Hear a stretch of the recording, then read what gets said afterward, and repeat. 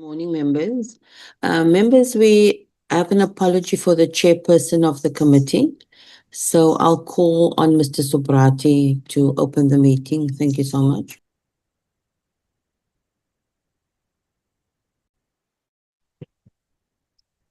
Good morning. Good morning. Thank you, Hajra. Good morning, honorable members. Good morning, colleagues, heads of boards and the entities, chairpersons of the entities, executives, and all members from the department. As Hajra has indicated, the chairperson of the portfolio committee, Comrade USAASA Sangoni Diko, is in the ad hoc committee today.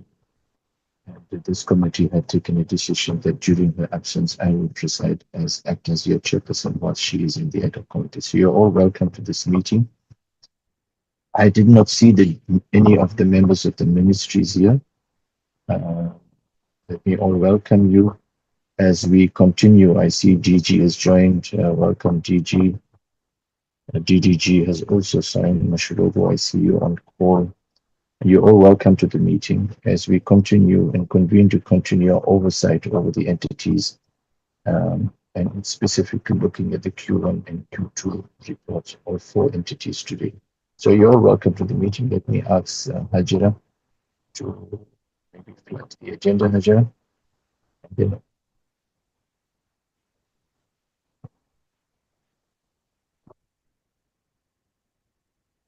Hajira, are there any apologies for this morning's meeting?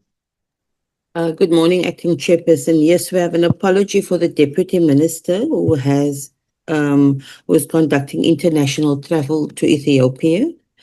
There was a standing apology from Ms. Chowki Adonis, but often she will join, so I haven't seen her yet, so I'll put in the apology.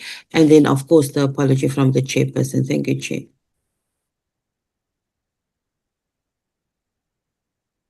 Thank you.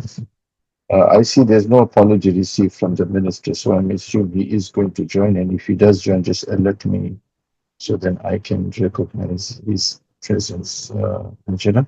Colleagues, thank you. Colleagues, the agenda is before us. We have to deal with the adoption of the committee minutes, as well as... My hand is up, Chair. Yes, Mr. Nkobese. Good morning, Chair, and good morning, colleagues. Honorable Chair, I'm traveling. If I may be excused at 10, please. Okay, noted, Honorable Nkobese. Welcome to you. I see Honorable Hendricks has joined us. Honorable Hendricks, welcome to this being your first portfolio committee since your deployment to here. You're welcome. Chair, Hendricks. Chair, yes. I was in last week's meeting. It's just maybe Chair didn't notice. Thanks very much, Chair, and I'm happy to be here.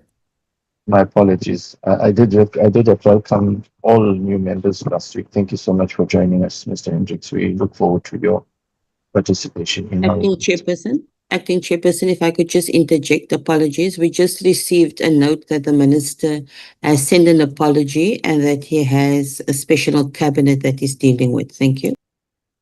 Thank you, Najira.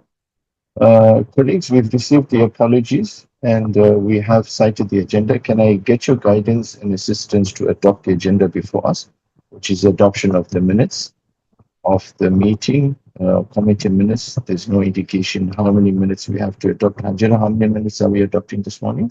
1 set of minutes. Thank you. Okay, and we're going to be dealing with the Q1, Q2 for 4 entities.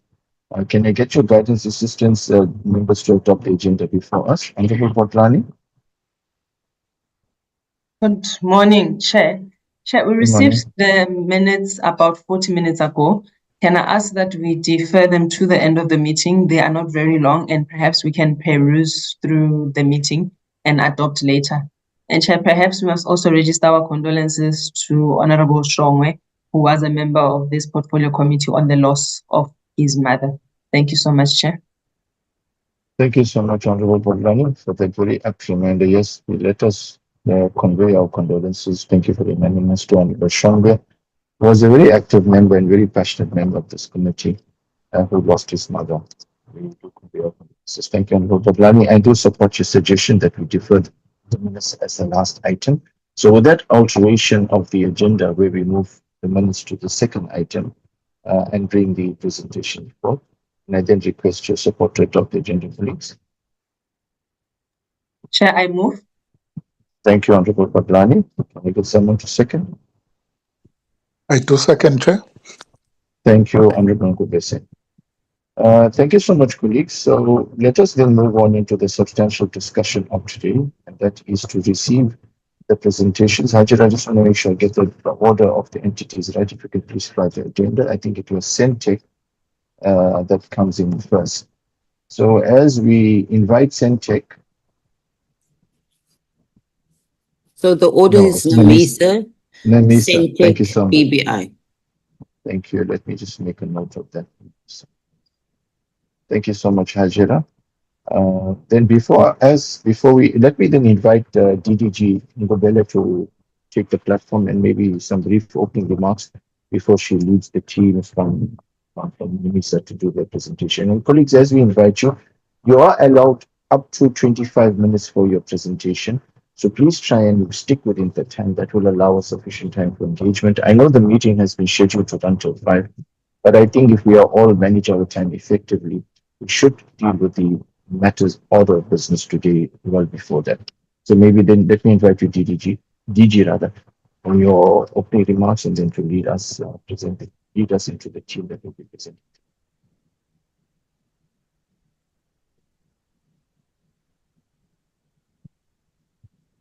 Thank you. Thank you, Chair, and a very good morning to you as well as to the honorable members. And I think I also want to echo Honorable, I almost said Commissioner Budlani, Honorable Budlani's condolences to the Shongwe family as well. Chair, and thank you for noting the apologies of the Minister and the Deputy Minister. It is a crazy week. Just for the record again, the Deputy Minister is part of the AU delegation for the AU summit. As you know, that we have a candidate for the Secretary General of the African Telecommunications Union. So he'll be presenting that to the summit. And the minister is held in a special cabinet meeting this morning in preparations for the SONA, which will be on Thursday.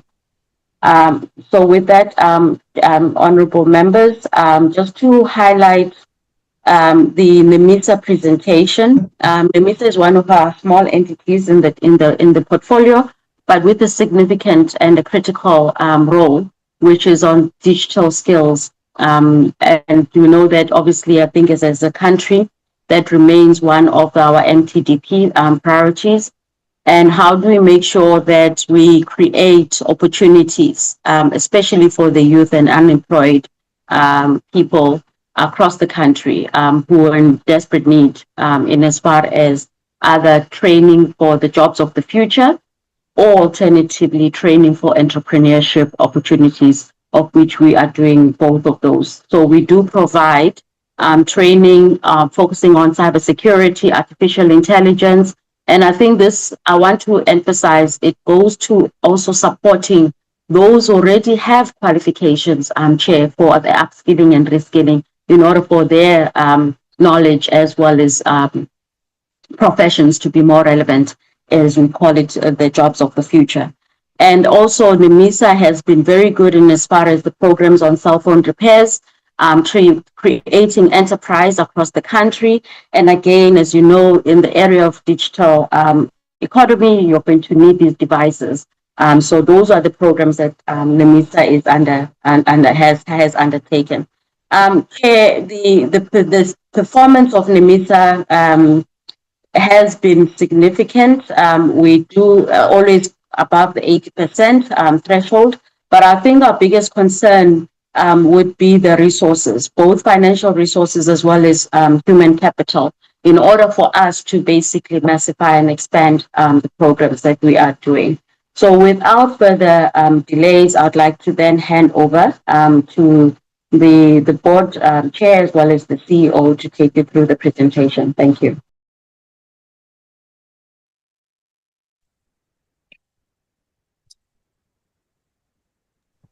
Thank you so much. Thank you so much, DG and Chairperson. Always nice being with you. And as the DG has started off, the Q1 and Q2 highlights for NEMISA includes of the fact that we have achieved a steady average of 80% in these 2 quarters. NEMISA again obtained a clean audit for 2024-2025 financial year, marking 3 consecutive years of clean audits. And we successfully convened our AGM. It's a critical engagement with the department. And during the reporting period, NEMISA also formed a strategic partnership with CETA as part of a joint corporate social investment initiative. And this partnership aimed to provide digital skills training to 300 youth in KwaZulu-Natal, focusing on cybersecurity, AI, and data science. And it also extends to GovTech 2025, when NEMISA's marketing unit collaborated with CETA to provide on-site media production support.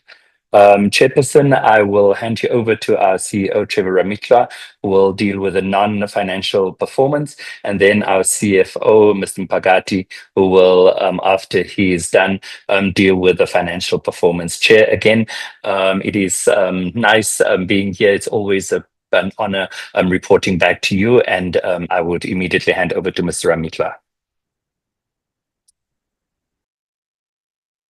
Thank you very much, Chairperson.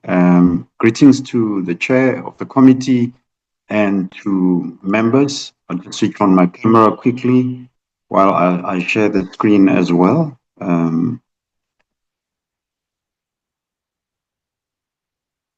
Chair, I hope you can see the screen. I'll just put it on. Yes, it's visible. Presentation mode. Thank you, Chairperson. So, Chair, as it has been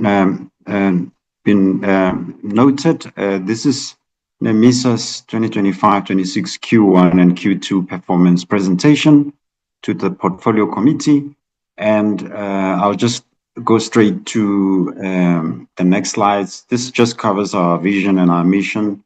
Our vision being to be the premium enabler and partner of choice for digital and creative media skills development. And of course, our mission being to provide relevant training in digital technologies and creative media, leading to sustainable shared value that supports beneficiaries to achieve effective use of technologies and content creation. And we have strategic outcomes outlined there as well.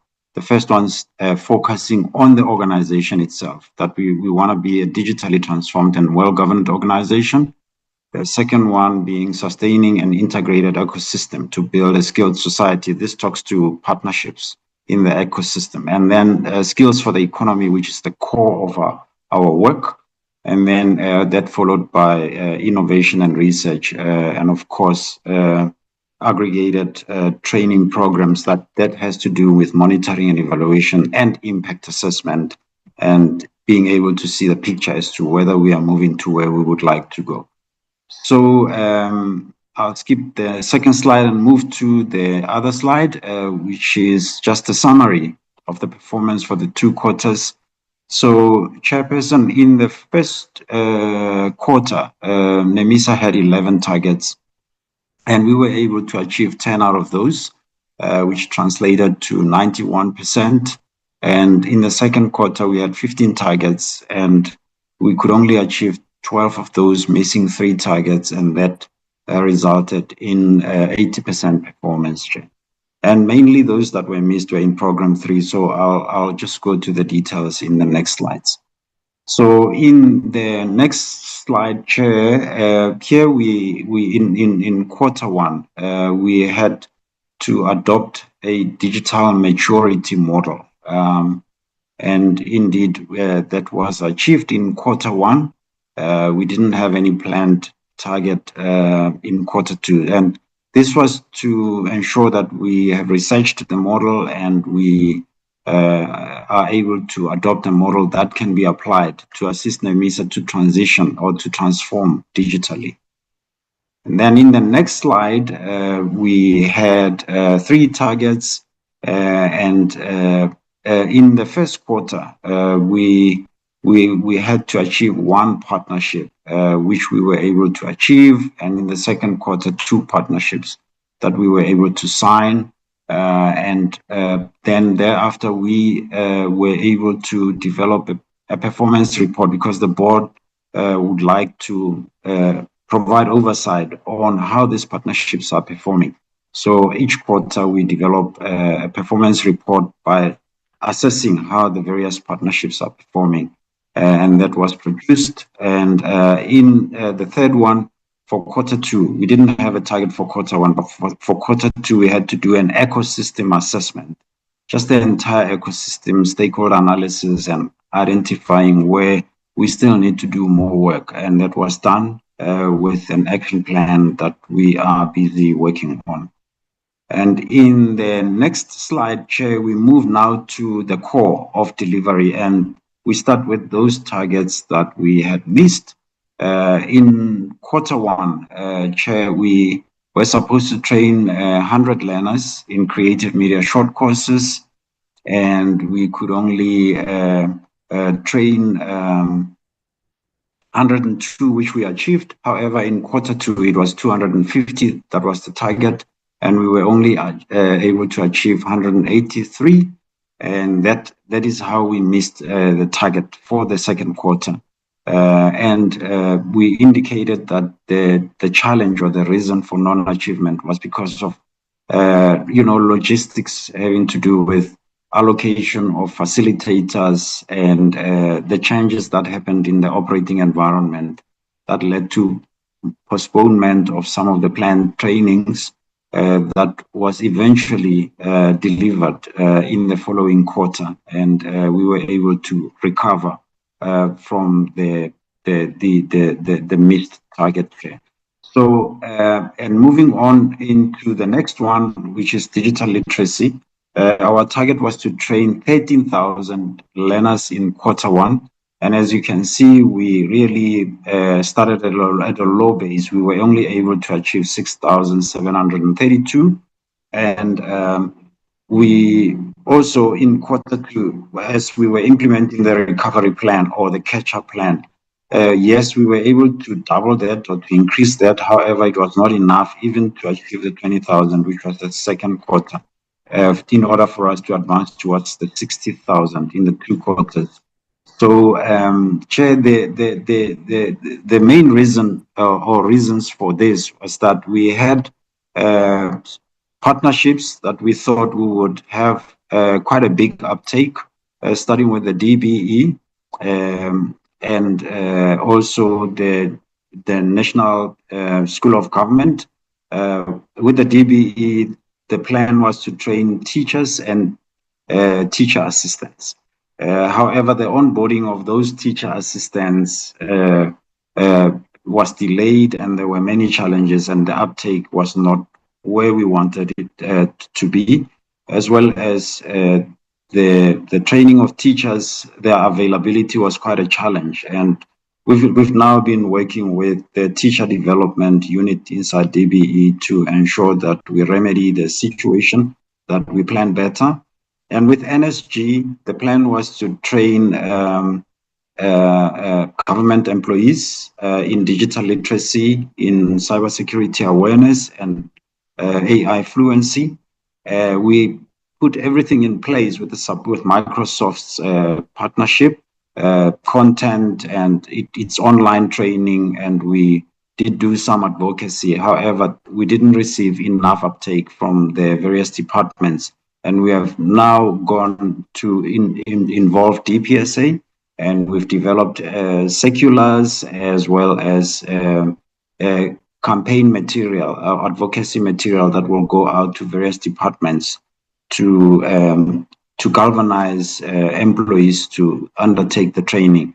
We have about 8,000 thus far registered that are busy. We need to have more because we have many government employees. And also, we have Chairperson also worked with the Department of Land and Rural Development to bring in, to work alongside the NARISEC program to expand training in rural areas. And that's where we have gone, and we have been able to appoint through the NARISEC program about 34 digital ambassadors to expand the training, and in particular in the Western Cape. Then moving on, the third one that we could not achieve in Q2, Chair, was training of MSMEs in digital entrepreneurship. This target is very critical because it brings in MSMEs in various sectors, both formal and informal, and it trains them to adopt e-commerce, to use digital tools that include digital marketing as well as online payment, but also doing so in a safe way. So for the quarter, for Q1, we were able to achieve 3,856, as you can see, out of a target of 2,500. However, in Q2, while we did well in Q1, we had a target of 4,000 and we were only able to train 1,073. And the reason for that non-performance was that our plan was to expand our delivery model, to have service providers that we would appoint through an SCM process to assist us, since our capacity was limited in this space. And the SCM process was delayed. There was a number of iterations of undertaking the SCM process, and eventually that affected us. However, that has been remedied. Those service providers have now been appointed, and they are on the ground. They've been prepared and they are on the ground so that we can recover from the lost ground in this target. We are quite confident that this one we will meet, as well as that other one on creative media short courses we have overcome. Now in this quarter, we are mainly focusing on digital literacy. Then in the next one, we had to train 600 learners in digital technologies. These are specialized trainings like in AI, cybersecurity, data science, software development, and so forth. And this we've been doing very well because we've been partnering with Google, and they have made available 12,000 licenses that prepare young people to go into cybersecurity learning path. So that we have done very well. And the next one was cell phone repairs. We had to train 50 and we were able to train 104 people in Q1. In Q2, we had to train 70 and we trained 135. So we've done quite well in that space, partnering with DCDT, also with Sandra. And of course, we've been developing new learning content that we upload in our online learning platform. And also we have a post-learning transition plan that is working at securing partnerships that will take young people, once they've been trained, into other parts. For instance, the YES program, NYDA, the entrepreneurial route, the YES program for opportunities in internships or work experience opportunities and so forth. So that plan is unfolding accordingly, and we've been able to monitor that quite well. So in terms of mitigations on the unmet targets, Chair, for digital literacy, we have a planned training that is at the moment being implemented. And we're starting with training of the unemployed youth through the Aruna Digital Ambassadors. We're targeting 10,000 and we're working at TVET colleges and CET colleges. Those are our partners. And then training of government employees, we're targeting 15,000 and we're working with National School of Government and DPSA and identified district municipalities. And then we're also looking at training first-year students at universities and communities around where our university core labs are based. And this we're doing through the university core labs. And also we have online learning where we are targeting 5,000 learners, and we're busy with an online campaign or social media campaign to attract young people, especially matriculants that have just finished, that may want to take up digital literacy as a start. And in digital entrepreneurship, as I said, we have appointed those service providers. They are on the ground now, and we're targeting to train 4,000 MSMEs to top up so that we can achieve the 10,000 that we need to achieve the annual target.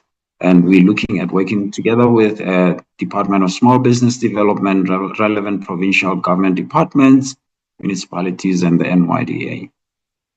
In terms of Q1 and Q2 key partnerships, Chair, I will not go into the detail of the slides, but as you can see, we've worked with TVET colleges, the Association of Broadcasters in South Africa, Microsoft South Africa. We've worked with Google South Africa, GIZ, Department of Land, Rural and Rural Development, National School of Government, as well as CETA that we did mention for those 2 quarters. So, Chair, and we tried to align with the MTDP and ministerial priorities in the process as well as we do these partnerships. And moving on, this is just a breakdown of race and age. We have slides on gender and disabilities as well, and this is for Q1 digital literacy. As you can see, really the majority of the people that we train are Black people or African people.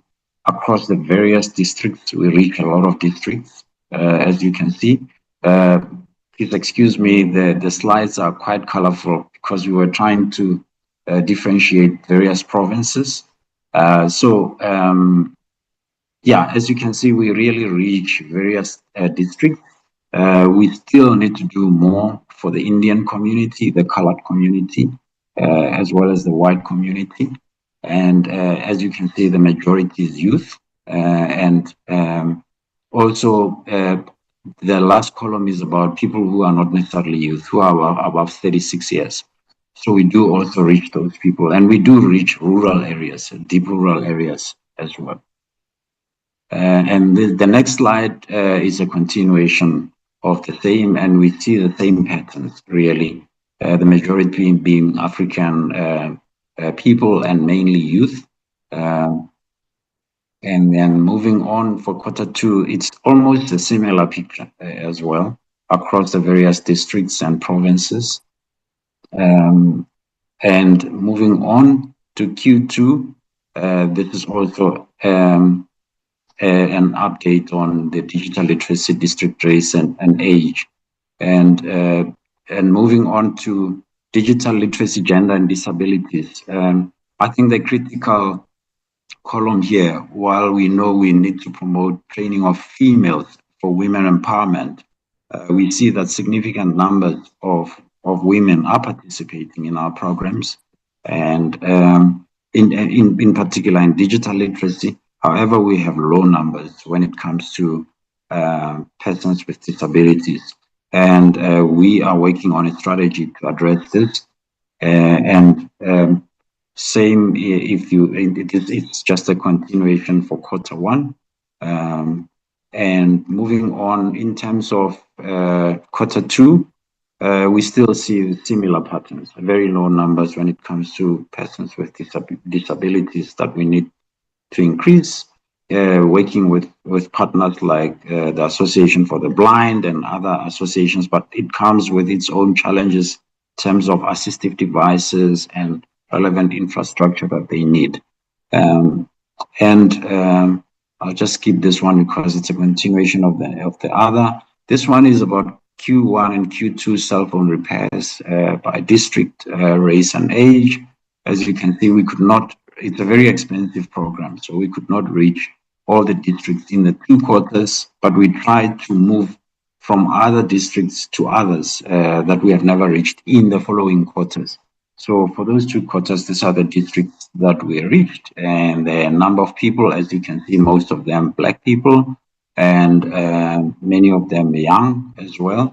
We still need to really go into colored communities, Indian communities, and also have white people also participating. And this is just a continuation in terms of gender and disabilities. We didn't have any people with disabilities. Actually, we had some here in the other districts. It's just that we really need to do more when it comes to people with disabilities, when it comes to cell phone repairs or technician-related programs. And then this is digital entrepreneurship. a similar pattern to digital literacy, with a lot of, or many districts being reached, but of course a lot of Black people being trained, with mainly being youth, and also reaching people who are outside the youth bracket. This is just a continuation of the slide.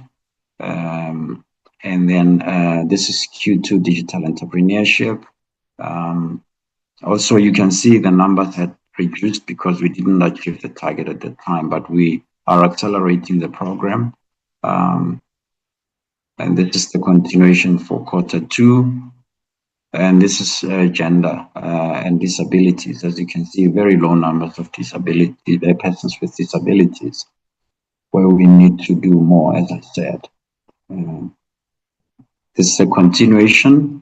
Then the next program, Chair, is Knowledge for Innovation, which has to do with research and innovation. And here we had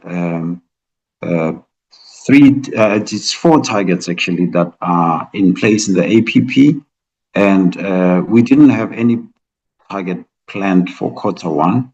For Q2, we had to put up recruitment drive for the Discothon. Discothon is a hackathon of a special type, which includes the creatives as well, not just technology people or ICT folk with ICT focus. It also brings in creative people, and the solutions that are brought have a creative element as well. And so we were able to undertake that recruitment drive. Just over 400 people recruited to participate. We also had a roundtable. We had a target to have 1 roundtable, stakeholder roundtable.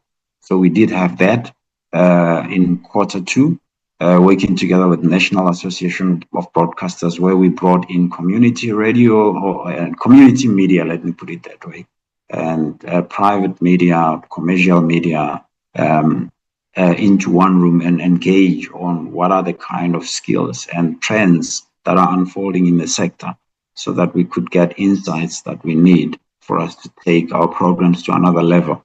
Then we did also the advocacy campaign throughout a number of platforms, community radio, social media, just to get as many people as possible to know about NEMISA.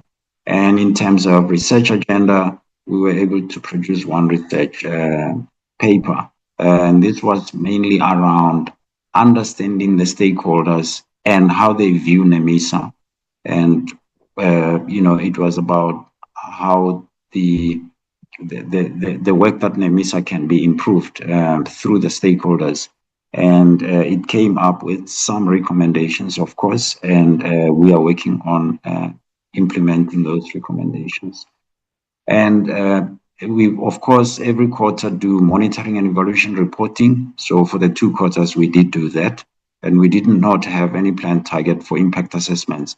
Actually, we are doing an impact assessment in Q4 now. We are undertaking it together with the University of the Western Cape, and we will be drawing data from all our programs and engaging our beneficiaries to check as to where have they been. And in the main, we use the theory of change model, and we track economic impact as well as social impact and psychological impact. And we collect any other additional information that can help us not only to improve our programs, but also to have better ways of planning, especially exit strategies for our beneficiaries. So, Chair, I'll stop there. The next one is finance information, and I'll unshare. The CFO will share from his side and present the financial information. Thank you.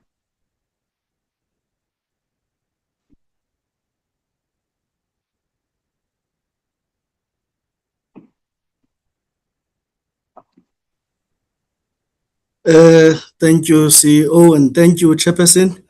I will try and share the slides quickly.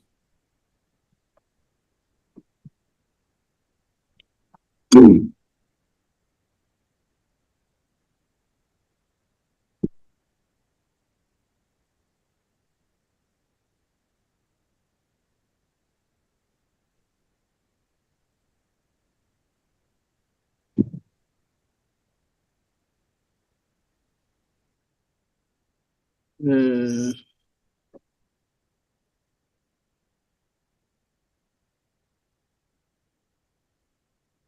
Can you see my slides, CEO? Yes, we can, CFO. Thank you. Thank you very much. I will just move down to the finance information, which starts on slide 30. Here we're just summarizing the performance for quarter one and quarter two. Just in terms of the revenue for quarter one, we achieved our revenue targets for quarter one, sitting at about 28 million, and we spent about 26 million, which is 92% of the approved budget. And we recorded a surplus of about just over 2 million for that quarter. And when you go to quarter two as well, we recorded a surplus of about 1.48 million, and the total expenditure for the quarter was about 25 million, which was 95% of the approved budget. So by the end of quarter two, cumulatively, we're sitting at a surplus of about 3.6. Of course, noted in the performance for quarter one and two, our spending patterns were still too low, and the issues were around us having started our procurement processes quite late, I think, in various aspects. But not only that, and some of the areas like your ICT environment, where you pay for licenses, our licenses were due to expire at a later stage in quarter three. So you would see that when we get to quarter three and quarter four, our spending on the ICT environment, especially as it relates to licenses, would have improved. But quite on course in terms of how we are managing our budgets, ensuring that we do not underspend at the same time, but also ensuring that we still remain within the allocated budget of 101 million. There was a particular request to include the actual statements, and we just at a high level tried to include the statement of financial position, which is just a comparison of the two quarters, quarter one and quarter two, on this slide. As you can see, I think we still liquid as an organization, having an ability to settle our obligations as they fall due, as reflected in terms of the cash and cash equivalents. And when you relate that to our current liabilities as well, we are still quite on course there. Nothing much to write home about. You can also note that we have unspent conditional grants, and in our space, this is the grant that relates to digital entrepreneurship training, where there was a delay in the procurement of service providers, and we now have concluded that process. And in Q4, we will be reflecting a different picture in terms of that, and that's when we'll then recognize that amount into our income statement in line with the accounting standards. Then the next slide, which is slide number 32, is the summary of the income statement of what we would call the management accounts in our space, just summarizing the information that I spoke to in terms of the executive. Apologies, CFO. Chair, if CFO can put it on presentation mode so that it can be visible, the slides can be visible for members. Thank you. Apologies for that, Chair. Thank you, CE. I quickly did that. On the left-hand side, we have the Q1, and on the right-hand side, we have Q2, which ends at the end of September. As you can see here, in quarter one, we recorded a surplus of 2.4 million, and at the end of Q2, we recorded a surplus of 1.4. That takes us to about 3.9 million in terms of the cumulative surplus. On the revenue side, 28 million is what was recorded, 28.5 against a target of 28. And as you can see, I think we had a strong showing in terms of interest that has been recorded for the year compared to the previous year. And also we recorded about 199,000 in terms of interest in Q2. Cumulative quarter three, we have recorded just under 900 million on interest, which is the short-term investments that we do while we're still working on ensuring that we spend within our budgeted spending. In terms of the expenditure line items, you might identify that in some areas there were areas of overspending and underspending, and this is just about us juggling between the expenditure line items just to stay within our budget. And overall, you can still see that we're still within the allocated budget in terms of spending. The next slide is just about a summary on the reasoning. I think I spoke to the reasoning around the underspending, especially in quarter one and quarter two, the delays in procurement, and also the vacant posts that we're still engaging the department on in terms of our structure.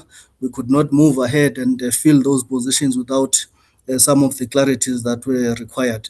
So those are the two main items that we highlight in terms of the reasoning. This is just a graphical depiction in terms of the AG findings as well. We had about 6 findings that were raised by the AG, and by the end of quarter one, we had resolved 1 already, and we're left with about 5. Of course, when we talk quarter 3 now, we'll talk a different picture in terms of where we are in terms of resolution of those. And in terms of internal audit findings as well, we had about 2, and 1 by quarter 1 was resolved, and only 1 was still in progress. The next slide is just showing irregular, fruitless, and wasteful expenditures. It relates to the 2 quarters, quarter 1 and quarter 2. Nothing was reported in those 2 quarters, so we did not incur any irregular expenditure or fruitless and wasteful expenditure. However, there is a matter that arose during the audit, which is a matter that internally the organization was already following up in just identifying 1 member of our employees or staff who had not declared a particular interest in 1 contract relating to training, and that related to the prior year financial years, which is 2023-24, but it was then discovered and identified during that audit of the 24-25. The total amount amounted to 1.438, and this was declared as a regular expenditure, but because it was incurred in the prior years, it was only reported in the annual report. In terms of the framework, is not reported as the expenditure incurred in the current year. And in terms of this matter, I think the appropriate action was being taken. The employee was put on precautionary suspension, and as we are about to undertake the issue of the hearing, then the employee decided to resign. So here we're on course to take consequence management as required by legislation in terms of this matter. This is the only item, Chairperson, that relates to prior years, but identified in the current year, but it was dealt with accordingly. This is the last slide, Chairperson, and I thank you and the committee and the executives for the time. Thank you very much, Chairperson. Thank you so much, CEO and CFO, for the presentations. Chairperson, we hope that we have, as usual, used less than the 25 minutes accorded to us. But I want to say that we were actually, NEMISA was actually very, very sad when the portfolio committee came to visit our neighbors in the same precinct on the 3 weeks ago, and they didn't even come and pop in at our offices. And I also just want to say, Chair, it feels very good to be first in these presentations. And you know, sometimes NEMISA is presenting just after supper, Chair. It is good to present while we're still having breakfast. Chair, I also just want to bring something else to your attention, that ever since the issue of our beneficiaries and the demographics of our beneficiaries was raised in this meeting, I asked the management to do an exercise And where we are, for instance, having a particular program, and there is an area or there are different racial areas. One, for instance, is in Wellington, where you have the predominantly colored area, and then you have the African area, where if we say we print 30 posters, we say, let's put up 10 posters in Bekweni, and then we put up 20 in the predominantly colored areas. And we push the marketing of our interventions, particularly, we double the effort in the colored areas. And lo and behold, despite all that effort, the predominant interest came from the African areas. We've also found that in Kimberley. We've also found that in many, many other areas. And as the CEO has indicated, that we do need to double our efforts, work with NGOs, work with TVET colleges and CET colleges to change the demographics to greater represent all those who have been left behind previously.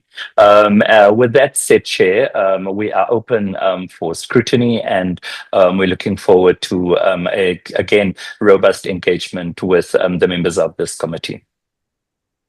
No, thank you so much, Mr. Anderdorf, the chairperson of NEMISA. Let me then apologize in behalf of the committee that we didn't pay you a visit whilst we were visiting the MDDA. We had every intention, actually. We had scheduled that to just do a meet and greet, but our afternoon ended up quite intense. We had an engagement with the staff, and there were several issues that really consumed that we need to deal with. So I must apologize, and I think we take that as a rain check to visit you on our next trip in that area when we are there.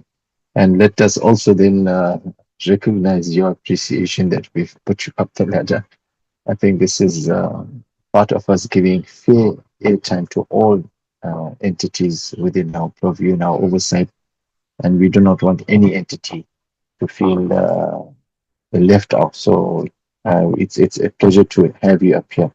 Maybe before I open up, let me then also underscore that NEMISA is an important entity in the ecosystem of entities that we have oversight over, largely because no matter how much of effort we put into developing a digitally connected environment and putting up all these towers and cables and everything, and creating the digital infrastructure, but if our people are not skilled and not equipped with the basic skills of accessing this infrastructure, then it's of zero value to them. And that places NEMISA really at the center, critically at the center of ensuring that this infrastructure that we're so passionate about creating is able, our people are able to use them to benefit themselves, to build an inclusive economy, to earn a living, and to progress. So let us always appreciate the great role that you play, and appreciate and also compliment you on the performance that you have presented to us this morning. Thank you to you and your team. Colleagues, we have received the presentation, and in this committee, we try to engage the presentation on a one-by-one basis, so that we give, so that our oversight is robust and nothing is left, nobody is left out. So let us open the floor for engagement for colleagues and members of the committee to engage. I see Honorable Shara Singh, your hand is up first. Honorable Megan will come full follow thereafter. Honorable Singh. Good morning, Chair, and thank you. Good morning to all of the officials, the members on the platform. Chair, thank you very much for the presentation. I do just want to check, though, unless I have missed it, the presentation that I opened that we had only had 12 pages. So I just want to know, did we not get the full presentation? Or I apologize in advance if I actually missed the full presentation. And well done to NEMISA on the achievement of the 80% and 91% of their targets in Q1 and 2, and of course for getting the clean audit. Chair, the comments that I have and some questions is that it is a concern that the targets that were not achieved were the targets that directly relate to the beneficiaries. And that is obviously a concern. We will obviously have to monitor that and see what happens in the next 2 quarters, because they have indicated that they have put things in place and procurement processes have been finalized so that they should catch up and meet those targets. I would also like to just get some kind of clarity that it was mentioned that, I think it was in Q1, if I'm not mistaken, there was some underspending, and part of that underspending was caused by vacancies. If I could just get some kind of explanation about how many vacancies, what these vacancies are causing, what plans are in place to actually fill these vacancies in the next quarter, or what has been achieved already. Chair, I'd then like to find out about this irregular expenditure arising from the AG's office finding that there was an interest from one of the employees in a supplier's business or some related parties. Now, it is understood that the employee resigned. I would like to find out, is there anything that allows NEMISA to still pursue perhaps the recovery of this irregular expenditure outside of the disciplinary process? Because obviously if the employees now resigned, and this is a problem that we have in many state-owned entities, municipalities, government departments, where the minute employees have to face disciplinary processes, then the easiest thing for them to do is actually resign. Very few of those are regarded as criminal cases or classified as such. So it's actually hard to go after them once they've left. But I'm just asking in this instance, is there any possibility?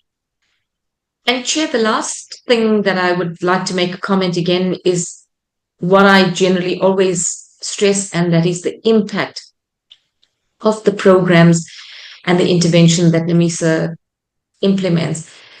So how, or is any tracking done? Because as a member of parliament, if I would like to see what the impact of NEMISA's work is, where do I find these thousands of people that have been trained to see whether they are in employment or what has actually happened, whether they were satisfied with the training and the level of training that they got? So for me, it's always the inability for somebody like myself to assess the actual impact or talk to these people. And I do believe there has to be some impact and tracking tool. I did see something on one of the slides where something was being developed, but it wasn't spoken to. Thank you, Chair. Thank you, Honorable Singh. Honorable Megan, Honorable Adonis. Thank you very much, Chairperson, and greetings to all honorable members and our stakeholder and yourself as the acting chair. Chair, through you, if you may allow me to keep my camera off. That's fine, Honorable Chair. Thank you very much. I'd like to just start off by really appreciating the presentation that was made by NEMISA and really applaud the work that they've done. And I think one thing that one can take an appreciation of is the breakdown in terms of demographic groups and the geographical reach that was outlined in the presentation, which would have been some of the questions that I would then raise to say that we want to see if they are able to reach the most rural areas in our communities and what those percentages look like. Perhaps if I might have missed it in the presentation, if we can get more explicit details as to how many of the candidates or their students that have been through the training are coming from those rural areas, townships, urban, peri-urban areas, just a demographic or geographical percentage breakdown so that we can see where more work needs to be done. Additionally, on the part of women's empowerment, I'm not sure if it was mentioned again in terms of the number or the percentage of women that have been empowered through the skills development training that has been offered by NEMISA. I think that would be also quite an interest for us to have actual numbers, and also what the intended targets were in terms of the demographic groups. I think there should always be targets for our institutions and entities that are providing services to our communities and essential skills as well. What are those targets looking like? How are you ensuring that you're meeting them, and how are you also monitoring them? And when you're not meeting those targets, what are the interventions that are then put in place to mitigate that? My greatest concern, and I really do understand, and we must work quite collectively to ensure that when we speak about bridging the digital divide and enabling all South Africans with a powerful and enabling technology and access to digital equipment or digital software and knowledge, it means no one must be left behind. So I am quite concerned in terms of the disability sector, but I'm very glad that it was outlined and that there are some interventions that are in the pipeline. I think we would I really appreciate that be expanded on either today or when we do meet with NEMISA again, if they can expand on what intervention has been put in place as part of the intervention strategy to ensure that they are meeting that most vulnerable sector. Another one that I wanted to find out on, it's on the national interest groups, and this would be speaking about those coming from, colored communities. Are those a priority for us to ensure that we are also making sure that they are gaining access to these services and training that is offered by NEMISA? And I think it's very important when we speak about really NEMISA contributing towards the NDP goals that have been set. My question then would be centered around, in terms of NEMISA's work currently and its institutional collaboration, what other institutions are they looking to collaborate or partner with in government and within the private sector going forward so that they are able to reach more ground and meet more of their targets? My second question would be, with the unmet targets, what intervention has been put in place to ensure that going forward in the next quarter, those targets are met? And whether those targets that were not met, were they realistic targets, or is there a plan perhaps to reconfigure the targets that have been set by NEMISA so that they are more achievable and more realistic? And then my third question, in terms of NEMISA's, apologies for that, in terms of the work that NEMISA is doing, they did speak about not really getting a positive response from all departments, and now they are working with the DPSA. One would want to know which departments are the ones that they were not able to really find joy in, because I think NEMISA is quite an instrumental entity for us, both, I would say, in government, to really utilize to ensure that digital literacy goes across board, including those in municipalities. I would like to find out, just attached to that question, which municipalities have you had the most success in terms of implementing the program? And I would speak to, local municipality government employees, etc., or officials and servants. And I think that's quite important. And is there any work that is also being done with the unions? That would be my additional question to that third question. Chair, I think in terms of the irregular expenditure on the employee, and I think I agree with Honorable saying on this. What are some of the measures, consequence measures that have been put in place after the employee subsequently did resign? Are there any investigations that are taking place, and has there been any loss to the entity? Were services provided? Were they sufficient? But also we need to know in terms of the internal policy, when there is conflict of interest, what then is the application for consequence management even after the employee then resigns. But overall, we do congratulate NEMISA on the audit findings and the work that they've been doing. And I think some of the presentation, the interventions that they put forward, I think next time we just want them in more detail. And the last part would be, sorry, Chair, the last part would be in terms of your dashboard. Do you have a dashboard or a matrix formula that you are utilizing to keep track? And I think NEMISA did mention that they will be working with various institutions to do follow-up as part of aftercare of the beneficiaries. What does that look like? Will it be like a dashboard that one would be able to access as the public just to see, obviously taking into consideration that we must protect the information of your candidates, but giving us numbers, stats, geographics, and demographic spread in order for us to see the work that is being done by NEMISA and the collaboration that is done with the different academic institutions. Thank you very much, Chair. Thank you, Honorable Adonis. May I recognize Honorable Matafa? Thank you very much, Chair. Good morning, Chair, and everyone on the call.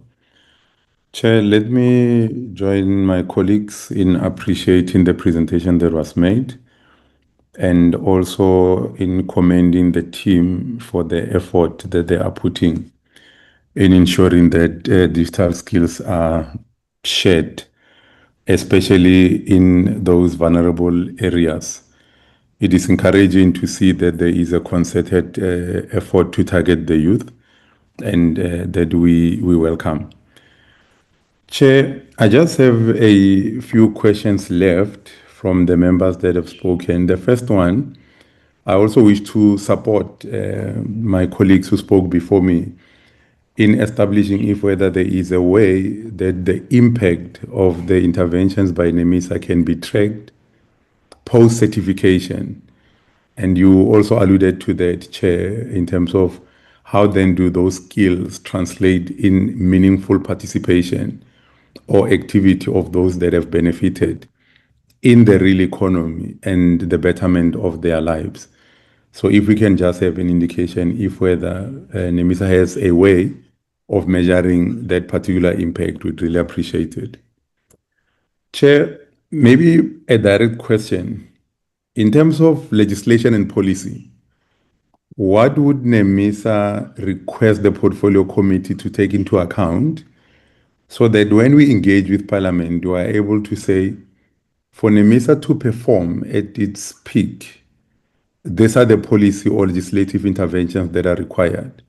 So what kind of legislative and policy support would they require us as a portfolio committee to advocate on their behalf?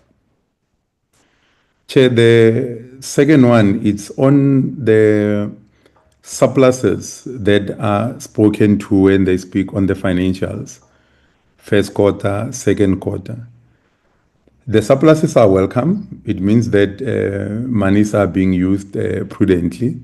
But the question that arises, could this be a sign of a possible underspending in future? So my question would be, how do we ensure that these surpluses do not result in underspending?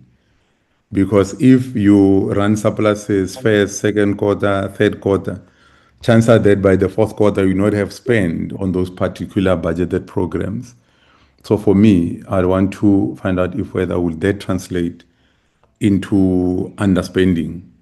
And if so, what measures are in place to ensure that there is no underspending, because we cannot afford to have underspending in a country where digital skills are required, particularly as it relates to underprivileged and the unemployed. Chair, Maybe my last one is just on the partnerships that are there. I know in the presentation they did reflect on that.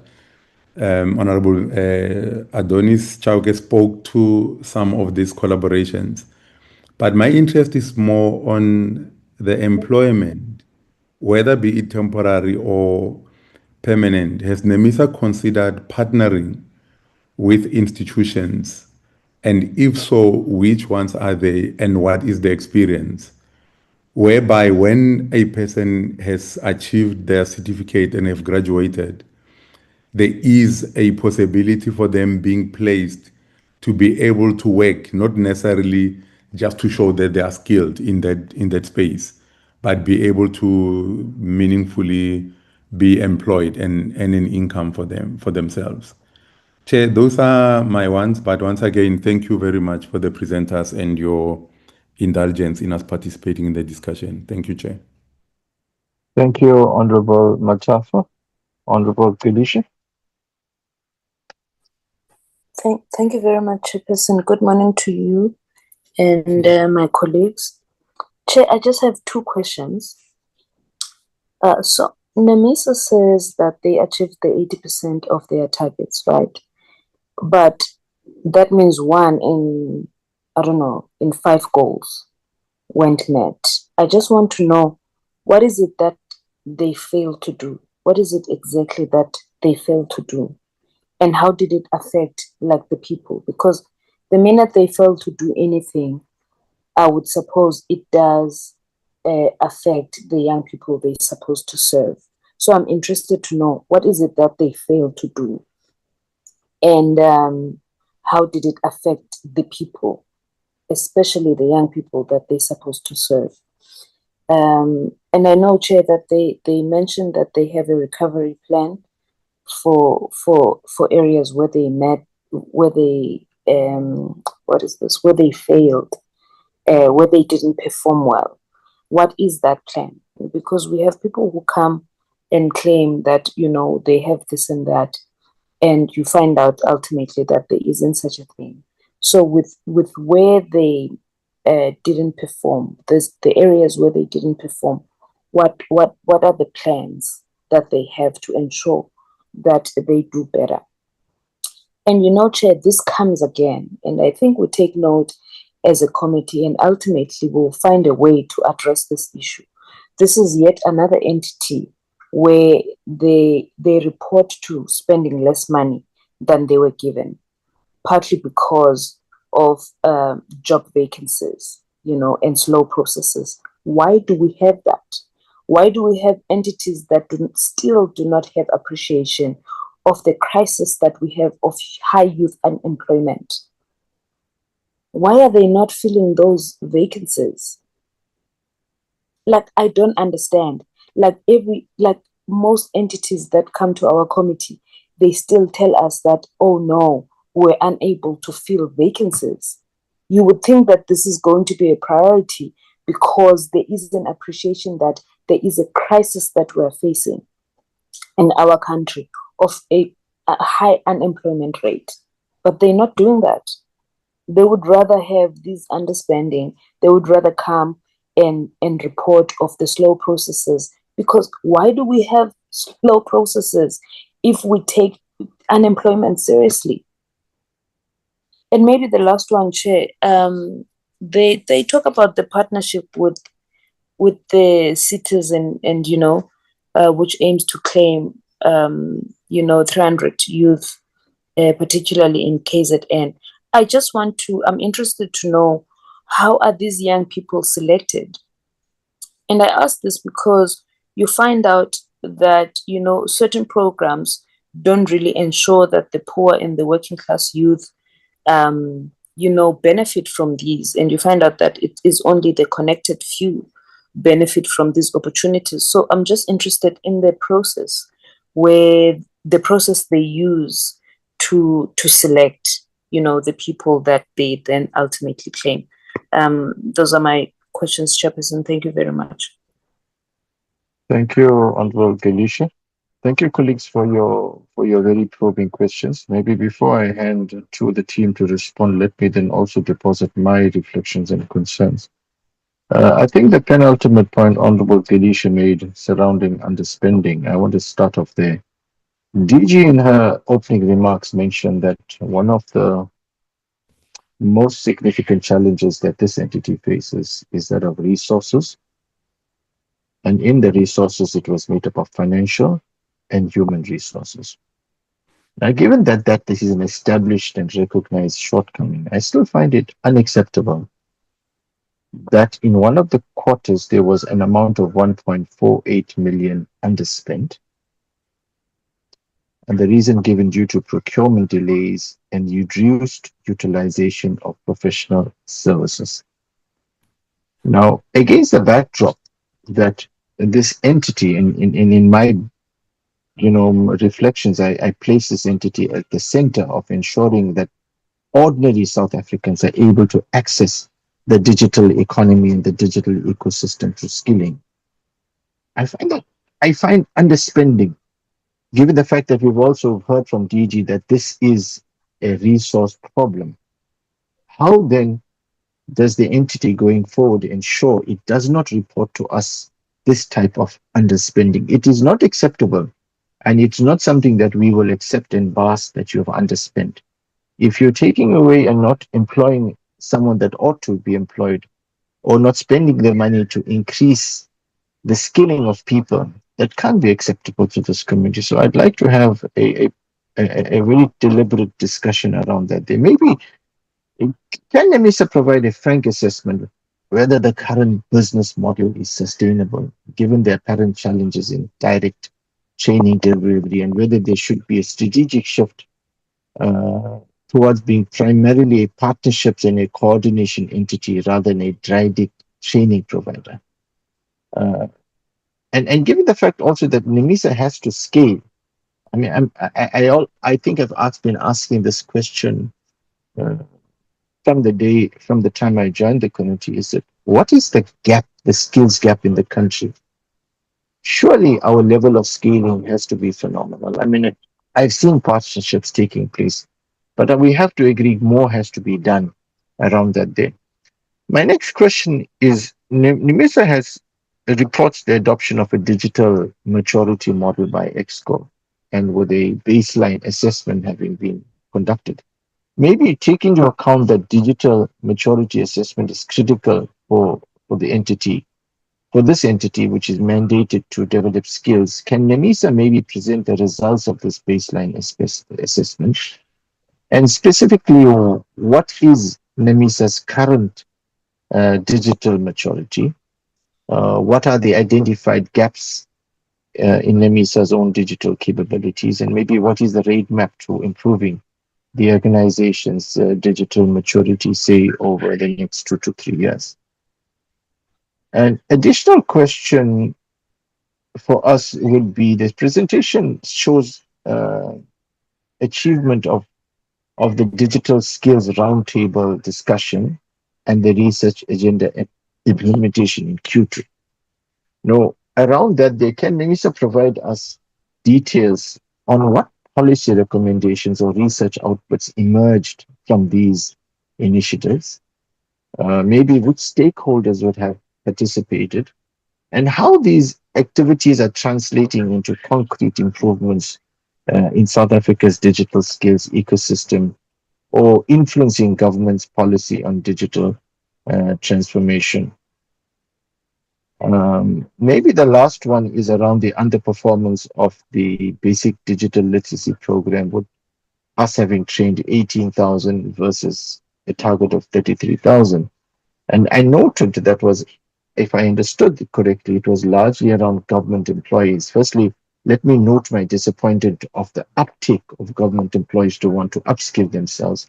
And note that you are, and maybe around that day, can we be brought into confidence regarding what specific advocacy and stakeholder engagement activities are now being undertaken? And I think you've indicated that you've adopted additional ambassadors. Just to refresh my memory in terms of how many have been appointed in the Western Cape, and maybe what commitments have been secured from the DBE and other departments, government departments, to accelerate uptake? Those would be my questions. Maybe let me refer back to you, DG, to maybe lead the team in the responses. DG, over to you.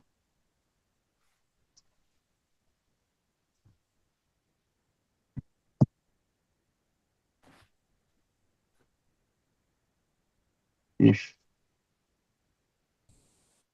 Honorable Ordonis, I'm assuming your hand is a legacy hand. I see DG has stepped out, so let's hand over to DG is with us. DG. It's not I'm here. May I hand over to the DD? There's something wrong with my screen. Maybe that's why you're not seeing me. It's a double screen. I'm not so sure who was last presenting. But can I then hand over to the DVG as well as the chair and the CEO of NEMISA for the responses, please? Thank you. DG. No, thank you, DG. Good morning, honorable members.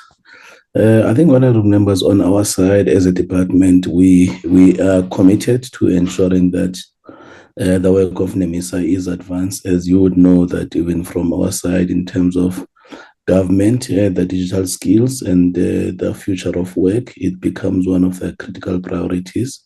So that is why we are working collaboratively with NEMISA in some of the initiatives that we are doing to ensure that the work, that we're trying to advance as government, it finds resonance to the society as well.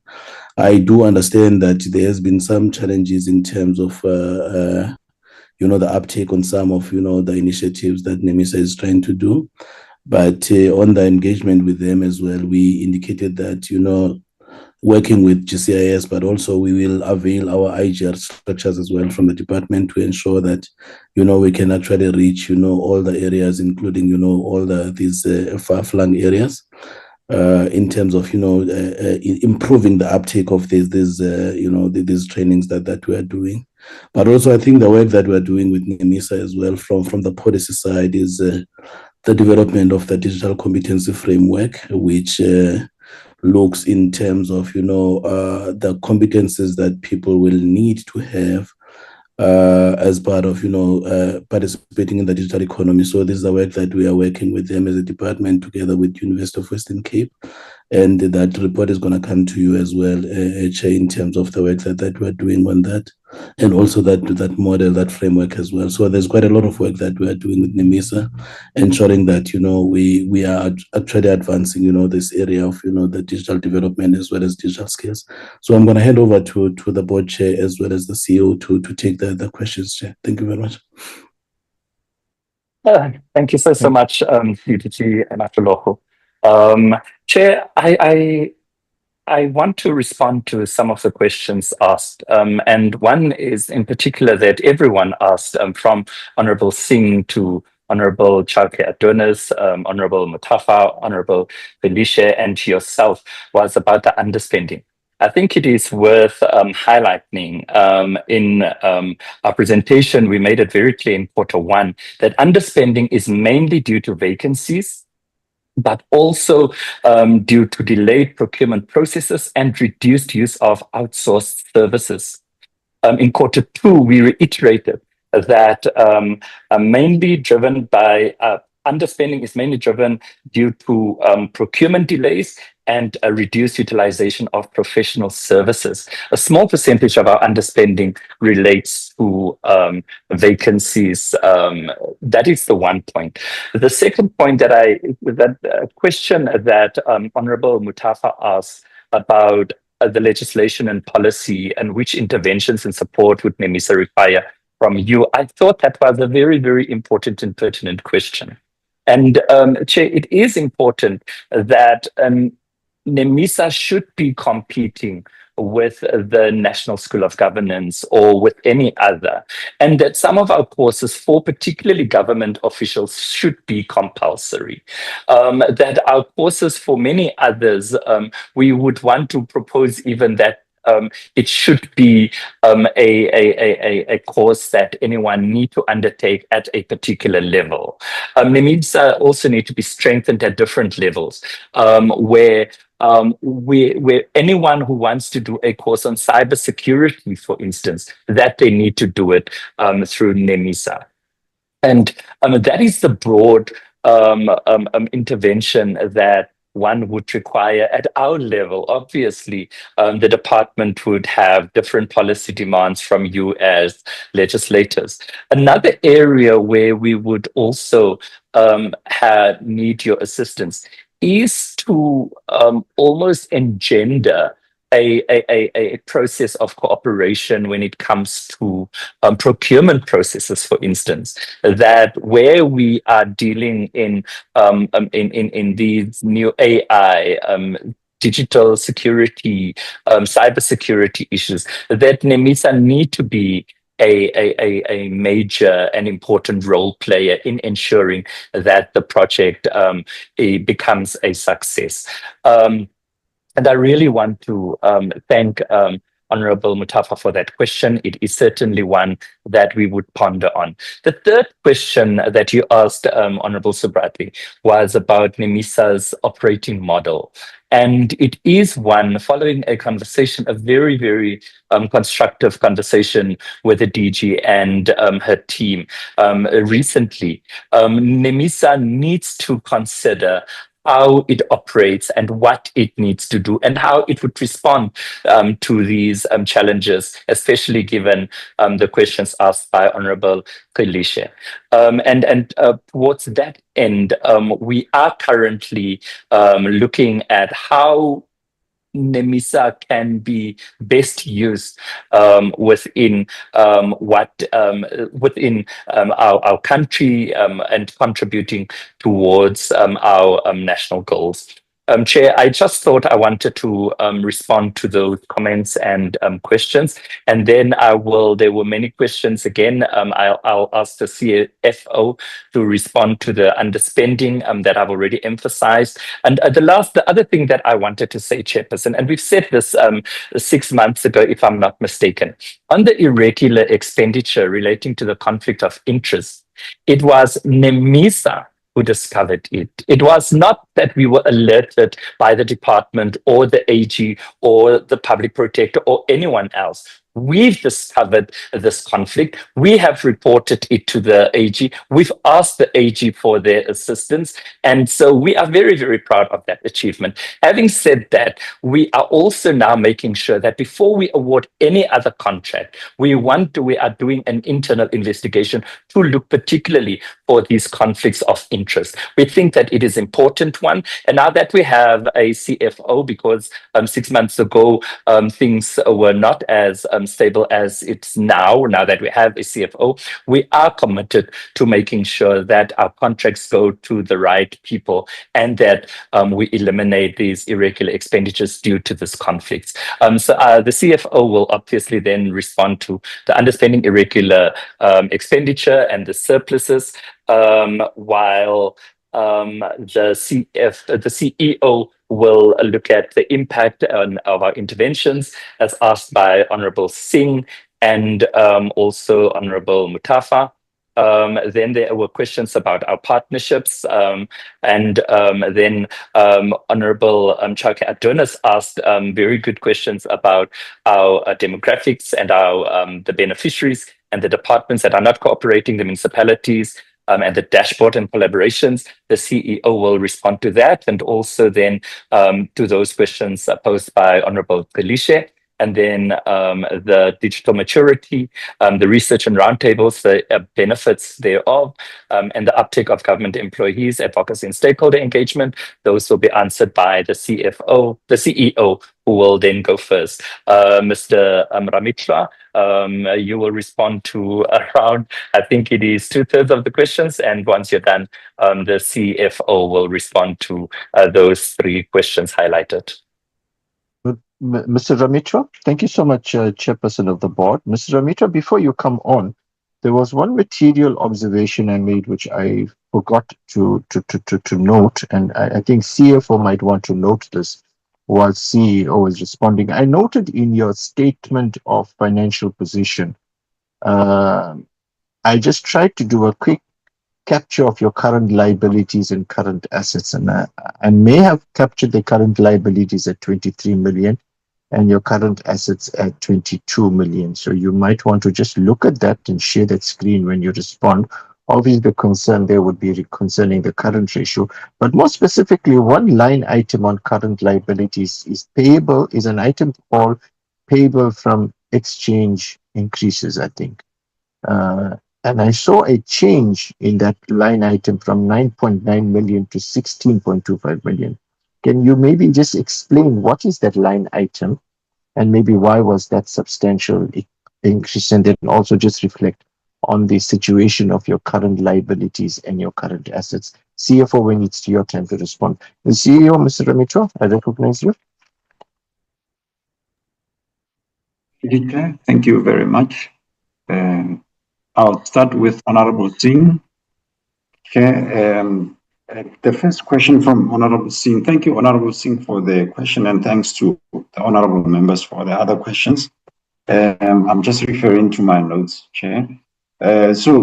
She was asking the question as to whether did the members not get the full presentation. Chair, in responding to that question, I need to indicate from our side that indeed what the honorables have received is what we submitted at the time. However, in the process, we realized we needed to add more detail to the presentation so that members can have a better context. And it's something that we intend to do for the future. To improve our presentation so that they are not just high-level information, but they are more detailed. So it is something that we apologize for, and that going forward, we would like to have a much more standardized and improved version of presentation so that members have a very good picture of where NEMISA is at. And the other one, well, we note the concern about targets that were not met. And we, as indicated, we have a plan that we are monitoring very closely. I'll just unpack in relation to the similar questions raised by honorable members, what we are doing and how are we monitoring that. And the other key question that came from Honorable Singh was about how do we do tracking? Is there any tracking of learners, and how is it done? The response to that is that indeed there is. We do have a target, even in our APP, called Impact Assessment Project. And we undertake that annually. I think it was only last financial year, 24-25, that we didn't undertake it. And the previous impact assessment reports are available. And we usually publish them. We work with an independent entity. We've been working with universities in the main to assist us in doing that. And for this year, to include the previous financial year as well, we are at the moment in Q4 undertaking an impact assessment, which involves tracking the learners. So we have a databases of these learners, including their contact details. And the process is we apply mixed methods, research methods to do so. We collect quantitative information, but we also undertake qualitative data collection exercises in the form of focus groups or key informant interviews to collect more data so that we end up with a rich data that is representative of the responses out there. And thereafter, that is analyzed by the independent entity, and the results are presented. And I think what we need to do better is the dissemination of that information afterwards and availing this impact assessment reports even on our website. Another member was asking if there's a dashboard around that. It's one of the intentions to digitize that process in such a way that it's inbuilt into our learning management system, that we are able to track the learners. What we've started doing in that regard is to even collect data when the learners, before they start learning, so that we understand their situation, we understand their challenges, and immediately after they finish, to check if, at least in the short term, has there been any change in their circumstances, and then in the long term, because impact assessments are really done in the long term. They are not done in the short term. So indeed, it's a high priority for us. And the other question that was raised was about consequence management measures for that employee who resigned, who did not declare interest. And indeed, once he resigned, we did not necessarily close the matter. It's before the Social and Ethics Committee of the board, and management is working on it together with our legal advisors to ensure that necessary steps are taken, if any. And we have also engaged the service provider that was implicated, and we indicated to them our dissatisfaction, and inclusive if there are any funds that we owe them, that we will not pay them those funds. So that is what we have done, and out of that investigation and the legal advice that we will receive, if it recommends that steps be taken against that individual, they will be taken accordingly. And then Honorable Chauke Adonis, thank you so much for the questions as well. You were asking a question on how many of the beneficiaries are from rural and township areas. I did share in the presentation the exact numbers, but the data that we've collected has been at district level. Even though learners do update their town or village where they are from, it is something that we can analyze further or much deeper, or maybe even by ward, to say which ward in which local municipality, in which district municipality. But we presented today district municipalities, and in that data, it shows that most of the rural districts are reached, and those rural local municipalities are being reached across the length and breadth of South Africa. And there's more that needs to be done, because you asked a question as well as to where do we think we need to do more. I've noticed that provinces like Western Cape, we need to do more.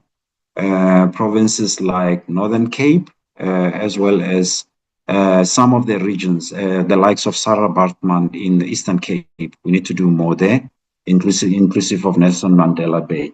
So it's work that we are monitoring very closely, so that we drive towards a balancing act, making sure that we reach as many areas as possible, especially those that we have not reached before.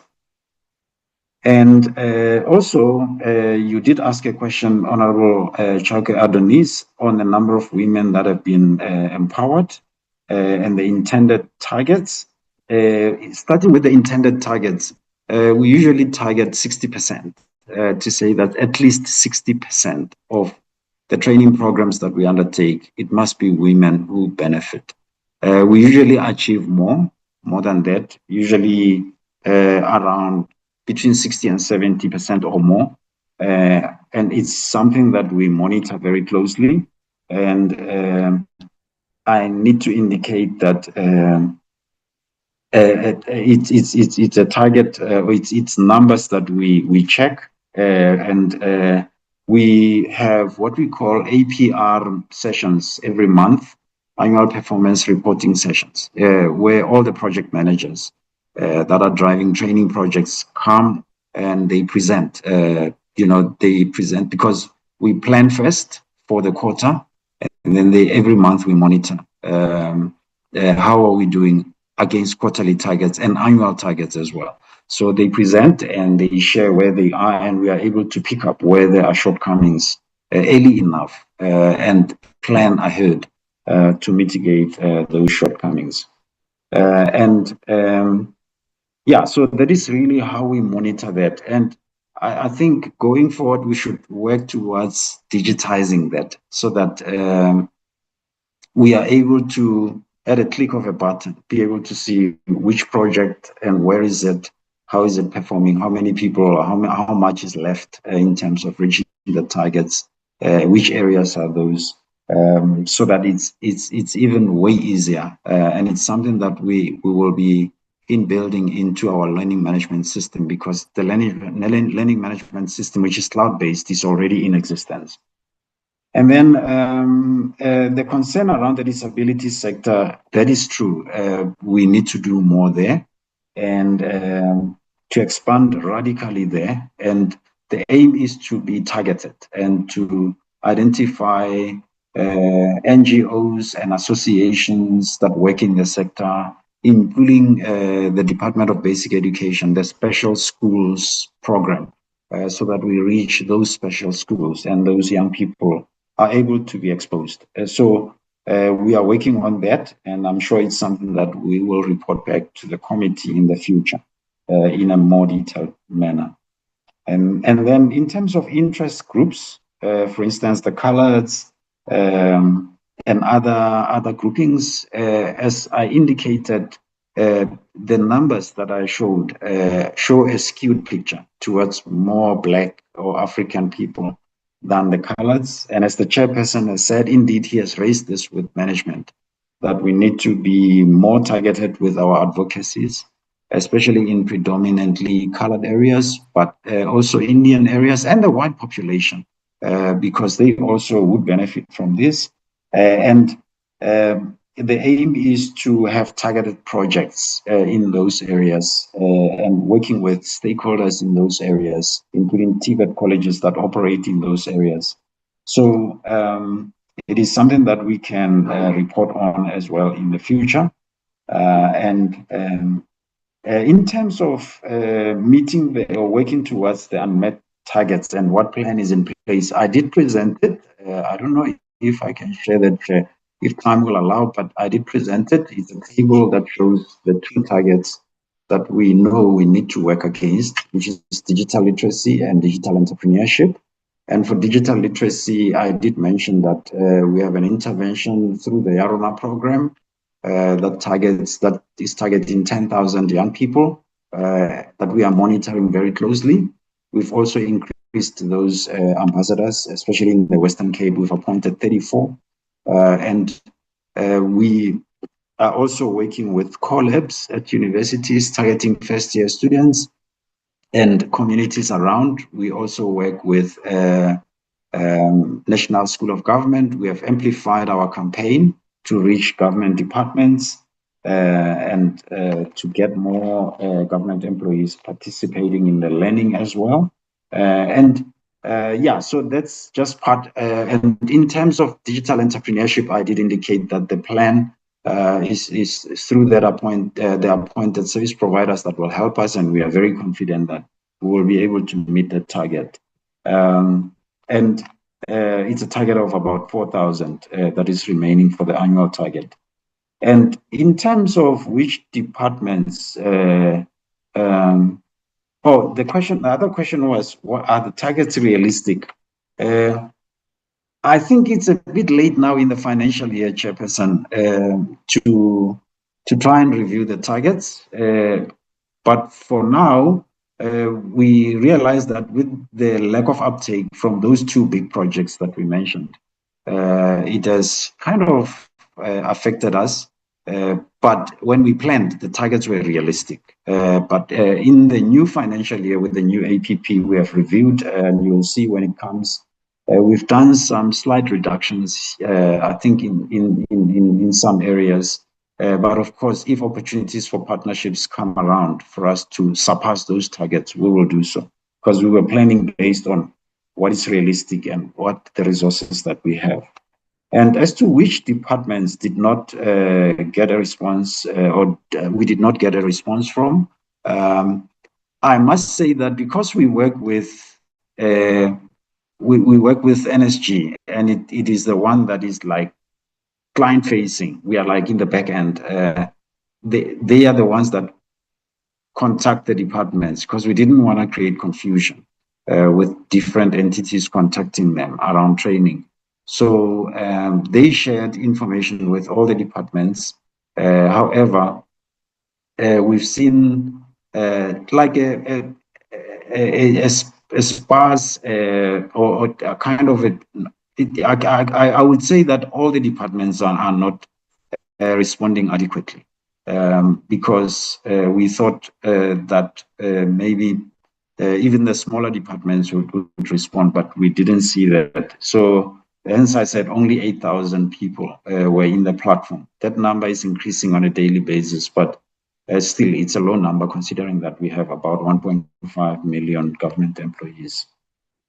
And so we are working very hard on that with NSG and the DPSA, and we're working at turning it around. We have created a campaign through videos, through social media, through a formal circular that will go to all the directors general.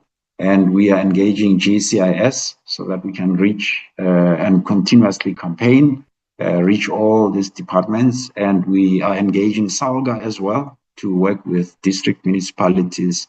And there's a project that we are initiating with DBSA to target at least 8 district municipalities as a start.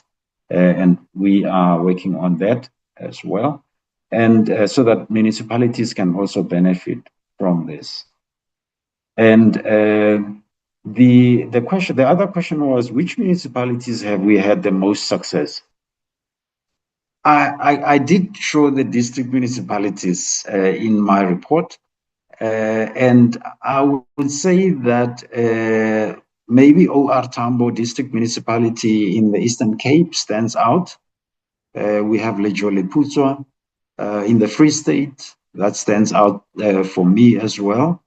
And we have several districts in KZN, as well as Ehlanzeni district municipality in Mpumalanga, and also Vembe district in Limpopo. So those are the ones that are standing out really, but we do more. In the Northwest, we have Nakamudiri Mulema, as well as Bujanala, that are standing out as well.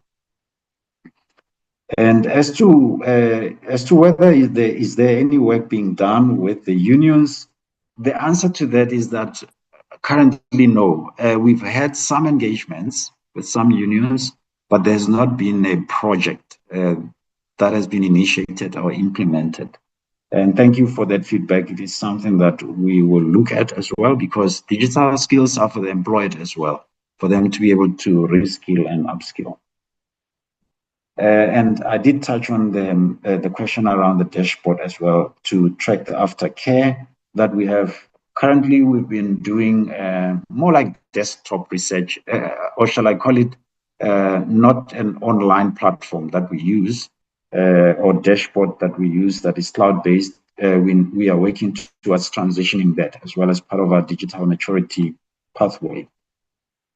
And from Honorable Matafa, thank you so much. There were several questions.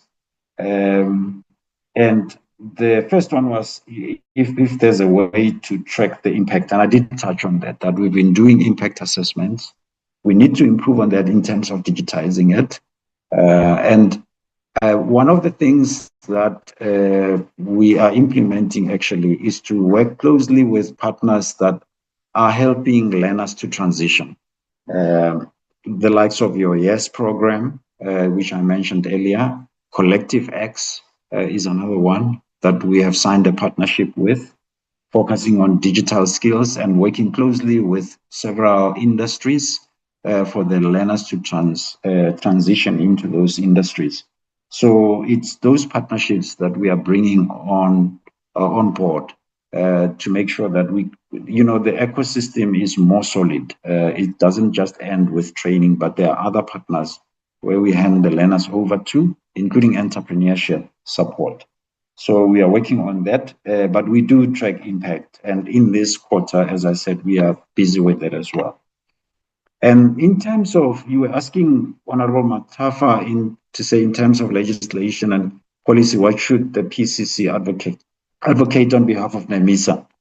I appreciate that one very much, Honorable Matafa. And from where I'm sitting, which is something that we raised with the DG as well, is that we really need to have the ecosystem not working in silos. Currently, we have entities that operate in the higher education sector in the main, and they do have funding like CETAS, NSF, and others. We have Department of Employment and Labor as well. And the advocacy that we are looking for around policy is that perhaps there be policy directives, inclusive even for government officials trainings, maybe for DPSA and NSG, that certain trainings that are more advanced for technicians and so forth, even through CETA, that they be done through NEMISA. And as well as certain percentages of youth development, digital skills in particular, and creative media skills that are funded by CETAs, that be done through NEMISA, as well as NSF and the Department of Employment and Labor. Of course, we're working hand in glove with them and meeting their own criteria as well to make sure that we do not overstep where they operate. But those could be policy directives that can really help, of course, in collaboration with those departments and the relevant ministers. And the CFO will touch on the surpluses. And in terms of partnerships, the Honorable Matafa asked a question about whether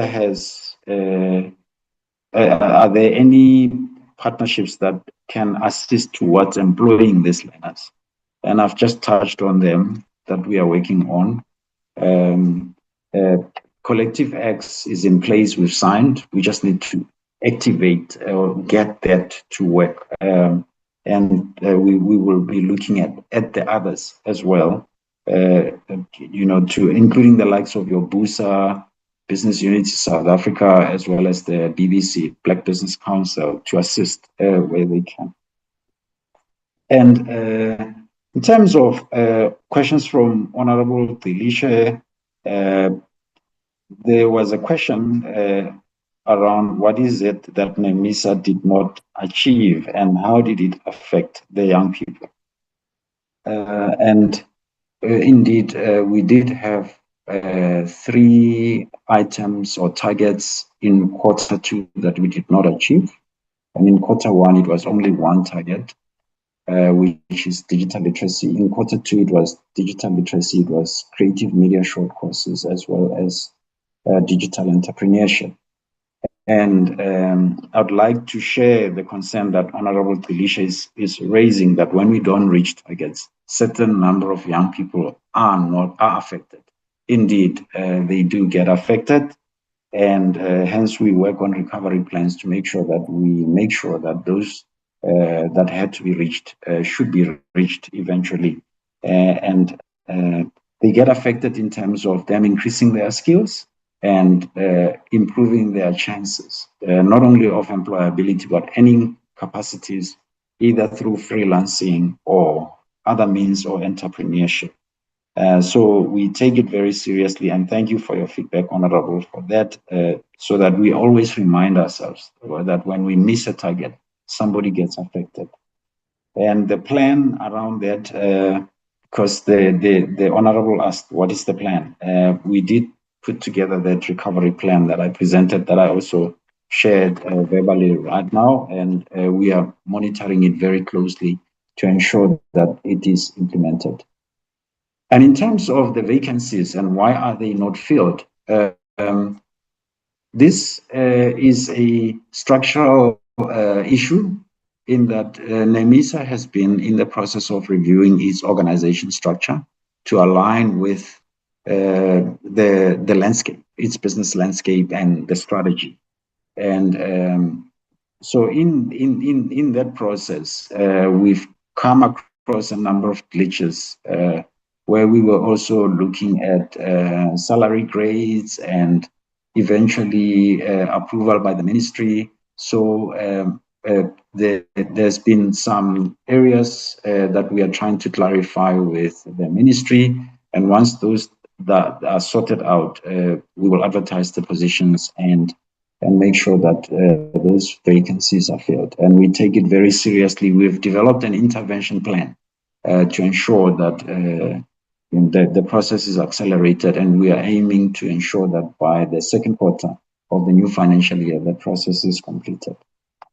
And we are considering the issues of unemployment, and it's a high priority.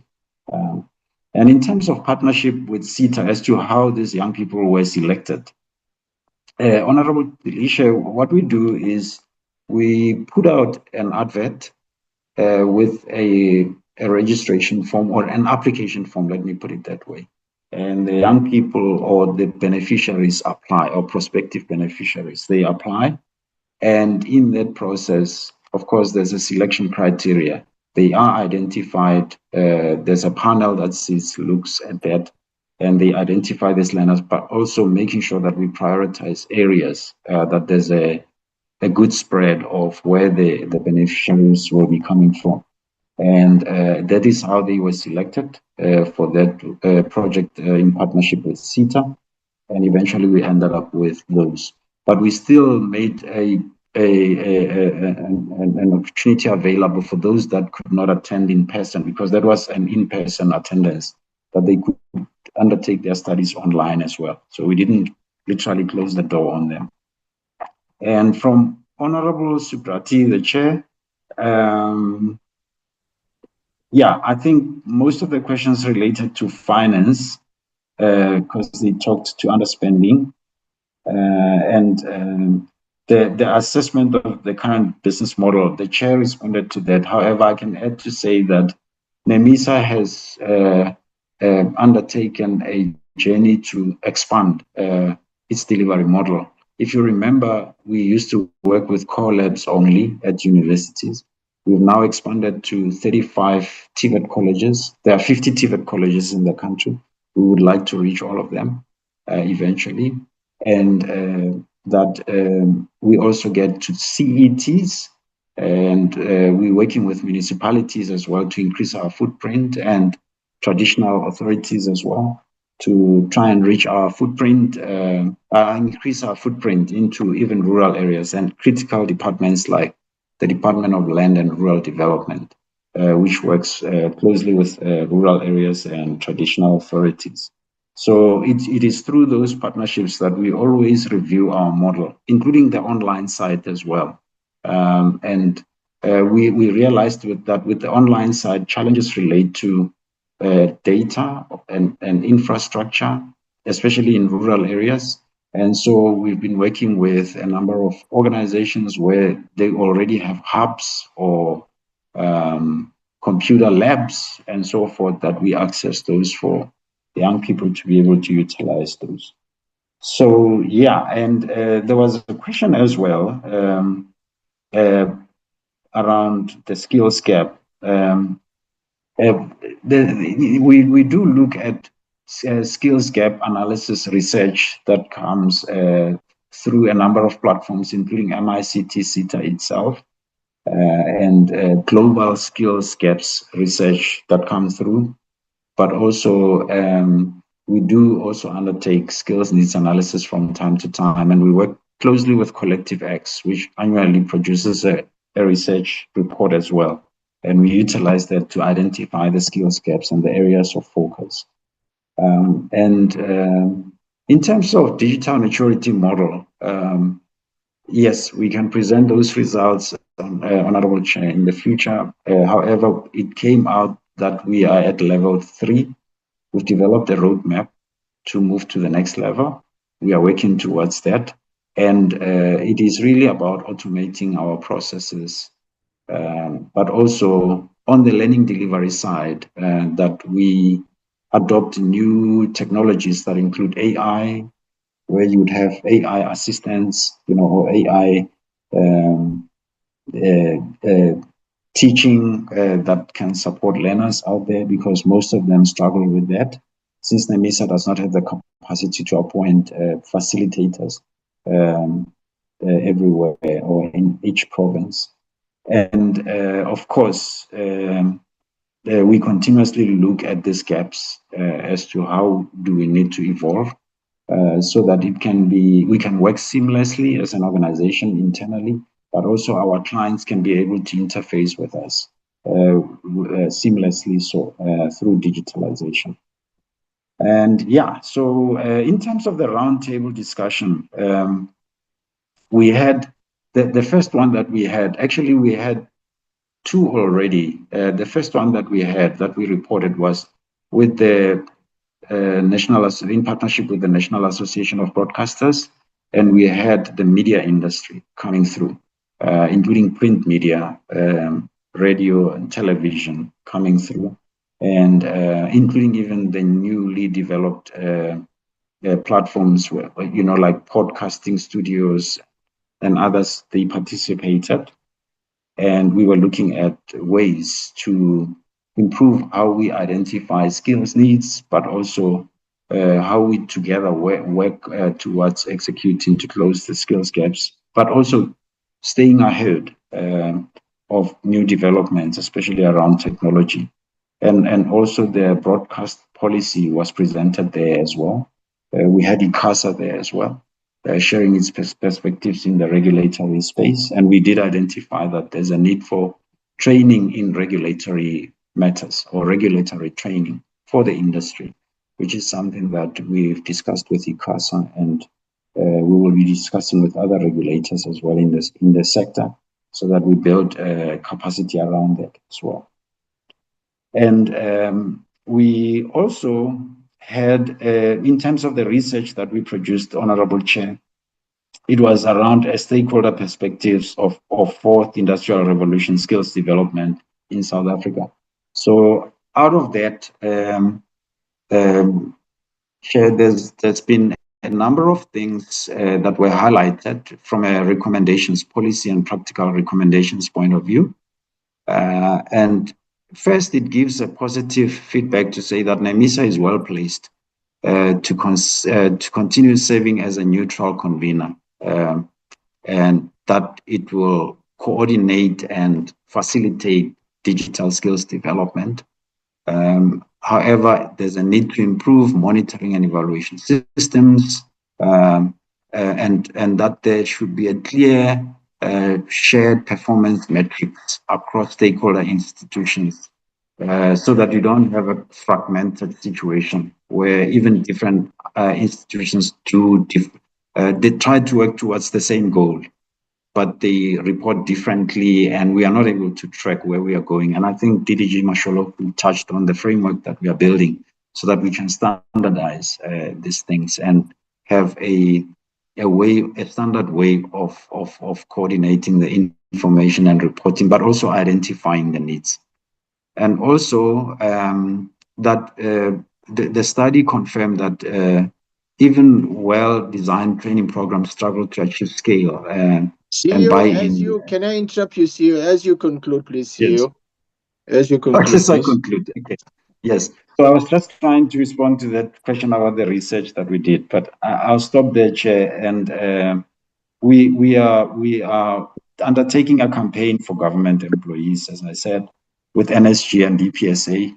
We're bringing GCIS on board, and we will be engaging SABC as well as MDDA on community radio stations so that we can spread the word. Thank you, Chair.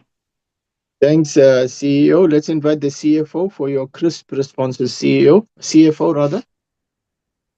Thank you very much, Chairperson, and thank you to the honorable members for the question. Can you switch on your video, please, CFO, because you're not doing a presentation. We'd like to see you, if it's possible, please. Mr. Mpakati. Can you see me, Chair? No, we can't see you. Let me just I wonder what's happening now. Chair, if I may, I think at the top of your laptop there's a little button that you need to flip to the side, and then we will see you. We can see you now. Thank you. There we go. Thank you, Chairperson, and thank you to the honorable members for the question. We really appreciate the wise counsel from the honorable members.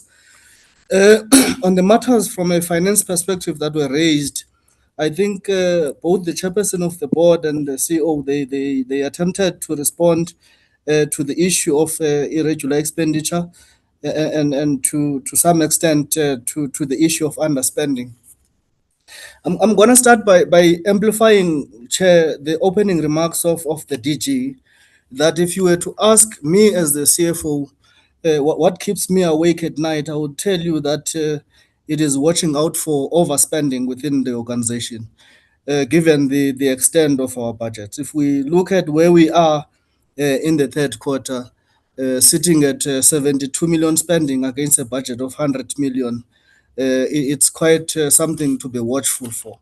But just going to the individual items, one, the irregular expenditure, maybe just to provide context, the nature of this irregular expenditure is quite interesting, where the employee had an interest in an organization that they both formed with one of the partners in this organization. But in the organization that was awarded the contract for training services, he did not have an interest, and therefore there was no direct interest identified. But because he knew this director in this company in the past when they formed their company before, it is what he should have declared to the organization, which he did not. And to this extent, both even the AG report and from ourselves, we did not identify any fraudulent or corruption-related matters, and that services were provided to the organization to our satisfaction. And I think some of the numbers had reflected in the past in terms of the training numbers that were provided from a service provider perspective.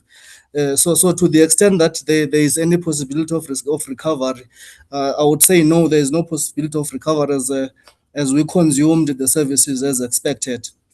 And also, given the fact that there was no fraud and corruption identified, no further steps in terms of reporting matters from a legal perspective from the SAPS. And I think internally, as the organization, we're taking adequate steps to address that in terms of the precautionary suspension and also arranging the issues of hearing. When I move to the issues of underspending, I think I will couple the underspending together with the surpluses. As you would look in the first quarter and the second quarter, yes, we have identified the reasons for that. And I think we did an injustice by not providing the context for this. One, for the vacancies. I think as an organization, we're very agile in terms of ensuring that we act on what we need to act on with speed. But given the nature of dependencies that at times we encounter, being careful not to do things outside of the law and outside of the policies within the organization, just ensuring that we're on course. Of course, the 12 vacancies that were earmarked to be filled, we went out on advert, and as we are about to undertake the processes of employment, we realized that there was something we needed to confirm, especially with the department in relation to the structure the CEO related earlier on. So that was quite critical for us because it would have landed us in a situation where we incur irregular expenditure, which is undesirable. So it was in the nature of ensuring that as we act with speed, but we ensure that we do things within policy and within the legislation. And the issue of procurement policy processes that were delayed, I think it was a planning failure on our side, which we've acknowledged, and we are ensuring that as we go to the first quarter of 2026, 2027, we do not experience such delays in terms of procurement. In fact, many of our contracts are already in place this year going forward, our cleaning services and other contracts that we needed to put in place, including the training services. And therefore, you will see quite a reduced impact in terms of underspending as we approach the first quarter. And surpluses, there was a question as to whether could this be an indication of underspending. I think at first glance that's what you would say, but if you look at where we are now, and as I say that the biggest issue now is watching out for overspending. I think that there will not be any underspending by the end of the fourth quarter. And in fact, just to give a brief recent history, that in the 2023, 2024, and also 2024, 2025 financial years, we declared deficits to the extent that when the time came for the application of retaining surpluses and all of that, because we declared deficits, we couldn't ask for retention of anything except to declare that we have those deficits. And of course, we've got to manage those deficits. And the ideal position is to be sitting at a break-even, not a deficit, because that would indicate an organization that is not prudent in terms of its financial management and also questioning its viability going forward. So it's quite important that we always watch out for the deficits and ensure that we remain at a break-even point. Just to come to the last point that the chair raised around the statement of financial position. Yes, indeed, Chair, I think you spotted it quite well that our payables from exchange transactions have moved up from the 9 million to about 16 million. And I think maybe just to explain what these payables are, these are simple creditors that arise from our normal operations. I think part of what we do within the organization is to interrogate our invoices very well, just to ensure that we understand what we pay for. There was quite a big work that we did together with the SABC, especially for the services like water, electricity bills, and all of that, because they come from the SABC. So we needed to interrogate those, and by the end of the first quarter, those engagements in terms of what is what for water, electricity, and how is the split, because these are split in terms of the ratios. It's not the actual bill that will come from a municipality in terms of that is the ratio-based splitting. So there were those engagements happening in the first quarter. Unfortunately, by the end of the first quarter, they were not concluded. But if you read the quarter one and quarter two together, you will see that by the end of quarter two, those matters had been resolved and the invoices relating to services were paid. And you will see that we're back to normal at an average of about 9 million in terms of the payables from exchange transactions. Yes, indeed, because of that huge spike on payables in the first quarter, then it impacted our ratio, our current ratio, which was at 95 cents to 1, which is not ideal. But when you look at the ratio for the second quarter, it is within the acceptable norms of just over 1 rand is to 1. I think that is where I'm going to park it, Chairperson, in terms of responding to the 4 main questions that came from a finance perspective. Thank you very much, Chair. Thank you so much, CFO, and thank you to the team from NEMISA for your very comprehensive responses. And CFO, thank you so much for your responses surrounding that increase in creditors and how it was dealt with subsequently. Colleagues, I think we've managed to get. I'm satisfied with the level and extent of responses. In fact, I think they were extremely comprehensive. There are no gaps that I have picked up in their responses. Issues surrounding Honorable Singh's concerns were dealt with. I think what has been emphasized here around the material irregularity, most importantly, is that we have consumed the services. The fact that non-disclosure did not take place was irregular because of that, but not in the substance in terms of the organization was not prejudiced in any form of not receiving value for service. So I think that was substantively discussed. Colleagues, let us thank the team then from NEMISA for your responses and for your presence here. We've already given you a huge amount of time on this here. My appeal to you as you come before us again, and to all entities as you come before us, to kindly ensure your presentations are within 30 minutes, and then we can get into the discussions that follows thereafter, so that all other entities are also given a fair opportunity of engaging us, because we don't want anyone to be shortchanged as a result of us eating into it, because we are developing an understanding of how these entities work. So therefore, substantively, we want to know, what have you met, what have you not met, why haven't you met them, what are the mitigation measures? And then we would like to look at the financial statements as we saw today, because as you noted, issues such as liquidity, issues such as what is the cash reserves are critically important for us to just get a snapshot for. Thank you so much, and let us park it up there. I don't know, DG, if I give you a minute, if you want to just wrap up, if there's any comments you want to make, DG, on your side on NEMISA, maybe you can conclude on that and then invite the team from Sentech for their presentation. DG? Thank you. Thank you. Okay. Don't know what's going on. Thank you very much, Chair, and to the members as well. I think we've noted the comments and questions that you have put, especially on the side of NEMIS, and I think we, just to give an assurance that we're as equally concerned with regards to making sure that we're able to accelerate the delivery of these projects. Honorable members, maybe to also then give you some, I'm not sure what's going on, Chair, sorry. Just to give you some perspective with regards to some of the programs, as the DG was indicating, that we are reviewing our competency framework to make sure that we constantly assess and we'll be able to measure going forward, both matching the skills demand with the supplies. We're also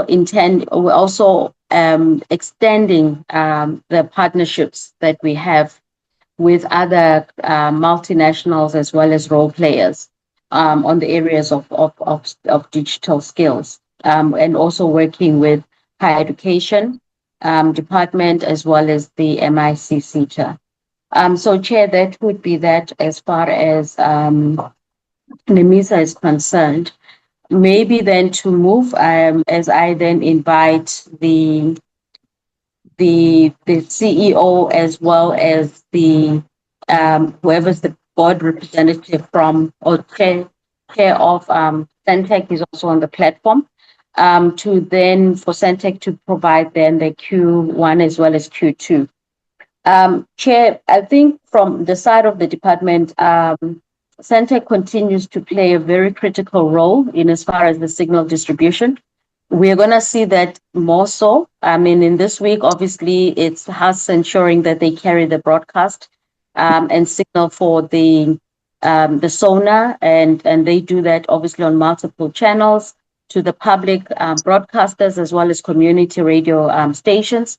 And obviously, as the year proceeds, I think the most critical role that they will be playing is making sure that the transmission signal reaches households as well as other places where citizens are, to basically praise them with regards to the upcoming local government elections.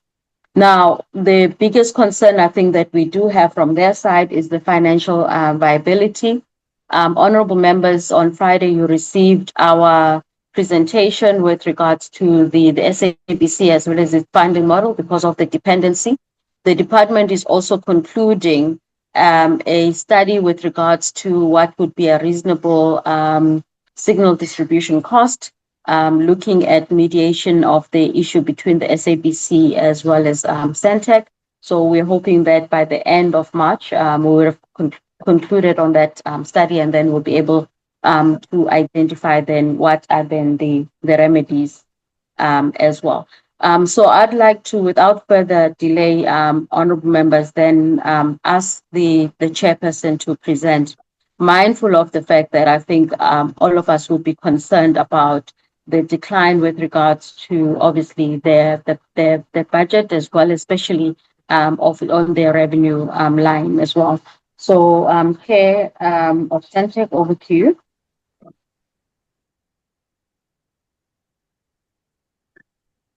Thank you, DG, for your introduction. Honorable Chairperson and honorable members, greetings. The delegation of Sentech Chairperson is led by myself, Temba Piri. I have been appointed board chairperson, and Mr. Tebogo Lishope, who is the CEO, will run with the presentation together with Ms. Tarinda Simpson, who is a CFO. Chair, it's Q1 and Q2. I do also want to amplify DG's remarks to say that talking digital transformation, in fact, Sentech should be and is a digital infrastructure provider of choice. Our strategy is to diversify this entity.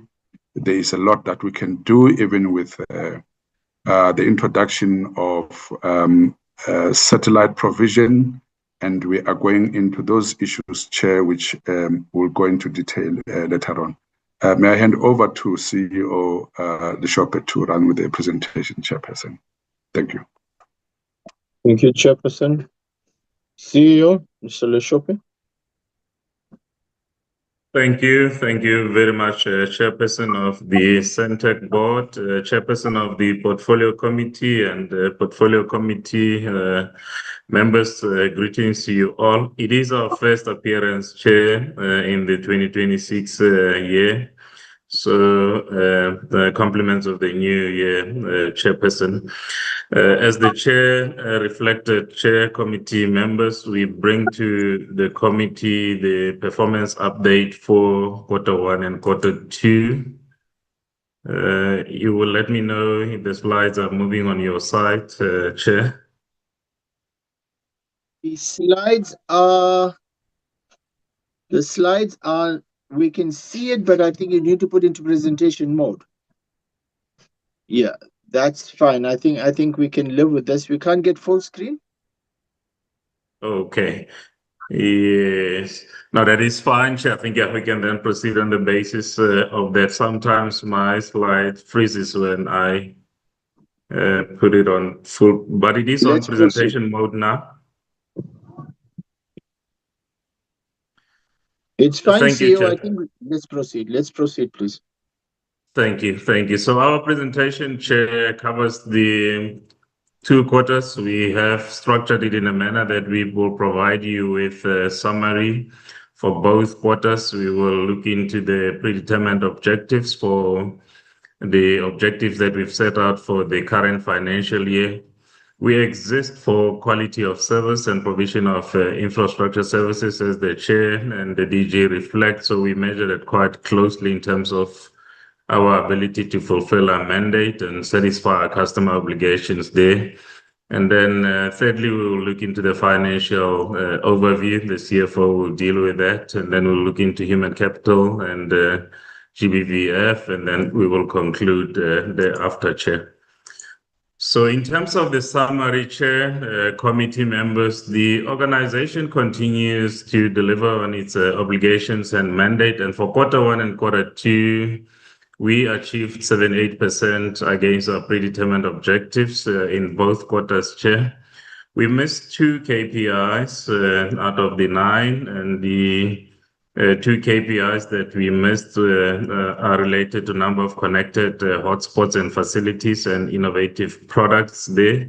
On the innovative side, we are focused on 5G rollout for this particular year. But I'll deal with the details and the reasons for our deviation and what we are doing to catch up there. And Chair, in Q1, continuing business revenues was 11% above budget, and it improved in Q2 to 12%.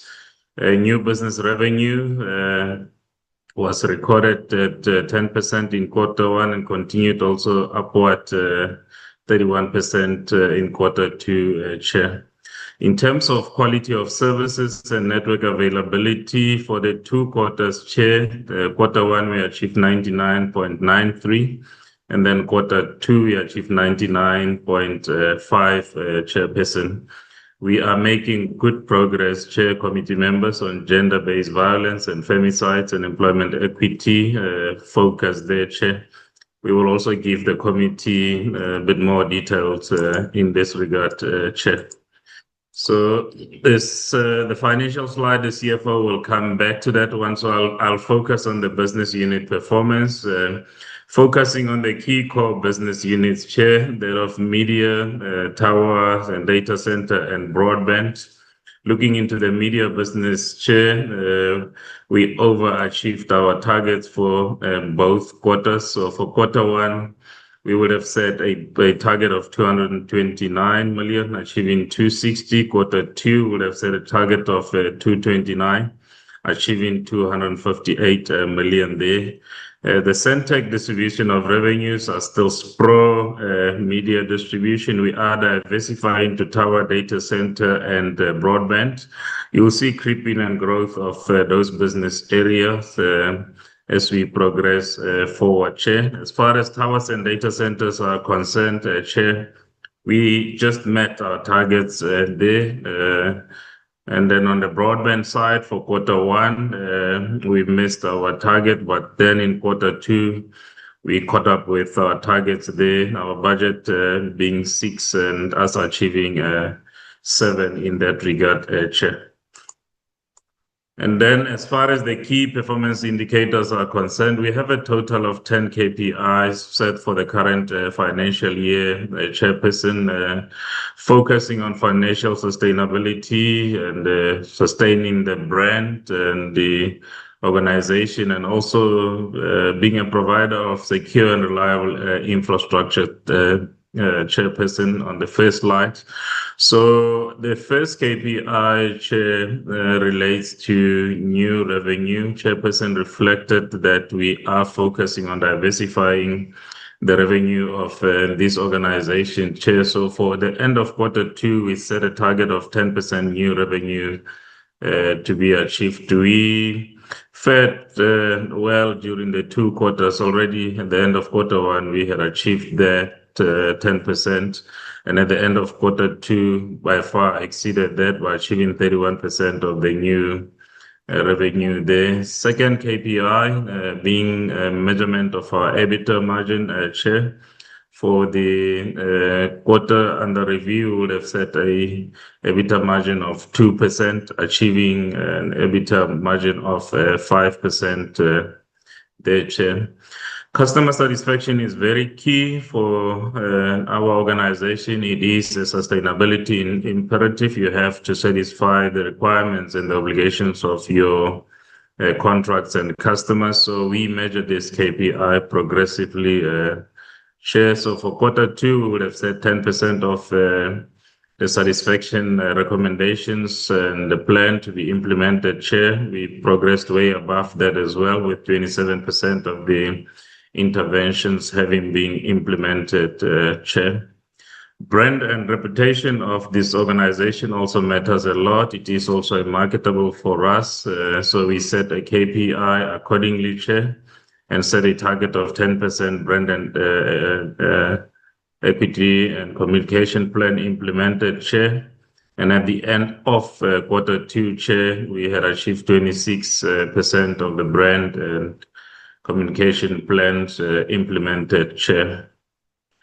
Good governance matters. It is also a sustainability matter. We take a very strong view that any business who implements its business activities without good governance and clean performance, Chair, is not sustainable. We therefore deliberately set a focus on a clean audit outcome there, and that this performance is measured at the end of the year. During the 2 quarters, we're just ensuring conformance with good governance processes as far as financial management, supply chain, and overall policy implementation is concerned. We will be measuring this at the end of the year, Chairperson. Coming to the infrastructure activities and the network availability, as I have reflected for both quarters, we were way above the weighted network availability there, achieving second quarter 99.93 against a target of 99.5 there, Chair. Moving on to the next slide and focusing on those KPIs that troubled us during the 2 quarters. The first KPI relates to number of connected hotspots. This is a project related to South Africa Connect Share. We had a challenge in terms of delay as far as the rollover of the funds are concerned. For the year, we set a target of 5,800 connected hotspots. However, without the availability of the funding and the financial resources, we could not progress with regards to this project as much as we wanted to, Chair. So at the end of Q2, we had achieved 1,634. We've taken a view and determined where we will end. The fund has now been released, but we really don't have a performance window. The performance period is quite short. We are left with, when the funds get released, we're only left with 3 months there, Chair. So we will end up with 2,200 Wi-Fi hotspots connected as a result of the delay related to funding released the Chairperson. However, the activities will roll into the new financial year. Preparatory work and procurement of the solutions is underway, and we will continue to roll out this project, Chair. The next KPI that troubled us is the implementation of an innovative product related to 5G. Chairperson, here at the end of Q2, we had wanted to already connect users on the platform.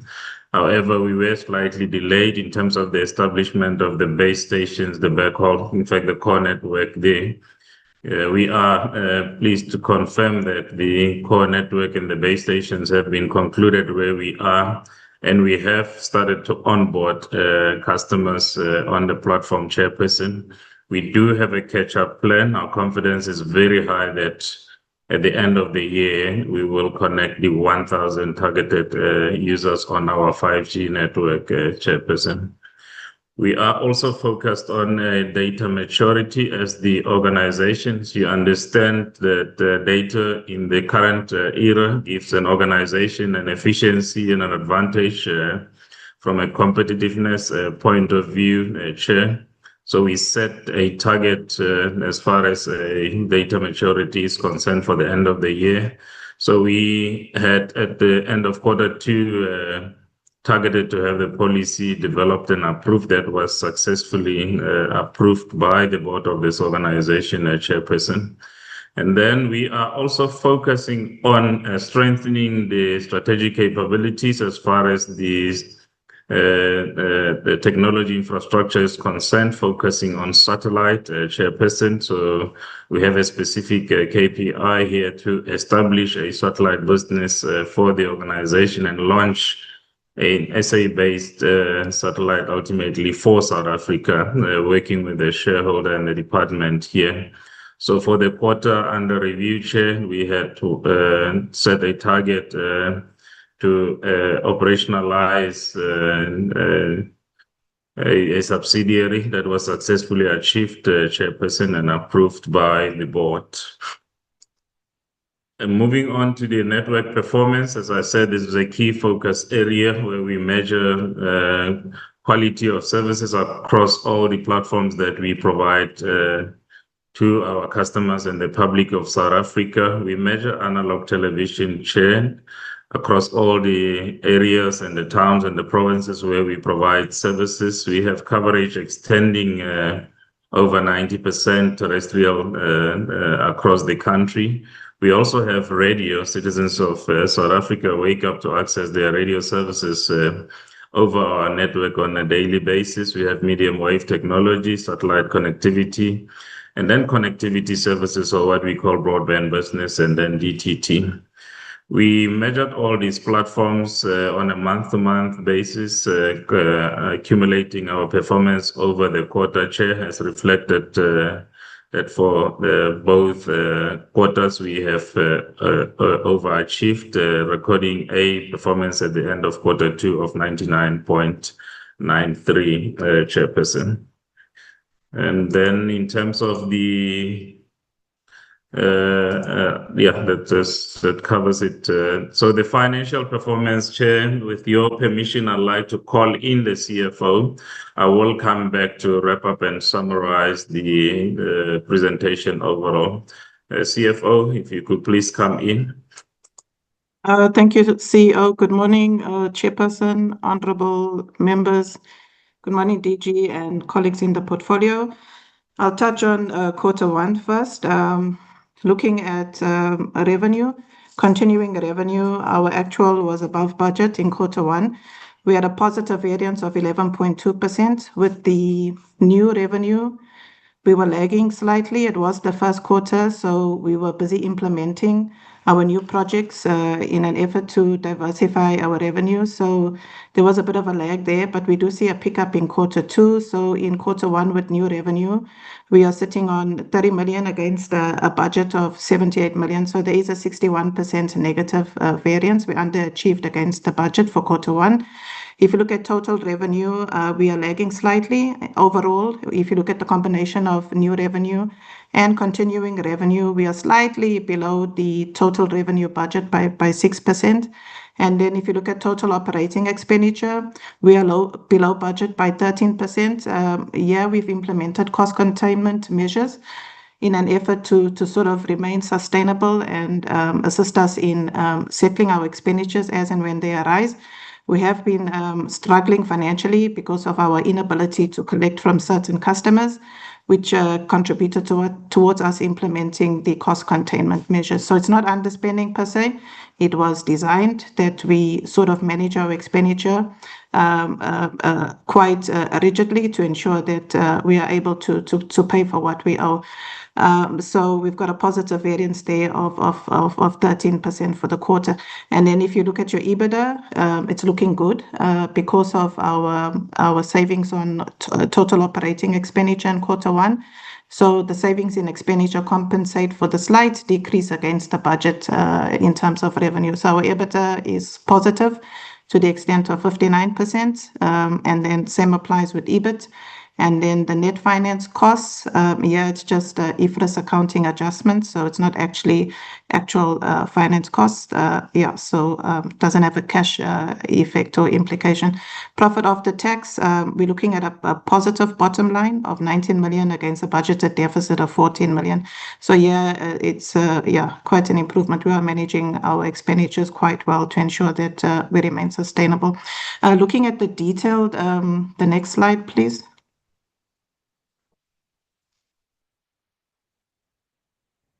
It's clear. Thank you. So if you look at the statement of profit and loss at the end of June, I've touched on total revenue, and the main contributor towards the reasonable variance, which is that the negative 6% is the continuing revenue, which had a positive variance of 11%. So it compensates for the underachievement on the new revenue. But just to look at the detail around the expenditure line items, we've got direct expenses. So what's sitting there is energy, satellite costs, and also cost of sales. So in particular, purchases around dish kits and set-top boxes for our BDM project. So there we're slightly above budget, but that's something that was not anticipated, and due to the fact that we were sort of trying to push implementation on the BDM project. So it's more of a timing issue when it comes to that negative variance. And then if you look at your operating expenses, they have touched on that, positive variance, cost containment measures, employee costs. Because of our financial constraints, we implemented a moratorium. We are just focusing on filling critical vacancies to ensure that we can generate revenue, in particular, diversify our new revenue streams to reduce our concentration risk around certain key customers. So with employee costs, it's not an underspending. We've got the people that we need to actually assist in achieving the mandate in diversifying our revenue. So we have a positive variance there of 14%. So it's actually good. So we are doing well in terms of managing employee costs as well. Then if you look at the bottom line, the net profit after tax for the quarter, we're sitting on a positive 19 million, as I mentioned earlier, against a budgeted deficit of 14 million. So for the first quarter, our financial management was quite good, prudent and compliant with the Public Finance Management Act. If we can go to quarter two. Okay, with quarter two, we see some improvement here. If you look at continuing revenue, we've got an actual of 286 million against a budget of 256. So a very good positive variance of 12%. If you look at new revenue, we see quite the improvement. There was 127 million actual against a budget of 117 million.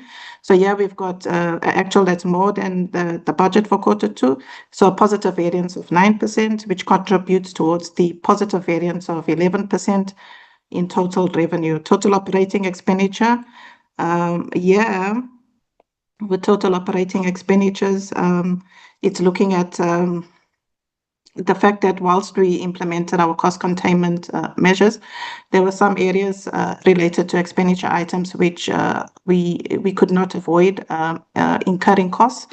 So we've got a negative variance of 10% there.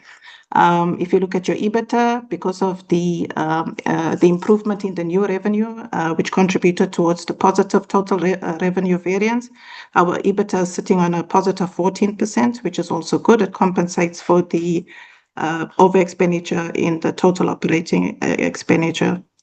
And then if you look at EBIT, we're also sitting on a positive variance there. And then profit after tax also sitting on a much improved bottom line, even though it is a deficit of 10 million, but the deficit is much lower than the budgeted deficit of 18 million. So there's an improvement there, 46%. And just to go to the detailed profit and loss statement, just to focus on the expenditure line items, just to see the improvement in certain areas. Okay, so I spoke to the direct expenses. So the direct expenses being your cost of sales. So again, with the BDM project and the fact that, a lot of purchases there in terms of goods and services contributing towards the revenue line item under continuing revenue, we see a negative variance there and over expenditure to the extent of 22%. If you look at operating expenses, savings there, 30% because of cost containment measures. Employee costs, savings as well of 8% because of the fact that we've got the moratorium in place. And then if you look at the bottom line, we're sitting on a positive net profit after tax of 11 million against a budget of 38 million. So yeah, we've sort of underperformed in terms of the budget, and the main contributing factor here being the direct expenses, where we've overspent by 22%. But if you look at the quarter three and quarter four results, we sort of level off and sort of line with the budget expectations. Thank you. I think I'm at the end of the finances. Yep. Thank you. Thank you. Thank you very much, CFO. Chair, I will deal with the last few slides on our site and then summarize. Chair, with regards to human capital for quarter one results, so we are focused also on maintaining and containing the employee cost as a percentage of overall expenditure. So for the annual target, we've set a target of 30%. That's what we drive in the organization towards. First quarter is still early. Our employee cost against the overall expenditure was sitting at 35%. As far as workforce and labor turnover is concerned, Chair, we set a target that our turnover should always be below 10%. We manage and lead this organization for that. So for quarter one, we achieved a 0.46% there. We also measure and record, being an infrastructure company and in some instances high risk and exposure due to towers and everything else, we have resolved to also focus on measuring recordable incident rate there, Chair. We do not want our incident rate to exceed 1%, and it is way below 0.018%, Chair. In terms of women representation, the annual target that we've set is 42%. We're fairly well close to achieving that at the end of Q1 by delivering 41% there, Chairperson. And then persons with disability, Chair, we set a target of 2% for the year. We're sitting at 1.4% at the end of Q1, Chair. And we move to Q2, Chair. We see some improvements on the employee cost against expenditure distribution there from 35 to 33%. Labor turnover did worsen a little bit there. There were some retirements, and we also had to release some employees much earlier due to some misconduct and findings there, Chair.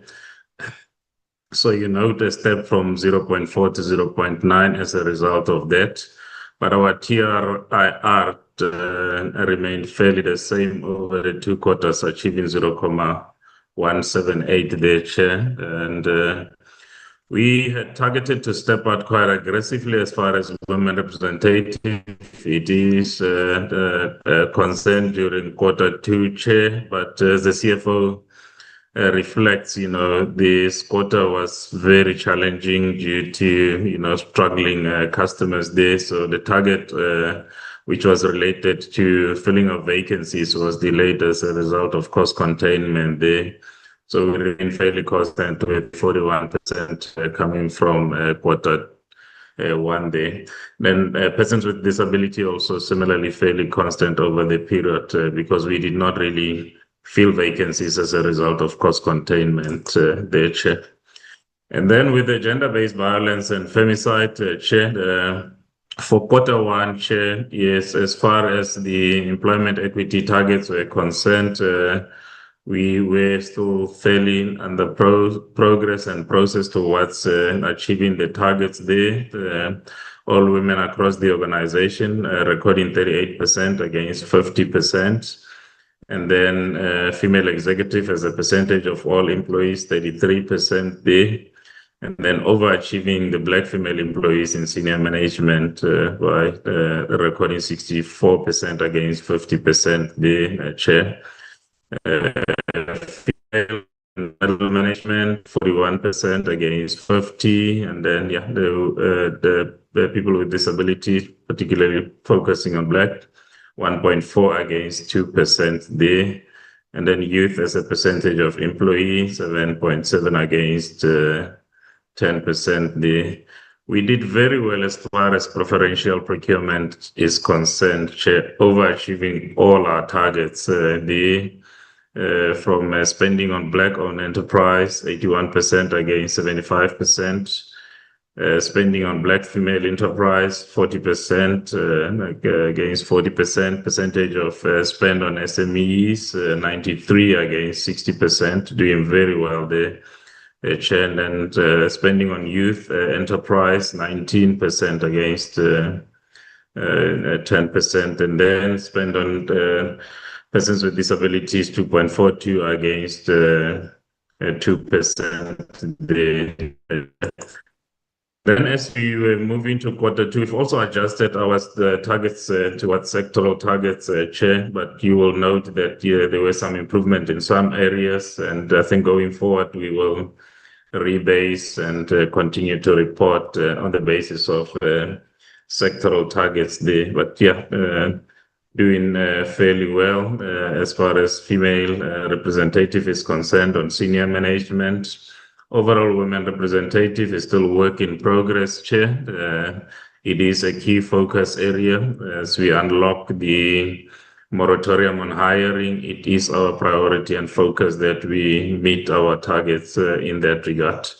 And then targets as far as preferential procurement is concerned, it's also our focus. There are 2 that were lacking in this quarter, spend on youth enterprises and on people with disability. It remains our focus during Q3 and Q4, the Chair committee members.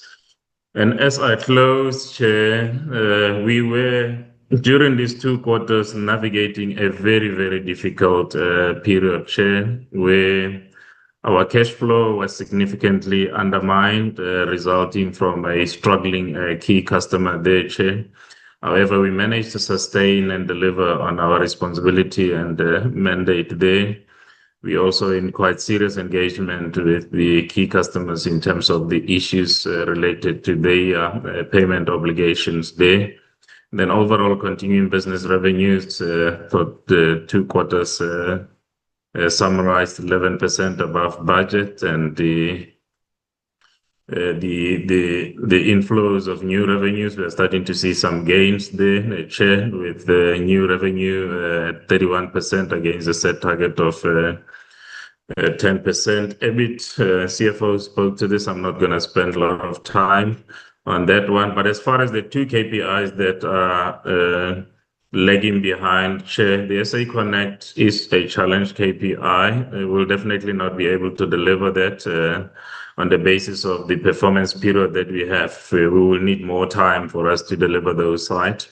However, the revised target of 2.2, we are focusing on meeting that KPI, and the plan is underway, Chair. Our confidence level on delivering the 2.2 is quite high there. And then on the 5G smart village target, Chair, we are also quite comfortable there. We have started to onboard users where we are right now and are increasing the numbers to the targeted 1,000 there. Chair, I think our key highlight really for the portfolio committee this time is that the company cash flow during these 2 quarters were negatively impacted by the struggling customers there, the inability of the customer to fulfill its payment obligation really negatively affected our cash flow position there. And we do want the committee to note that, this situation does put public services at risk, Chair. And we had heightened engagement also with the shareholder and the department during Q3 as a result of the challenges we faced in Q1 and Q2, and the shareholder did intervene, Chair.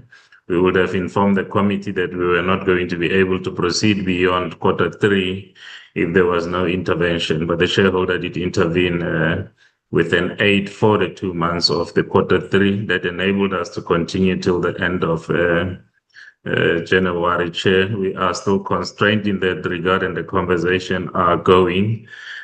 It is still our plea and prayer that we find a long-lasting solution in this regard, Chair, and we are hopeful that, as the Minister of Finance and the Minister of Communications goes towards the budget vote, there will be a solution found in this regard.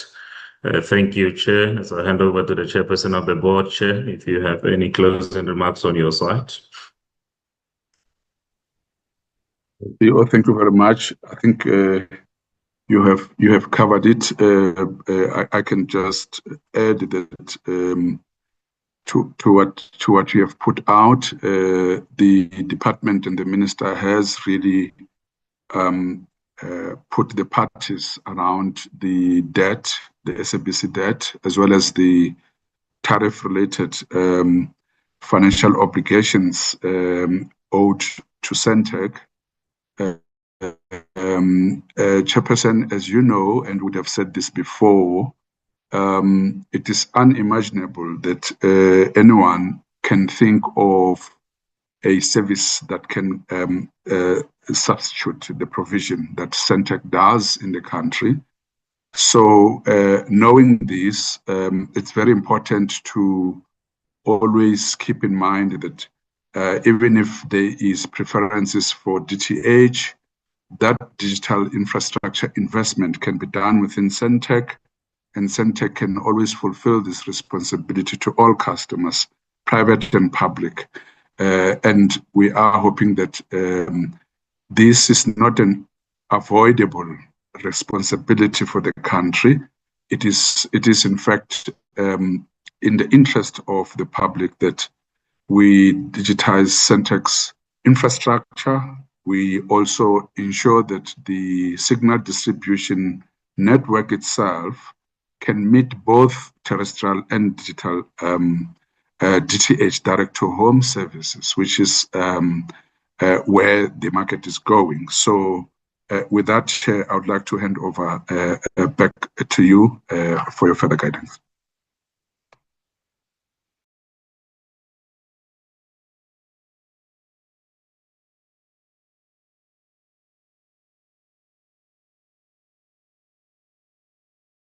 Thank you so much, Chairperson of the Board of Sentech, and thank you to CEO and to the team for your presentation.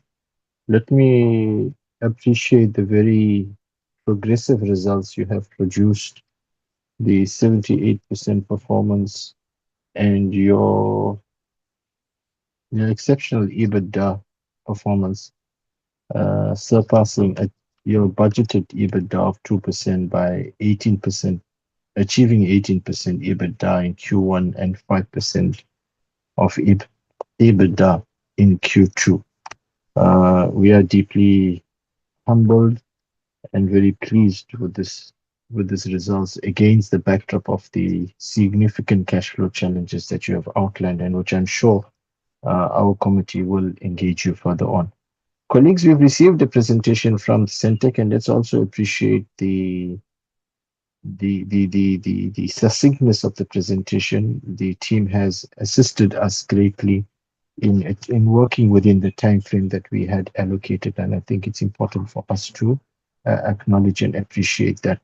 I would now like to invite colleagues to engage the presentation, and you have an opportunity now.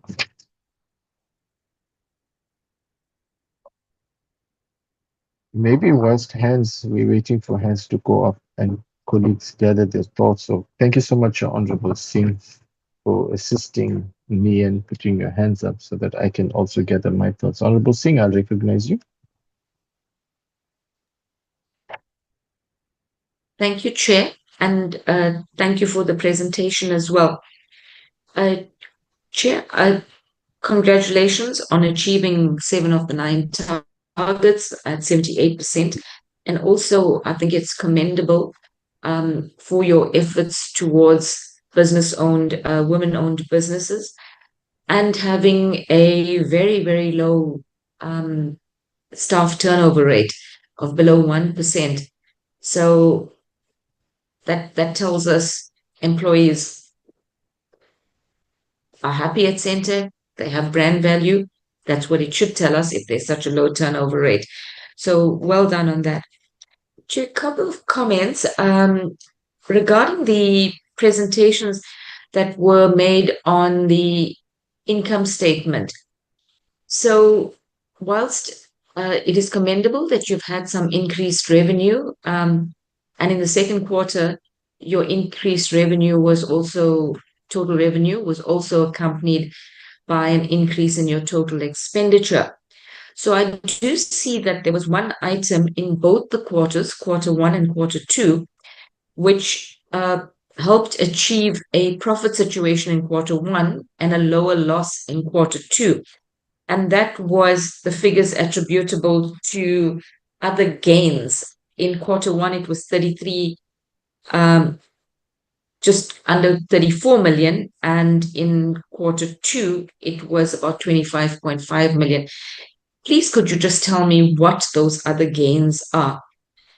And the thing that I find I'm missing from the presentation is that whilst you had your income statement, there was no sort of balance sheet at those 2 quarters. So it was difficult to actually see, for example, what your debtors book looked like, what your creditors book like, and obviously give us a sense of, are you paying your creditors within 30 days, for example? What's your collection rate on your debtors? So those are some of the questions that I'd like to have answered. Thank you, Chair. Thank you, Honorable Singh. Honorable Choki Adonis.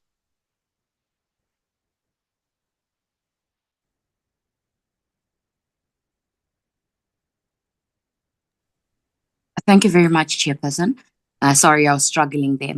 Let me start off by really appreciating the presentation that was made by Sentech to us. And it was quite high level and informative as well, and quite detailed. I'm just going to ask a few questions. And I think the first one that I'm going to start with is that the preferential procurement. Perhaps if we can be taken through as to the reasons why Sentech is unable to meet those set targets that they've set for themselves. And I think most concerning for me would be, which is a trait or a pattern that we are seeing with entities, including departments, is the inability to ensure that they are also aligned with the NDP goals that have been set for persons with disabilities, not only on the preferential procurement in terms of the policy that is set there, but also if they can speak to the staff complement. When it comes to persons with disabilities, why are we sitting, if I'm correct, you were sitting at around 1% and how do we do, what is the intended target in essence around persons with disabilities? My second question would be, in terms of the solutions and the services that are provided by Sentech, are we innovative enough to ensure that they are inclusive and accessible for persons with disabilities? Have we measured that? Has there been a trial and test? And are we making sure that that particular sector and marginalized groups are able to gain access to the services that are provided by Sentech without any form of exclusion because of limitations? And what matrix or formula is being utilized to measure these outcomes or this impact? My other question would be just looking at the targets that, or let me say the KPIs, I think it was about 80% that were met. And Sentech, you did indicate the reason why the others were not met. Now, if I can ask in terms of what are the interventions that, and I might have missed this, apologies, if you can just indulge me, what are the interventions that are put in place to mitigate reaching these targets that were not met? And I think it's quite a sizable amount. And perhaps are there any further interventions to look at how we can innovatively perhaps redirect those targets, or perhaps if they are still feasible and attainable or achievable? My other question would be in terms of economic, or let me say SMMEs and connectivity. You spoke about the 5G and perhaps some of the challenges that we're having there, and the plans to have over 1,000 persons who will then be connected. Is that 1,000 across the country, or how are you planning to divide that geographically? In terms of the connectivity part, and I do understand the important role that Sentech really plays, and as part of that would be my question in terms of the internal training when it comes to digital skills development. Are you using or working in partnership or in any formal way with what is this called? The one we just had now. Sorry, Chair. My name. NEMISA. Yes. Are you working with NEMISA in any form in order for you to be able to capacitate and train your staff members in terms of ensuring that they are digitally inclined and competent as well? And I think that's what we need to learn in terms of our entities, is sort of utilizing the internal or not internal, I'm going to say the ecosystem of skills and resources in order for us to ensure that these institutions become more vibrant and sustainable as well. So I'd like to find out if there's any engagement with NEMISA in providing any form of services to Sentech. And then in terms of your Sentech, how are you, I'm going to go back, apologies, on the procurement. How are you putting these procurement out in order for you to evaluate whether you're meeting your targets? And when you do not meet those targets of youth, women, persons with disabilities, What measures then are put in place? Is there a preferential process that is put in place by the selecting committee, etc.? And the last one would be that I know that Sentech did some skills development or SMME training for persons with disabilities some time back. I wanted to know if that is still ongoing and how are you monitoring or evaluating the effectiveness of your interventions as well? Chairperson, the last one would be in terms of the connectivity and the services that Sentech is providing, how would one be able to remotely evaluate or view the impact and see where it is that they've been able to connect South Africans without actually having to be in the portfolio committee and seeing the reports that they then present? And I think that would be quite instrumental for South Africans to actually see the work that is being done by Sentech and also take advantage of the opportunities and the services that they are providing. Thank you very much, Chair. Thank you so much, Honorable Choki Adonis. Colleagues, I see no further hands on the platform, so I'll deposit my questions and reflections.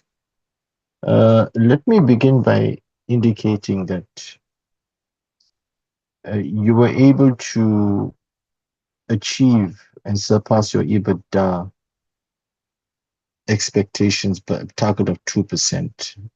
And maybe what are the reasons underlying this achievement? I know you spoke extensively around the reduction of operating expenses as one contributing factor. The question then around operating expenses, is this a genuine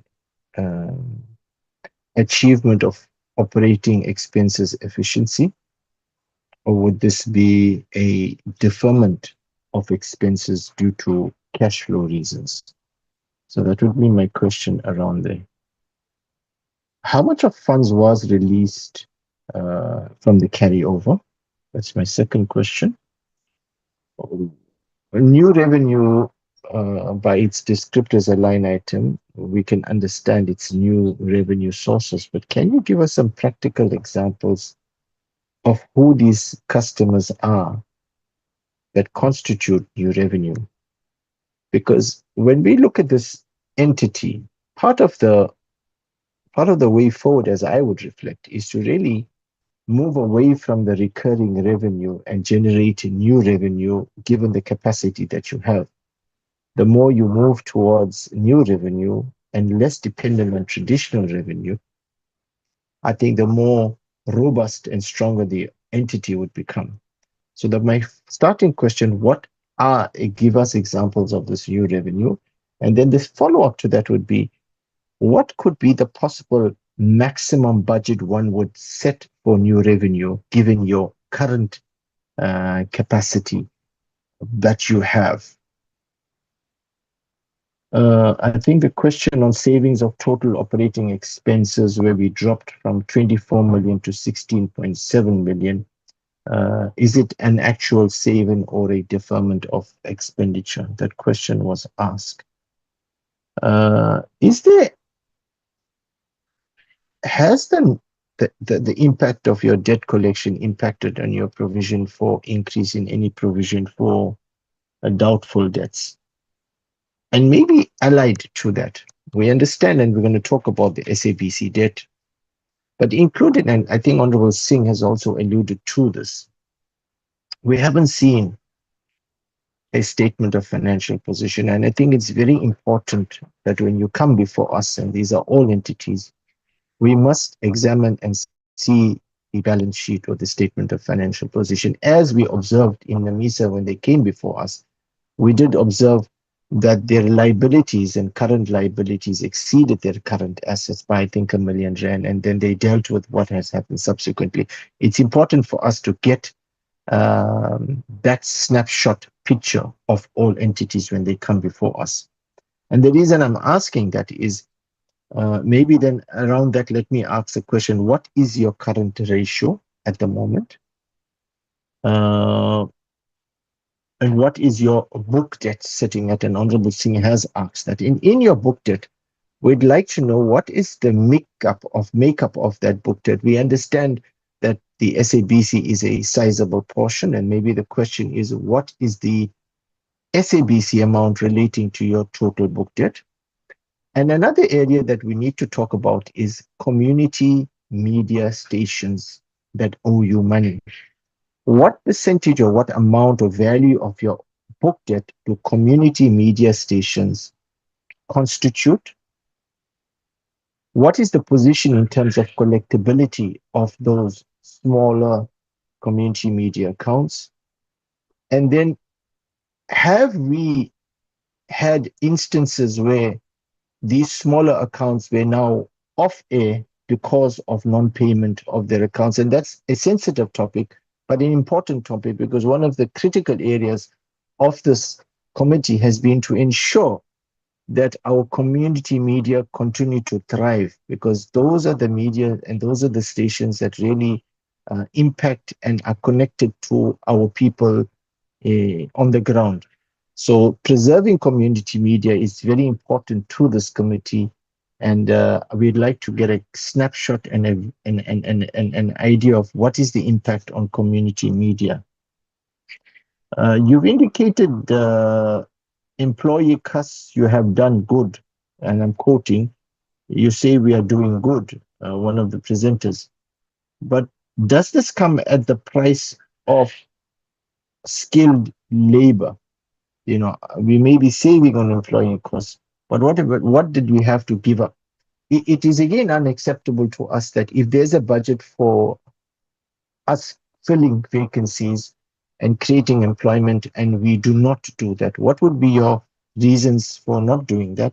And are there any critical vacancies that may not have been filled? And what is the impact? What is the going concern position of the entity? Are you able to pay your liabilities in the ordinary course of business? What is your cash available at the end of Q2? And what was your cash available when you began the financial year? What was the impact on your cash flow? And how then does that impact on the remaining months and the current financial year? And maybe then it brings us to the critical questions around SABC, where there was a black on air risk. Is there still that risk? I think CEO, in your last concluding comment, you indicated something to that. Is there a black on air risk? How long can Sentech continue to carry the non-payment of the SABC debt? What is the monthly charge to SABC? What is the debt owing to them? What is the latest discussions that have taken place between the department, SABC, and Sentech in terms of the contributions that must be made towards Sentech by SABC? How has the department assisted and intervened in that respect? And maybe when can we when do we expect this matter to be settled? And maybe the last question is, I know when SABC came before us last week, we noted, for example, they had insufficient funds, no allocation was approved for the LGE budget, and we took a resolution as a committee to write to the minister, which we have done. Maybe the question for us here is, what is the roadmap, DG, forward to resolve this impasse between the SABC and the Sentech? I think that's a critical conversation. And as we head towards the budget, how then can this portfolio committee assist you to charter a way where we can assist you to find a resolution to this difficulty here? I think I've covered, and my colleagues have covered me in other areas.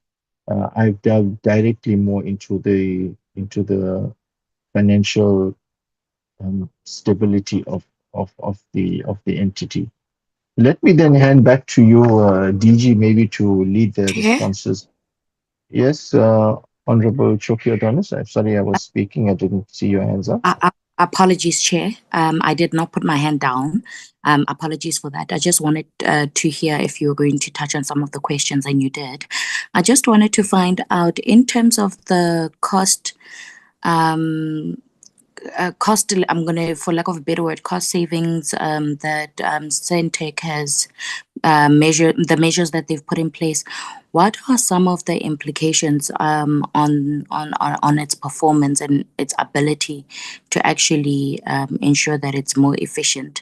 And then I wanted to also ask, in terms of the innovation part, which is one of the targets that they were unable to meet, can they give us clearly what are the bottlenecks around that and some of the red tapes in terms of producing innovative technology and solutions? And then the last question would be if they can state some of the state-owned institutions and entities and departments, and perhaps even those in the private sector, that they are already currently working with or servicing. Thank you very much, Chair. Thanks, Honorable Adonis. Before I hand to the department to respond, to lead the responses, maybe my last question is, I noted when the revenue analysis was being done, I noted a line item called satellite revenue. It was the smallest portion, I think, of the contributed to revenue. Whose satellite is this? Explain to us, are we buying satellite, space on another country's satellite, and we are on selling or on using? Please upgrade us and educate us in terms of how is that revenue generated, because South Africa doesn't have its own satellite. And maybe then the very last question, and I know we're going to be having a joint sitting with Science, Technology and Innovation Portfolio Committee on maybe just if the CE wants to reflect on progress made towards our own satellite, the South African satellite project. DG, let me hand to you to lead the responses. Thank you so much.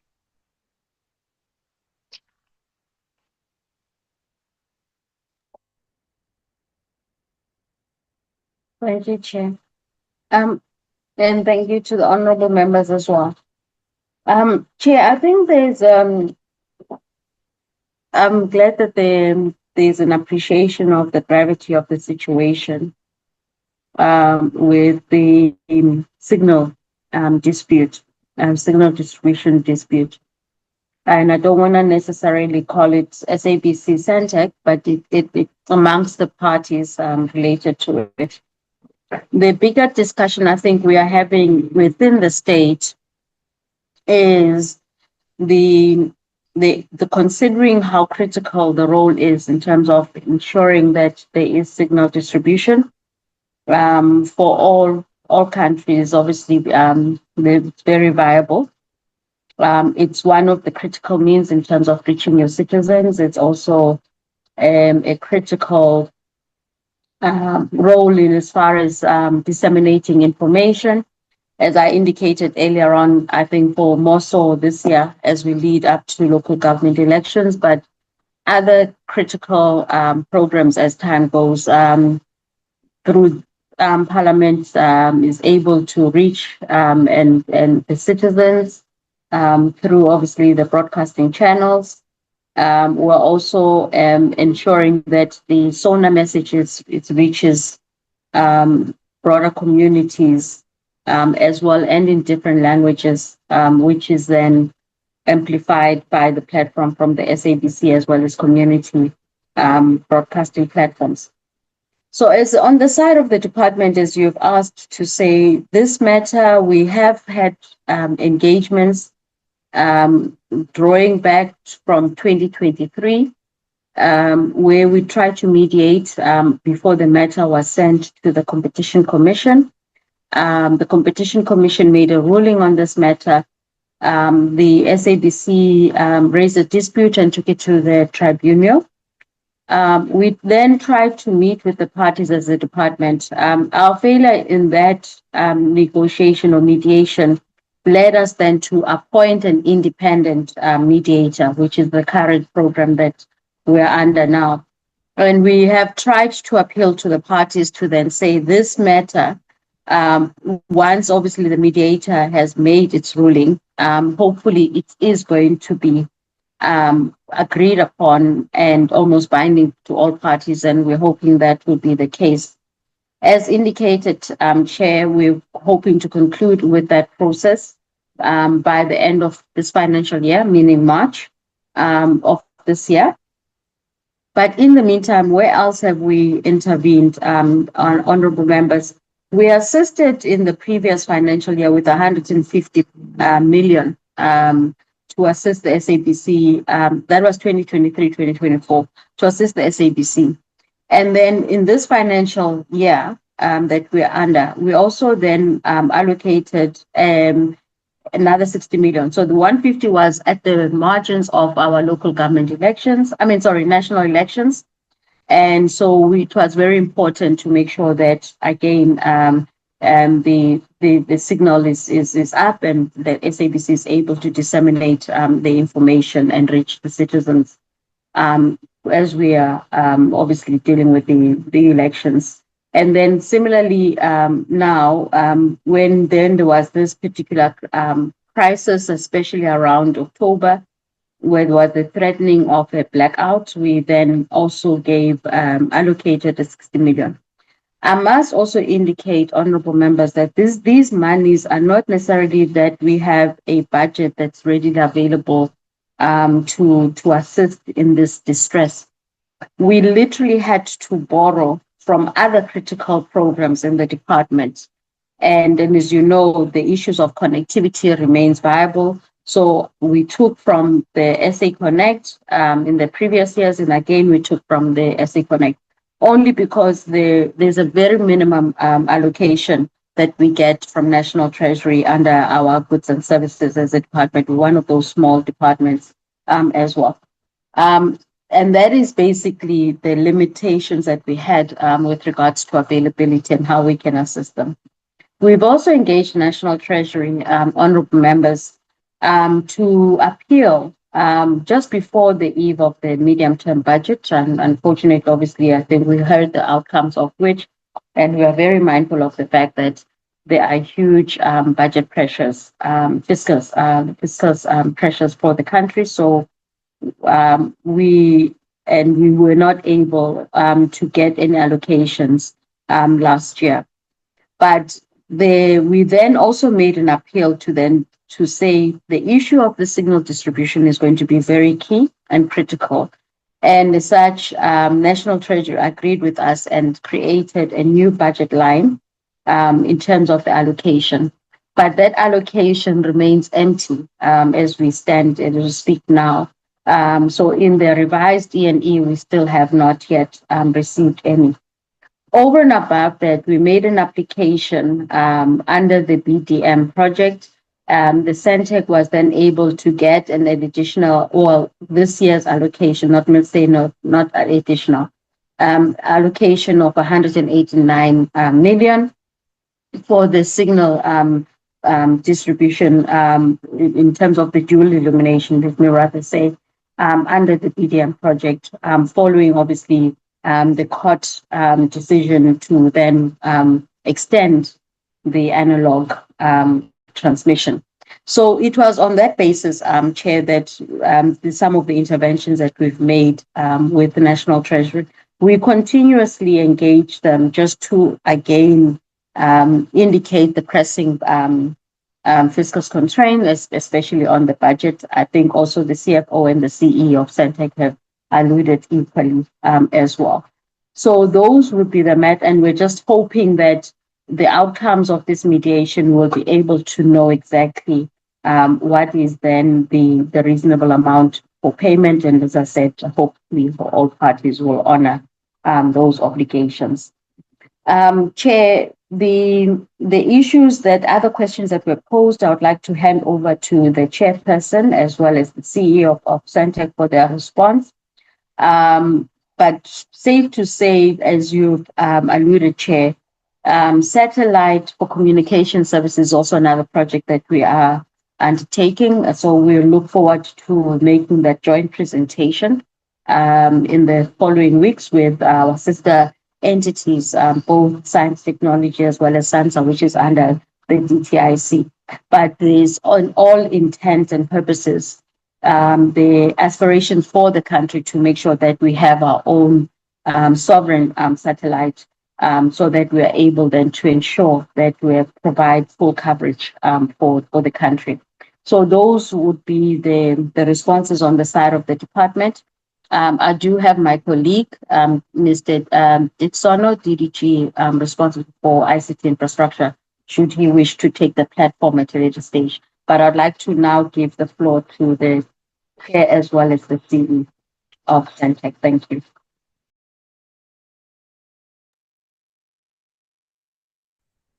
Thank you very much for that. Chair, we can amplify that the figures that DG has mentioned were very much short-term interventions. Even the 60 million that DG spoke about, it was really a short-term measure with the hope that the minister with his colleagues in cabinet will find each other and create this item that DG has spoken about. We very much want to raise this concern, Chair, that item, in fact, in long term, needs to be allocated a significant amount to cover.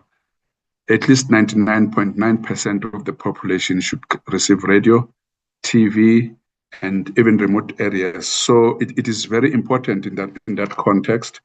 And we remain concerned as a board that a solution is not found, but we do hope that with the engagement at high level and with your support, Chairperson, even the previous committee meeting, this portfolio committee did indicate that it will be writing to the minister. So all of that should at some point bear results which are helping with this situation, because in fact it is really not avoidable. It is something that we should really find a permanent solution to. The other questions, Chairperson, I want to say that the board has equally expressed concern around our BBB score. Our score had improved in the past financial year, and as you would appreciate, the way Sentech spend with its creditors, this is an elusive target, and we have said that we would like this to actually improve as well, at least to back to level 4 or even level 3 where it was. Chair, the issue on the policy for people with disability, and DG, you may correct me here, Sentech has capability for closed captioning, which enables interpretation, and it's a critical service that Sentech also provides. I would ask the CE to provide a bit of detail technically on that. I know that this is very much a priority issue, even in legislation and policy as well. So all of that becomes important. On the new revenue item, CFO, please deal with that, including the deferment issue, the issues that were raised by Honorable Chauke, Adonis there.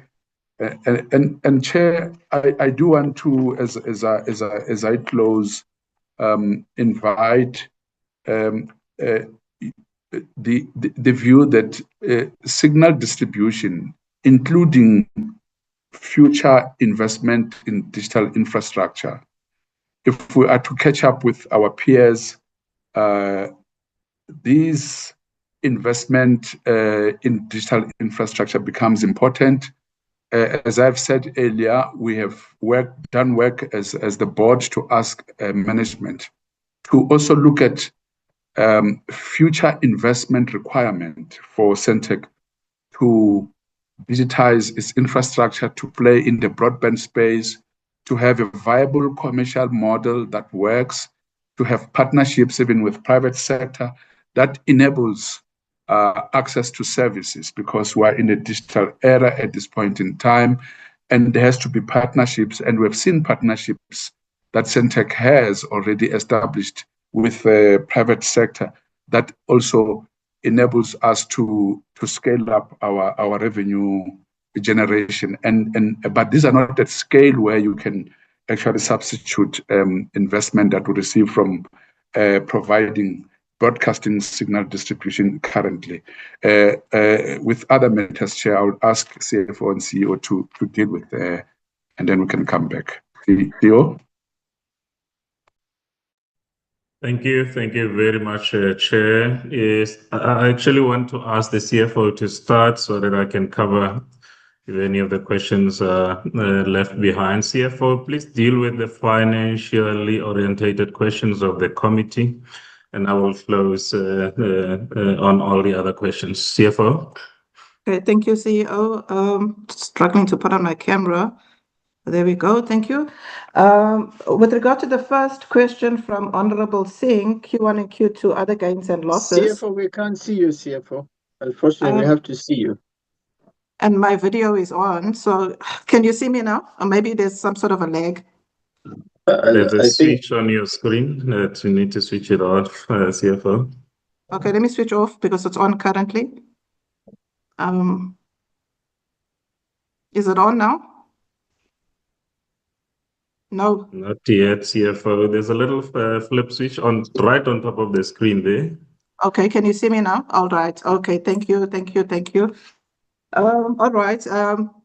I trust I'm audible and visible. Thank you, Chair.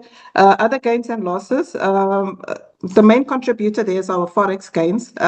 We do lease satellite capacity, and we lease it from an overseas company. I will not mention the name, but we do lease satellite capacity. So with the forex movement in the forex or the exchange rate, we're experiencing forex gains. So that's the biggest amount sitting in that line item.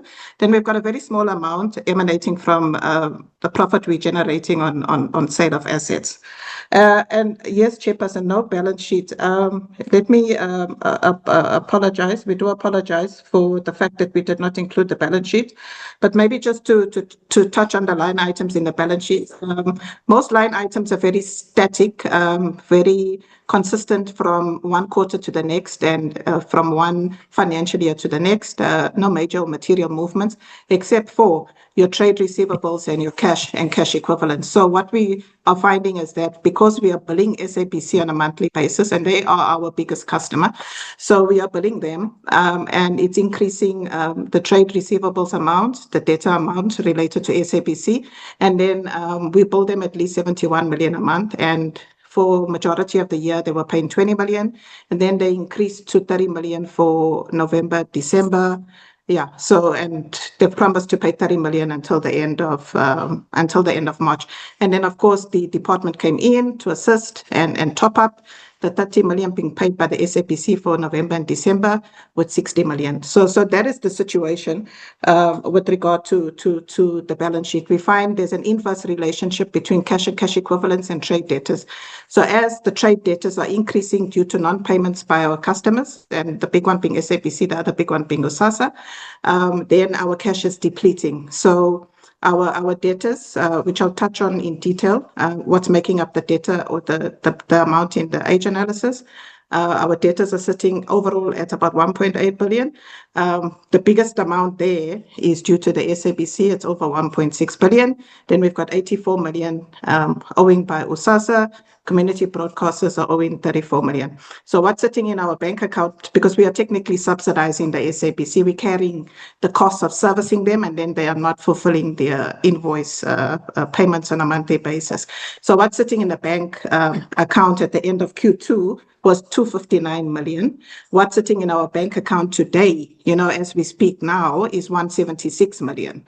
So that is the situation, Chairperson. As I say, As we continue to spend on providing the service to SABC and other customers, and the fact that there's a lag in terms of receiving the payment, we recognize the data, we recognize the revenue, it's accrual accounting, but in terms of the cash coming into the bank, in terms of collecting that money, that's where the struggle is, or the challenge is. So we find that we are not collecting what we should be collecting, and it's not due to any fault of ours.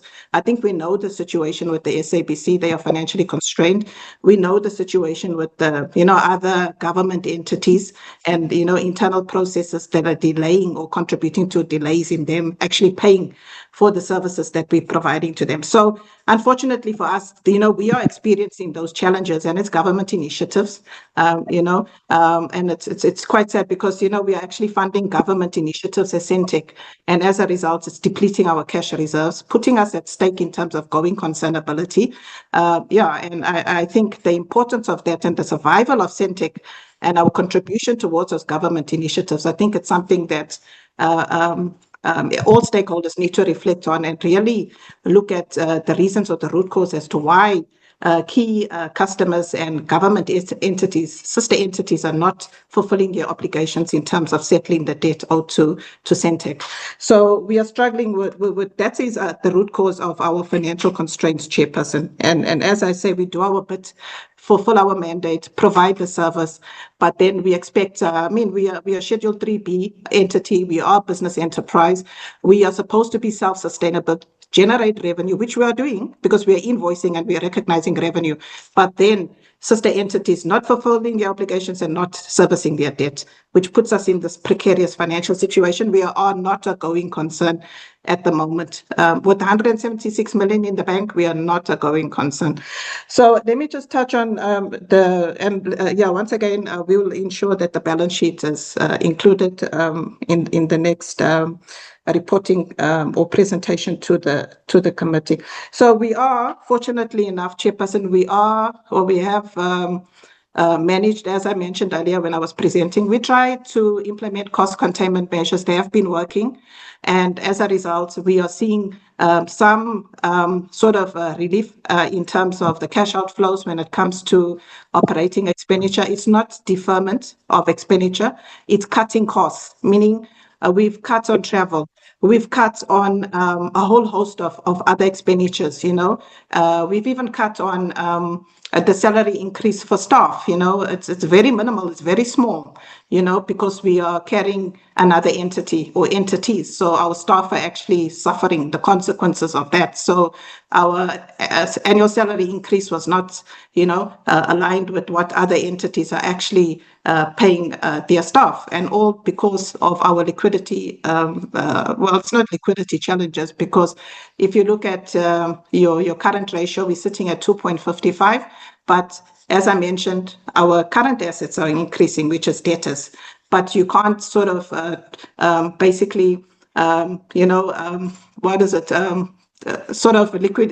get cash, from those debtors immediately.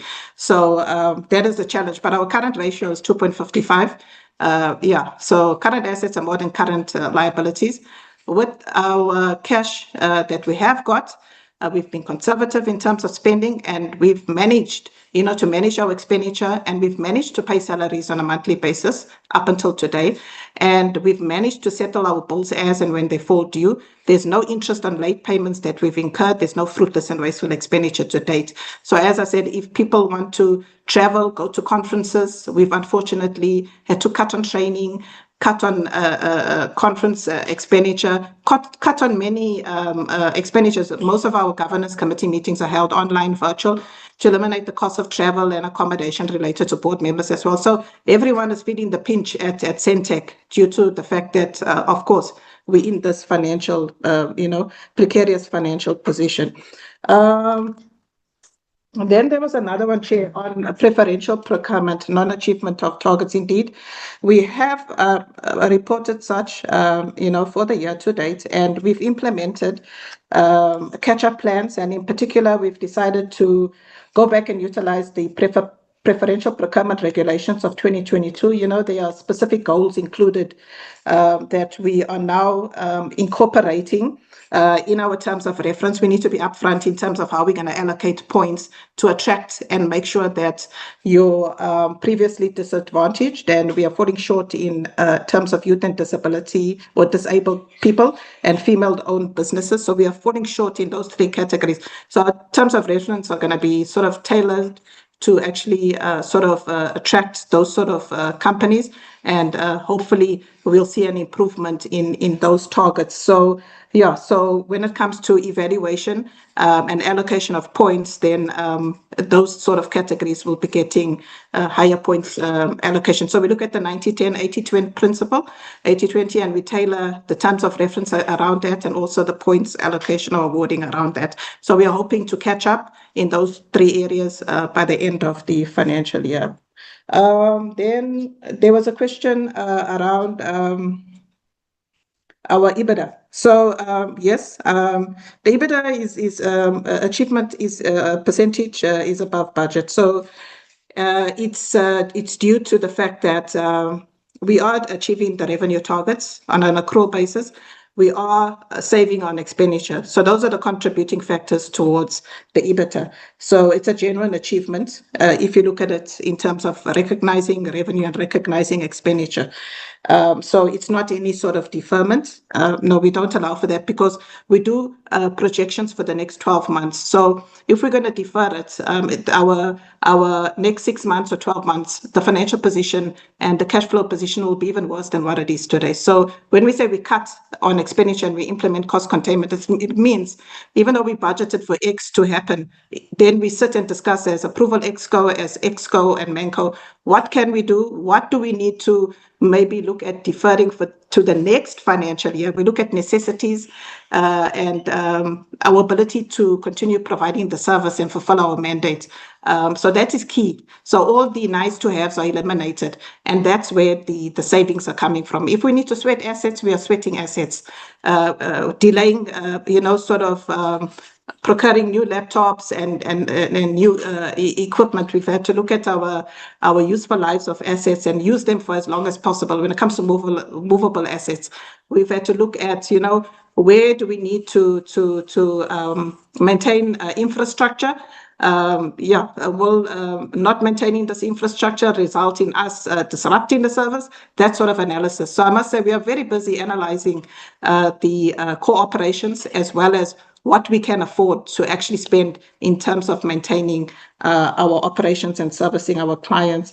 But Chair, the how much funds released from carryover, I'm assuming that is for SA Connect. So we did get rollover approval for phase 2 of SA Connect to the amount of 310 million. So just to touch on that, we did receive the rollover around November, December. So technically we've got about 3 months left. So we did, realistically assess and see what is possible in terms of the remaining weeks or months towards the end of the financial year. And we did take stock and say to the department, look, of this 310, we can only spend X amount, and whatever we can't spend, we'll have discussions with the department in terms of surrender, or maybe they can prioritize it towards assisting Sentech in maintaining its operations. New customers constituting new revenue. Chairperson is mostly BDM project, municipalities and government departments. The maximum budget one would set for new revenue. Chairperson, that is very, very, very difficult. It also depends on whether we have secured customers. It becomes very difficult if you set a target for new revenue for a financial year and then you haven't even undertaken the process of business development. And if you're still going to undertake the process of business development in the year when you're supposed to generate the revenue, you will never achieve or meet your target. So we try and complete and finalize the business development before the beginning of the financial year, and then we budget for the contracts that we know we have secured and that we can implement from April and see revenue coming in, from April and not late in the financial year, because it's not going to help us at all. So so it differs on an annual basis, but we try and stretch the colleagues or the staff, and we try and increase new revenue by CPI on an annual basis, but bearing in mind that we have secured the customers. Operating expenditure, I think I've addressed that one, Chair. The doubtful debts, Chairperson. Last year, during the 24-25 financial year, we did increase the ECL, the provision for doubtful debts, because of the SABC. And we did have a paragraph in the audit report. We got a clean audit, but there was a paragraph included that spoke to the fact that we could have there's uncertainty with regard to our going concern ability because of the fact that our key customers not sort of settling their debts as and when they should be. So that impacts our going concern. So you can see the auditors already anticipated our current situation, and unfortunately, it's materialized now. We are not a going concern. So we will again assess the going concern and at the end of the financial year for disclosure purposes in the annual financial statements, because we need to put a paragraph in the financial statements on going concern ability. We look at our 12 months cash flow projections. We will look at providing again for the SABC debt, a provision for bad debts, expected credit losses in terms of IFRS. So we do it in consultation with our actuaries. So there are various assumptions that we use. Last year, we looked at, collectability was 50-50 in terms of historical debt and new debt. So I'm assuming 50-50 in terms of the provision. So the provision increased materially last year, resulting in our bottom line being a deficit. So this year, with the situation having worsened, I'm expecting that the provision is going to increase as well, because we've implemented or initiated legal procedures against the SABC to try and recover our debt.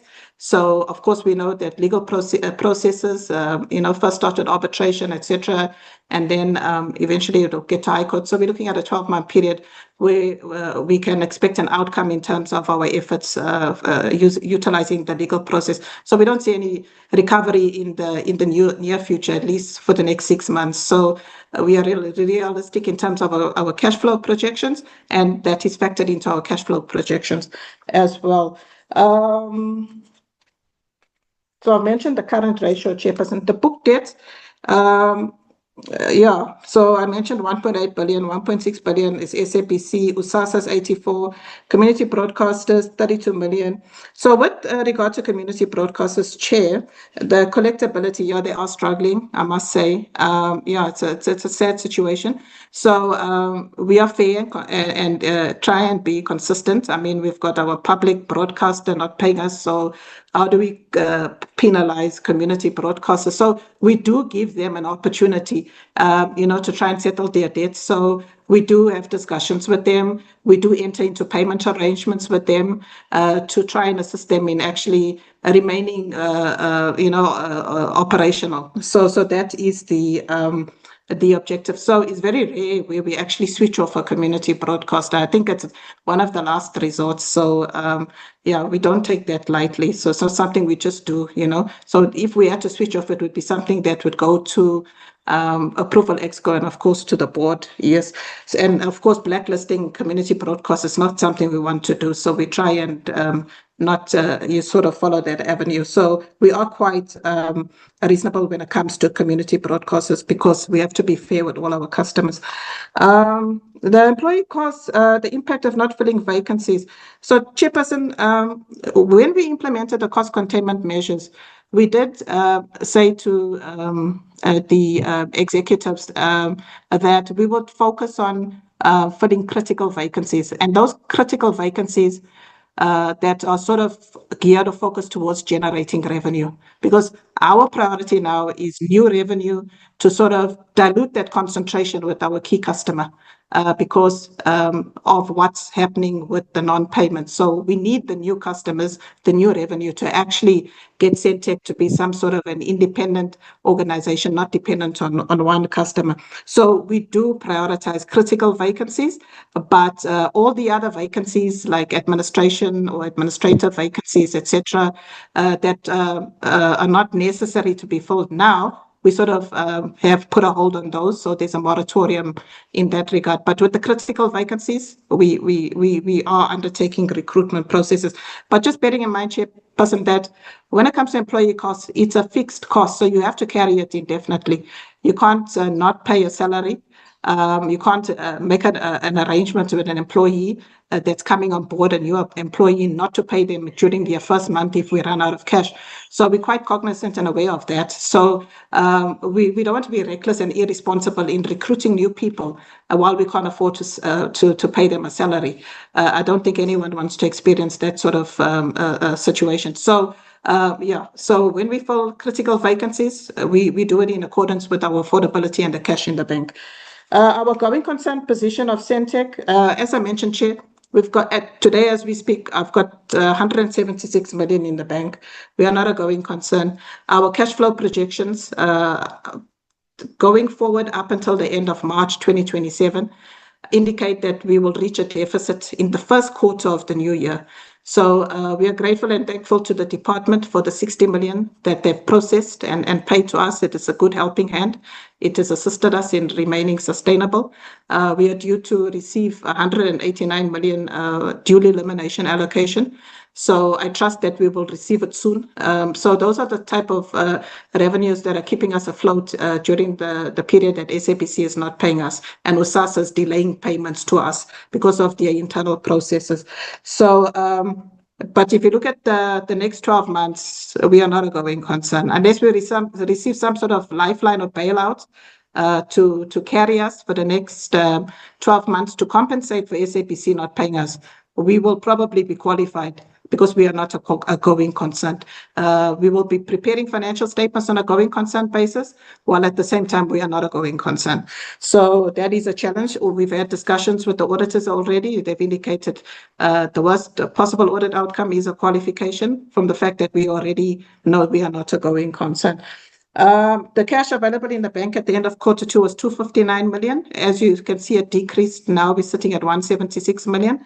And then at the beginning of the financial year, we had 550 million that we opened the year with. And I must add that 550 million reduced from about 1.8 million 2 years ago. So that 1.8 billion that reduced to 550 at the beginning of the financial year, it all went towards subsidizing the SABC. It's all sitting in our accounts receivable balance.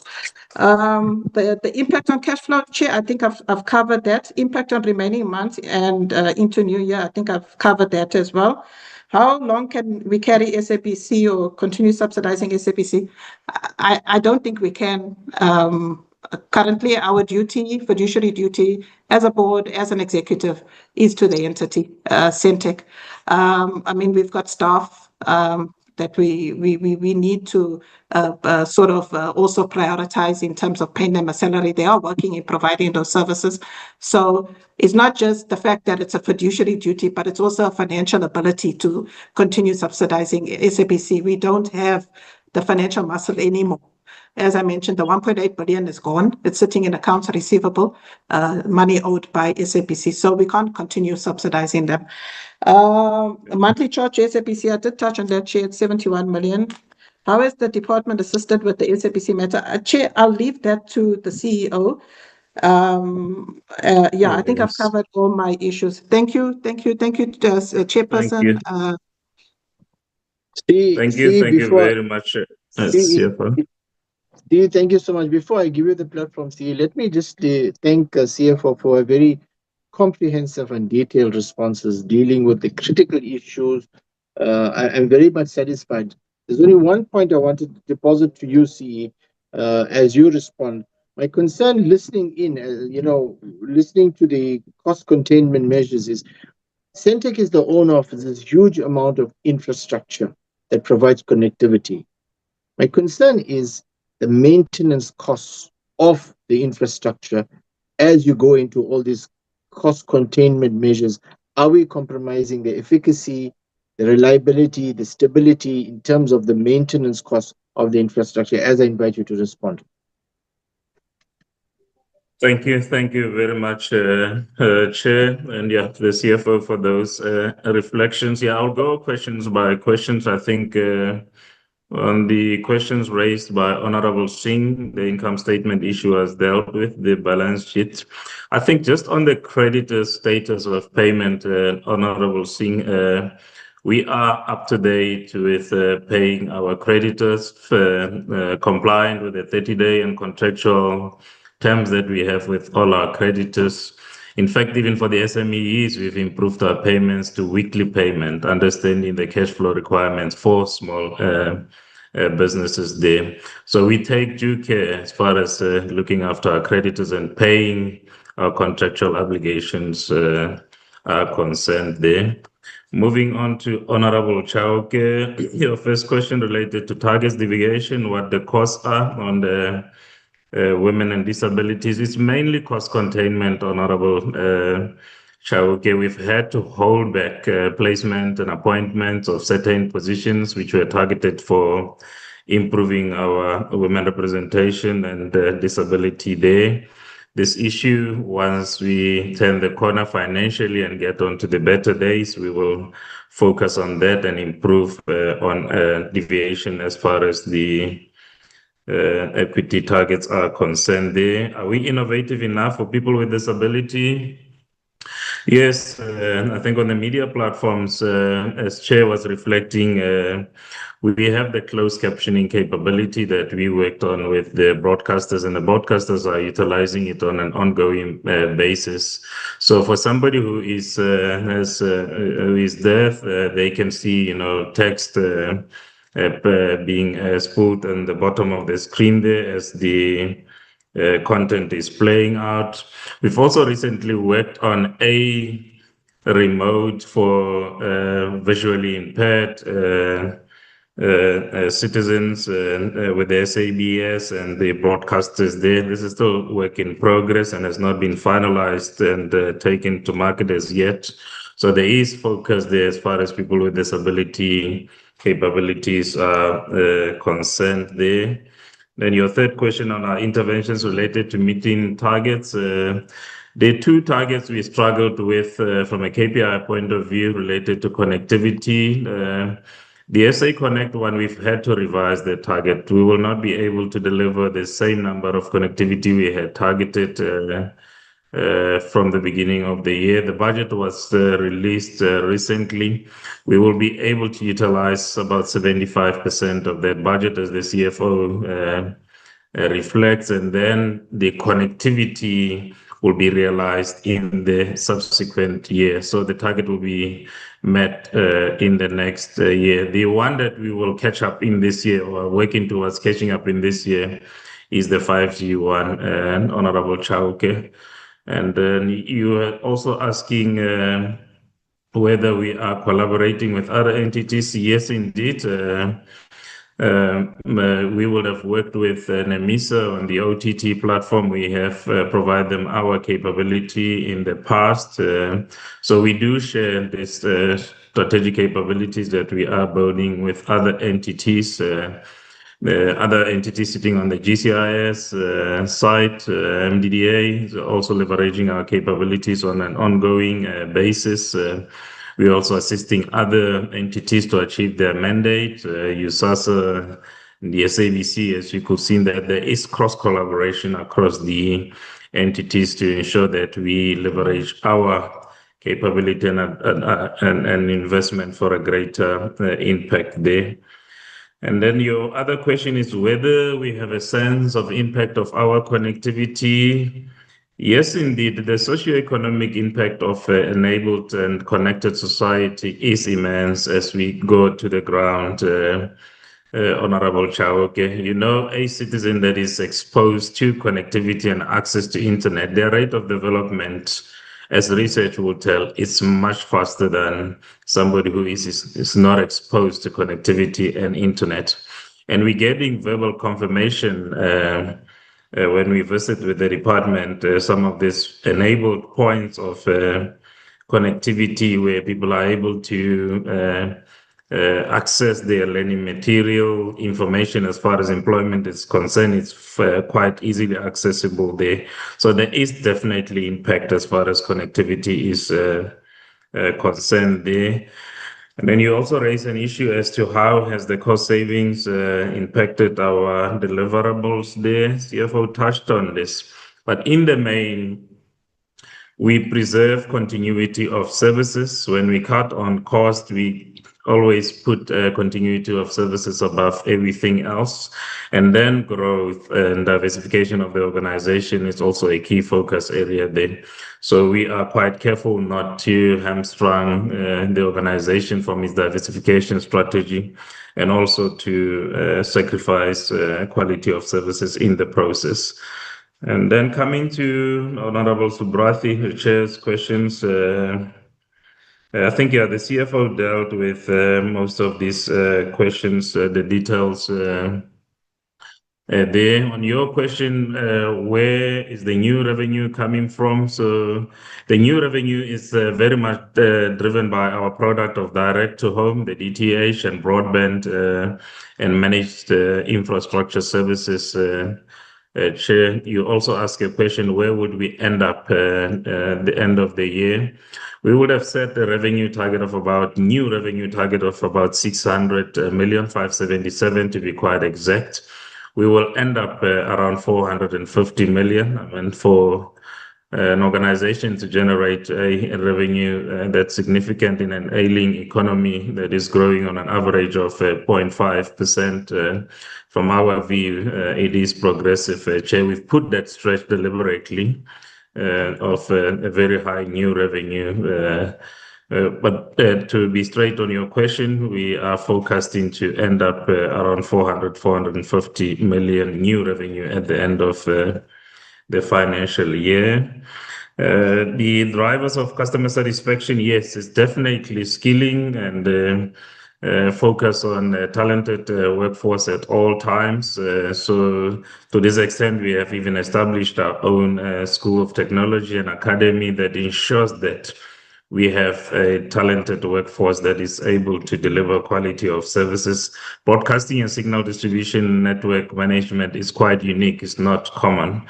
And that's also why we lead and manage for high retention, because we have to maintain a good quality of services. Do we have critical vacancies? Yes, Chair. There's 51 critical vacancies.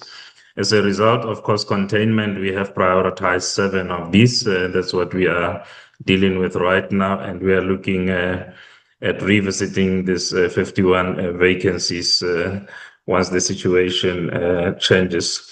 You also asked a question going concern the CFO dealt with that, cash availability. On your question as to whether there is a risk of a black on screen, Chair, at this point, we cannot continue without a minimum of a month-to-month payment. That's how dire the situation is, and the committee has to note this. The department intervened during Q3, where we were almost at that point where we were to terminate services, and that 60 million that the DG refers to managed to carry us for the 2 months.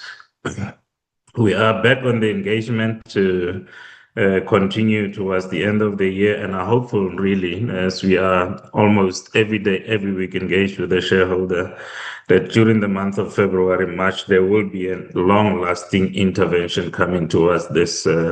Chair, we also plead with the committee, as we would have reflected, that the support is appreciated, but I think we need to continue to collaborate on finding a solution here. Yes, we have our fiduciary duty responsibility, but we also take a greater responsibility that the society of South Africa should remain informed, even when navigating these difficult situations, Chair. With satellite, are we on? We're still renting satellite capacity, Chairperson, from foreign providers. It is a situation that we believe is not ideal. We want to drive and shift the country towards self-reliance, self-sustainability, and self-sufficiency through its own satellite strategic capability long-term. We are in progress as far as the development of the SA-owned satellite is concerned. We have developed, and the strategy has been approved by the shareholder. There is a business case that was also developed. We are currently in a process where we are engaging prospective technology partners and funders. So we've engaged a couple of DFIs who have shown interest there. This feedback will then be posited back onto the process. And we believe at the time when the shareholder is ready, the strategy will finally be presented to Cabinet for implementation, Chair. And just in closing, Chair, we find ourselves in a situation where our financial position has been weakened quite significantly. Our focus as the leadership of the organization is still to achieve sustainability and continuity of services, Chair.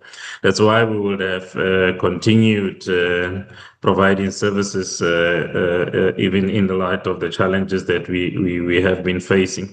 Our ideal from a sustainability point of view is always to have reserve, to preserve a very strong balance sheet for us to be able to drive and fund our diversification strategies, Chair. So we are managing and really working hard towards taking the organization back there, working with the shareholder.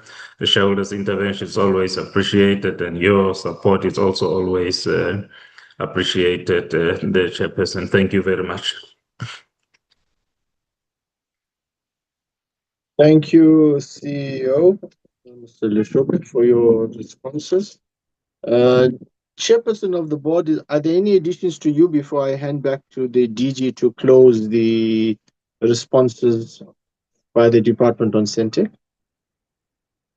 And we're very much grateful for the opportunity to just ventilate these issues, and thank you very much for the opportunity. Thank you. DG, let me hand to you then to sweep and to close your feedback from the department on the matters discussed. And understanding that at the central of all of this is the sustainability of Sentech. And as we tried during our engagement and oversight, we've got a good glimpse now of what is the financial situation, which is extremely precarious. We've heard of the cash reserves dropping from 1.8 billion almost 2 years ago to 500 million at the beginning of this FY to 279 at the end of Q2, and I think now down to about 100+ million rand. Clearly, it has been able to pay its expenses in the ordinary course of business, but that ability is seriously threatened by the inability of its major customer to service the debt. DG, how are we going to fix this problem, and how can this committee assist you?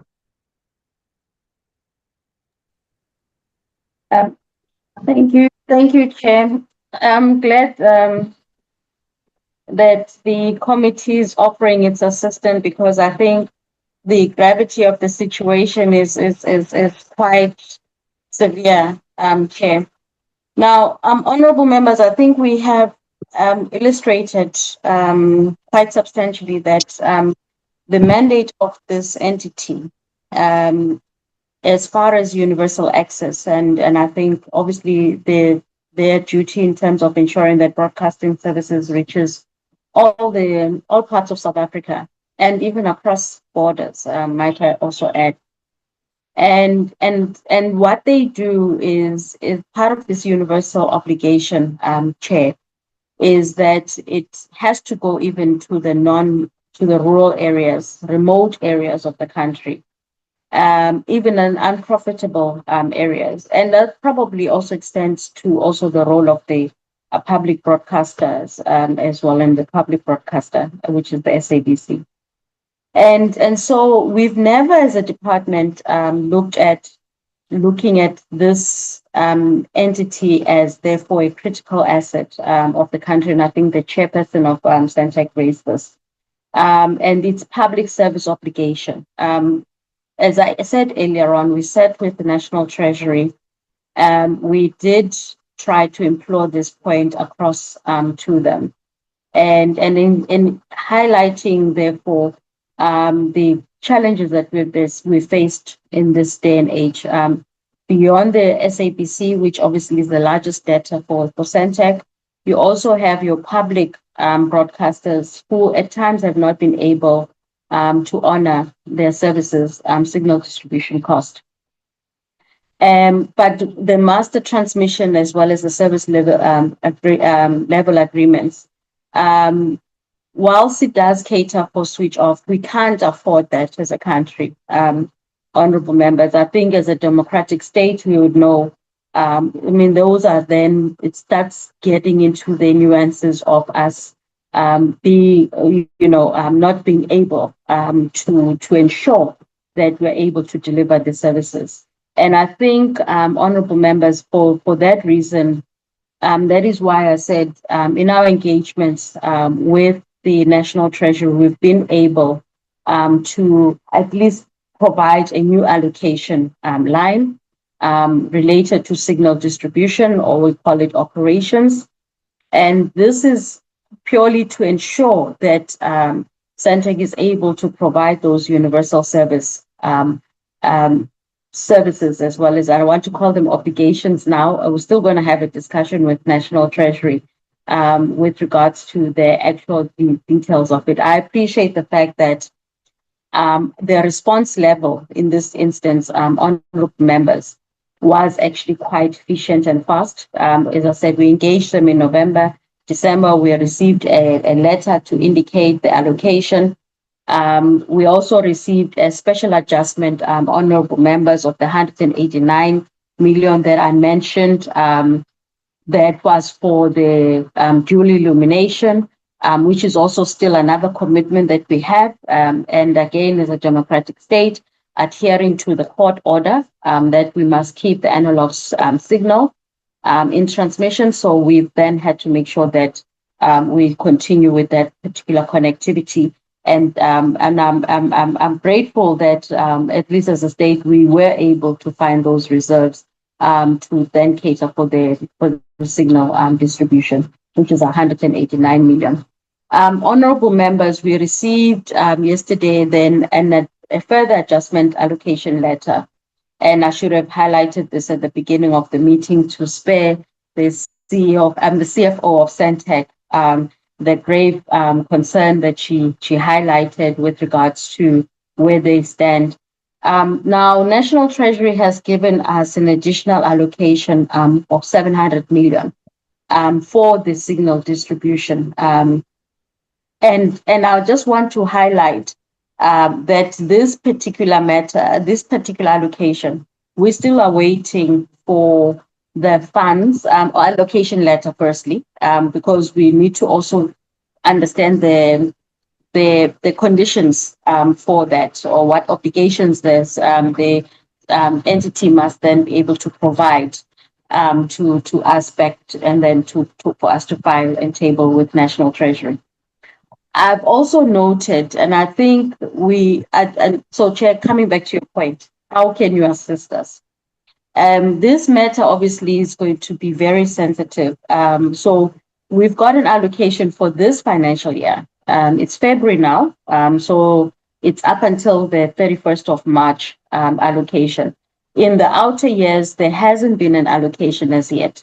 So my plea on behalf of the department is that we still have a long journey ahead of us to ensure that at least we stabilize this allocation and stabilize the entity for it to be able to provide the critical services that it is providing, and to make sure that at least from fulfilling the public service mission, we will make sure that we're able to continue as a country to then provide those high quality, accessible broadcasting services to all citizens in the country. So, Chair, the allocation, which then brings it to about 889 million altogether for Sentech, we must not take it as if it's a special privilege. It does not cover, obviously, it should not be seen as a debt write-off with regards to the outstanding amounts that are there between the two parties. That is a matter, and as I think as an accounting officer, we cannot necessarily be engaged in as far as writing off debt between two parties. And so those would be the matters for the accounting officers of the respective entities to deal with. I think as a department and as government, ours is to ensure that there is universal service and broadcasting services available to all citizens. Thank you, Chair. Thank you, DG. DG, am I allowed to smile, and my committee allowed to be happy that we've been allocated 889 million for Sentech? So well done, DG. Thank you so much. Chair, we still have to get the full smile for everyone. Thank you. No, thank you so much. I think that's much relief for all of us colleagues, and well done to DG. I did see the motivation that DG would have sent through to Treasury, which was shared with me. I just became aware of this now as well. So congratulations to the department for really pushing the agenda and standing for your entities, and I think well done to the entity for securing this fund. And as DG has indicated, it must not be construed as a debt write-off. That's a conversation that will take place between the accounting officers and the department. Colleagues, I think thank you so much. I would have, had I not heard of the 700 million, I would have then proposed that we write to the minister, as we have done for SABC, requesting 124 million for the local government elections. But I don't think that proposal is necessary at this point in time. Let us congratulate, with a limited smile, with a modest smile, Sentech on this allocation. And I'm sure under the guidance and the stewardship of the DCDT, you will be guided as to how those funds can be used and it can be dispersed. DG, I'm assuming these monies will be dispersed in this FY 2026. Is that correct? It would be made available almost immediately. Chair, that's the other challenge that we do have. It's supposed to be available, but as I said, we're still waiting for the allocation letter. What we don't want is the same situation scenario that we encountered with the allocation of the 2.4 billion, which we received on the 30th of March, and we had to expense within the same day, because then we would have to then send it back. So we're hoping that this time around we'll get the allocation letter soonest. You're wonderful. No, great. I think that's very important. I recall the last time that's exactly what happened. But I think that's great relief, colleagues. On that positive note, on that relieving note, let us, I think, propose, it's now 13:09.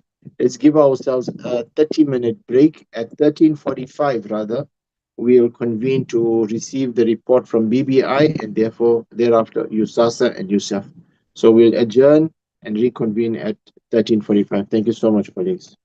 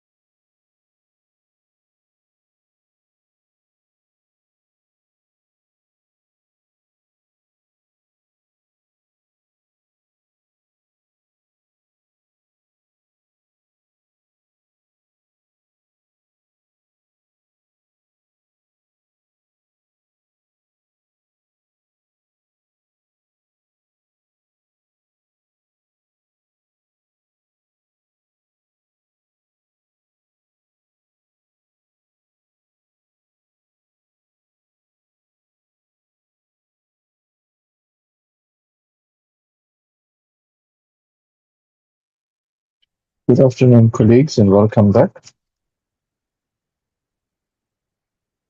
We will be dealing now with the two entities, which would be BBI, and thereafter USAASA and USAF. DG, can I invite you maybe then to put some opening comments and then to lead the team that will be presenting to us on BBI.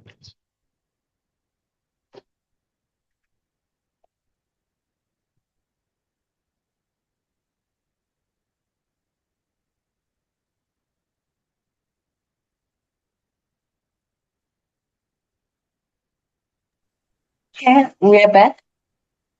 Yes, we are back, DG. I wanted to invite you. I've invited you to maybe, I'm not too sure if you heard me. Welcome back, everybody. We now want to proceed to the next entity, that is BBI. DG, I'll invite you to for some opening remarks and then to lead us into the presentation.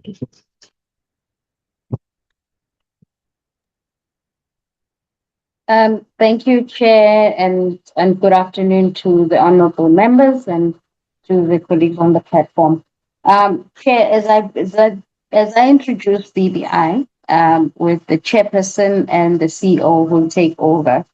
Again, Chair, and now I sound like as if I'm buying or motivating for my entities, but we do play such a strategic, critical role in as far as keeping the country connected. So BBI is one of those entities, Chair, that is also with this pursuit of making sure that we move towards 100% connectivity. With regards to Q1 and Q2, that was the period, honorable members, that we had indicated to you that we were facing financial challenges. Obviously, we had to surrender the funds back to National Treasury. We only got the reallocation end of Q3. So it meant that in Q1 and Q2, there wouldn't have been much in terms of progress as far as broadband connectivity. Suffice to say that before all of that challenges that we faced, we had reached about over 2 million households. I'll allow the CEO to give the specific numbers. And I think if you even compare to what even commercially in the private sector is doing, that is quite a substantive progress, Chair. We also had allocated a funding of 500 million, of which then we were supposed to connect again 500,000 households, and we think we were able 50,000 households, sorry. And we were able to achieve that within record time as well. So we are looking forward now that we've got the allocation, the entity is moving speedily to ensure that we accelerate the connectivity to those remaining households. We are in the process also of applying for additional funding, what we consider under the SA Connect Phase 3. Our biggest concern, Chair, still remains the revenue generation for the entity. We are encouraging them to look for business within other government departments and also outside in terms of the collaboration and partnerships. And I'm hoping that the Chair and the CE will be able to unpack further what initiatives they are exploring in that regard. So without further delays, Chair, I'd like to then hand over to the Chair of BBI, Ms. Zandile Kabini, as well as the CEO. Thank you.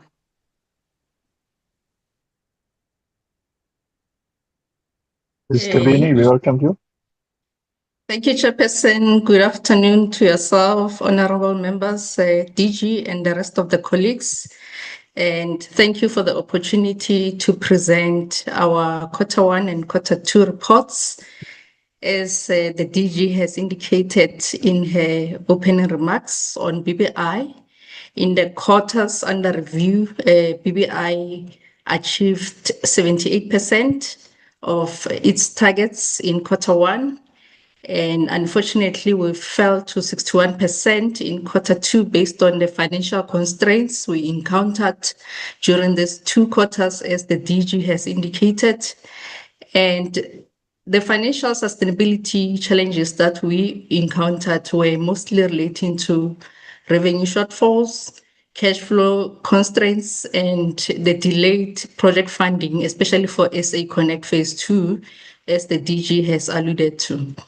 And unfortunately, Chairperson and honorable members, our revenue is below budget, and it's due to the reduced deferred revenue releases, as well as the timing delays in key projects, such as the USAASA project, as well as SA Connect Phase 2.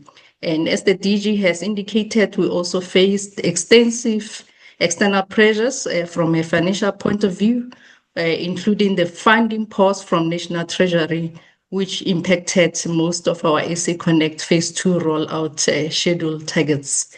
The CEO will take us through our proposed solution in terms of the turnaround plan, as well as the financial sustainability and recovery plan. Despite all this financial constraint, we also took steps, Chairperson, to revive the non-performing sites. We also took steps as the board to advise management in terms of acceleration of invoicing cycles, as well as re-engaging some of the key stakeholders to restore the momentum, especially the major creditors. We remain committed to transformation as BBI, whereby our employment equity profile reflects intentional progress. And we also continue to align to our human resource strategy, as well as with national development goals. So despite all these financial pressures, challenges, constraints, we don't undermine our mission to expand national connectivity. Therefore, as BBI Chair, we continue to play a vital role in SA's digital future from a connectivity point of view. Thank you, Chair. Let me hand over to the CEO, who's going to take us through the detailed presentation. Thank you. Thank you. CEO, over to you, and just reminding you, you've got about not more than 30 minutes for your presentation, please. Right. Thank you, Chair. I hope you can see my slide.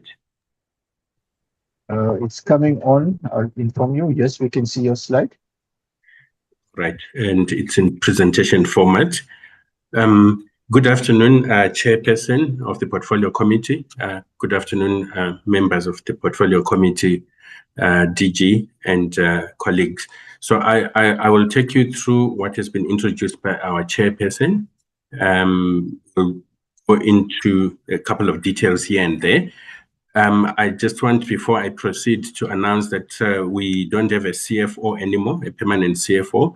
Our CFO resigned and left us last month. But we are joined to assist us by Mr. Napo Chobokwane, who is a senior manager in finance and who has been working very closely with our CFO. So we'll still be able to handle everything that needs to be handled together. Also, that when we were reviewing our presentation, we noticed that we might have made a mistake here and there. So there might be one correction or the other that we will point out. We apologize for that oversight. So I'll proceed then, Chair, to talk about the achievements. I will not go too much into detail in terms of that. The snapshot that you see talks to Q1 and Q2. Already in Q1, we managed to meet 14 out of 18 targets, which translates to 78%.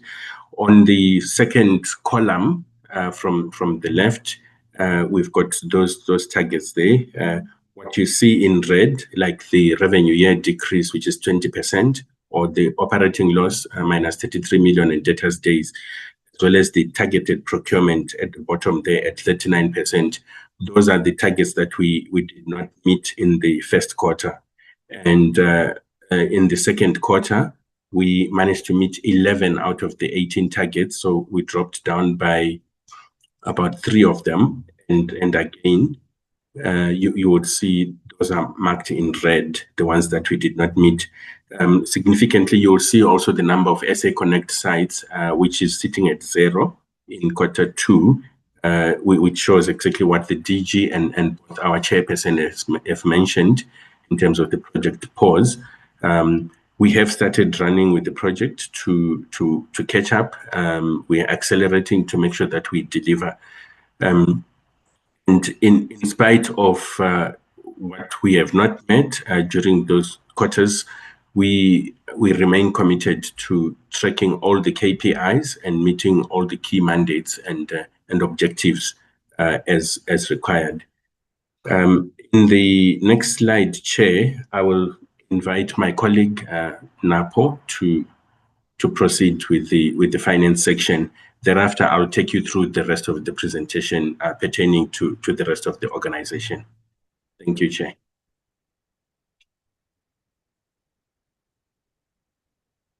Thank you, CE. Good afternoon, Chair, DG, and honorable members. I'm going to take us through the finance part of broadband's performance for the 2 quarters. If you could just flip to the next page, thank you. All right, so you will see that in the as far as our revenue goes, year-to-date revenue ended at 144 million, and this was 47 million rand below what was budgeted for. And this, in terms of comparison to budget, was mainly because of SA Connect. We dropped 313 million rand below the year-to-date budget, and mainly due to non-performing sites. Some of these inactive sites have been resuscitated and will be built. We're currently sitting at just below 560 sites out of the 713 allocated. Another key driver of the variance in revenue was the fact that, according to the plan that was the milestone with USAASA, we were supposed to start invoicing for USAASA phase 3 in the current year around May. However, we started a bit earlier in around March last year. Then this is why we end up with the variance in terms of the revenue to date. Another year-on-year difference fell in revenue was due to cancelled contracts, as well as contracts which have been now a consolidation of other services by our key customers. There was also a reduction in deferred revenue releases for projects which have been executed.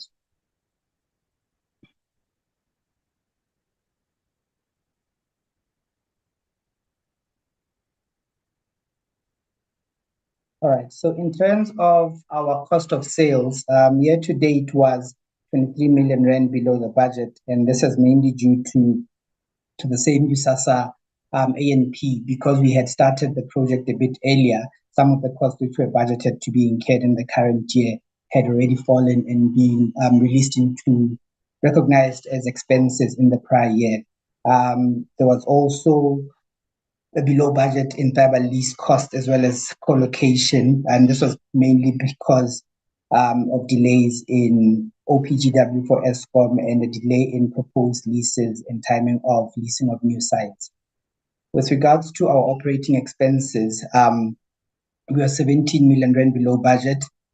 This is mostly the repairs and maintenance, legal, admin, and marketing costs. Because of the nature of these costs, these are incurred on an ad hoc basis, so they would either be deferred to later periods, or if then there's no need, they will be moved to, they might be incurred in the following year.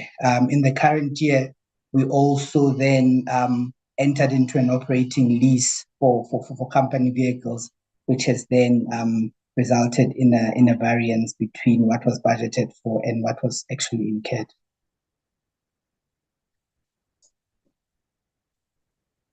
Our balance sheet, the non-current assets are above budget due to capitalization of projects which are being executed. And our total liabilities is also made up of trade and other payables, as well as the deferred revenue, which is all of the money that we have been allocated for SA Connect Phase 2, and then we are releasing into revenue as and when then we depreciate the assets or recognize the expenses incurred.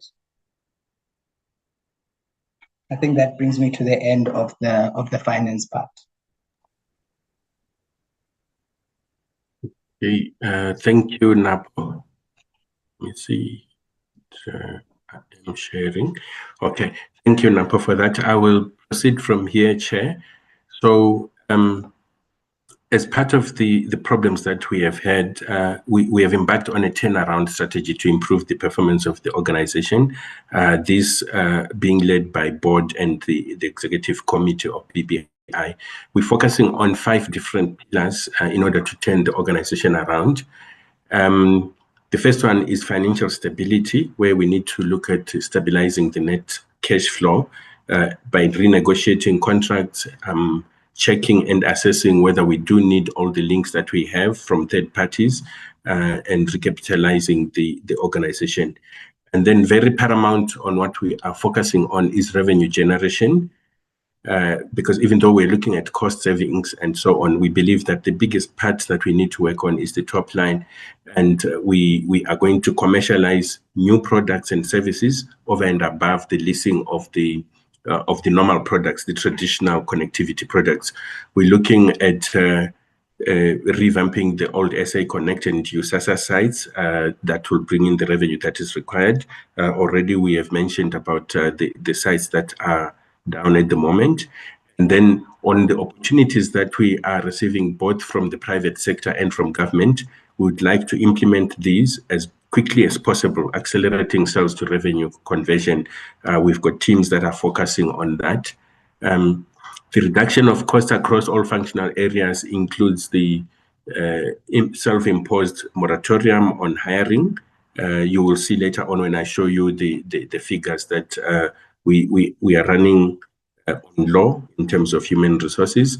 The travel and all other costs that are normally associated with running the organization, we have reduced dramatically in terms of that, and just focusing now on executing the project, especially with a view of generating revenue. We're looking at the debt that we owe, the debt that is owed to us. We need to reduce that and look at inactive customers. We have also been pursuing and checking the clients that owe us the many number of days that they've been owing us. So we're pursuing that, and in many cases taking legal action. We work closely with our colleagues at USAASA to try and reduce what they owe us, and that will assist going forward. We've also had to look at the productivity of the entire organization in terms of our personnel, which people are working in which department, how productive are they? Do we need to retrain some of them, especially in light of the self-imposed moratorium, so that some of them can take more responsibilities and grow their careers in that.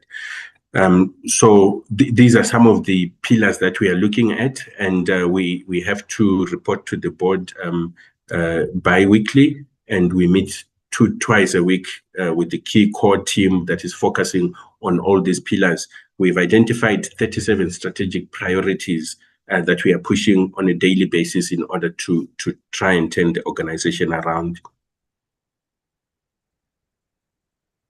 On irregular expenditure, we've got 2 key matters to report for this financial year, for the 2 quarters. We've got the 18 million, which is non-compliance to policy on asset disposal. We had some disagreement with our external auditors on that, and we reverted to National Treasury for their opinion. National Treasury agreed with BBI on this matter, but the external auditors stuck to their guns, and so this is how 18 million remains on the book. Similarly, with the 372 million, where the external auditors insisted that we should include the most expensive supplier, we also sought legal opinion on this, and the legal opinion came in our favor, in favor of BBI, that we had followed all due process and it should not have been irregular. So we are taking action on that in terms of those 2. But for now, they are on our books. We have to report on them. And on the 9 million non-compliance to mandatory administrative requirements, we're going through internal processes and consequence management in terms of dealing with that. That's all on irregular expenditure. On our human resources, the table does look busy because we've decided to put all levels of information and specialists, management, executives, and so on. But for purposes of this presentation, I think if you look right at the bottom, second row from the bottom, the grand total, you'll see the key breakdown of the demographics that we have. Male, 71,137, and female, 46, and so on, with a total of 131 on the second column from the end, 131. And the 131 is out of an approved headcount of 155, which means that our moratorium has saved us hiring 24 people. We are assessing every time as we meet on a monthly basis where we do need to fill up these vacancies. For example, for the CFO, we cannot stay too long on that, so we've already gone out on advert. And for people with disabilities, we have got 4 there. And in terms of ratio between male and female, 63% male and female is 37%, and with 4 people with disabilities. Then on compliance risk and internal audit, we had 20 external audit findings, 29 actually, and then 9 of them were resolved.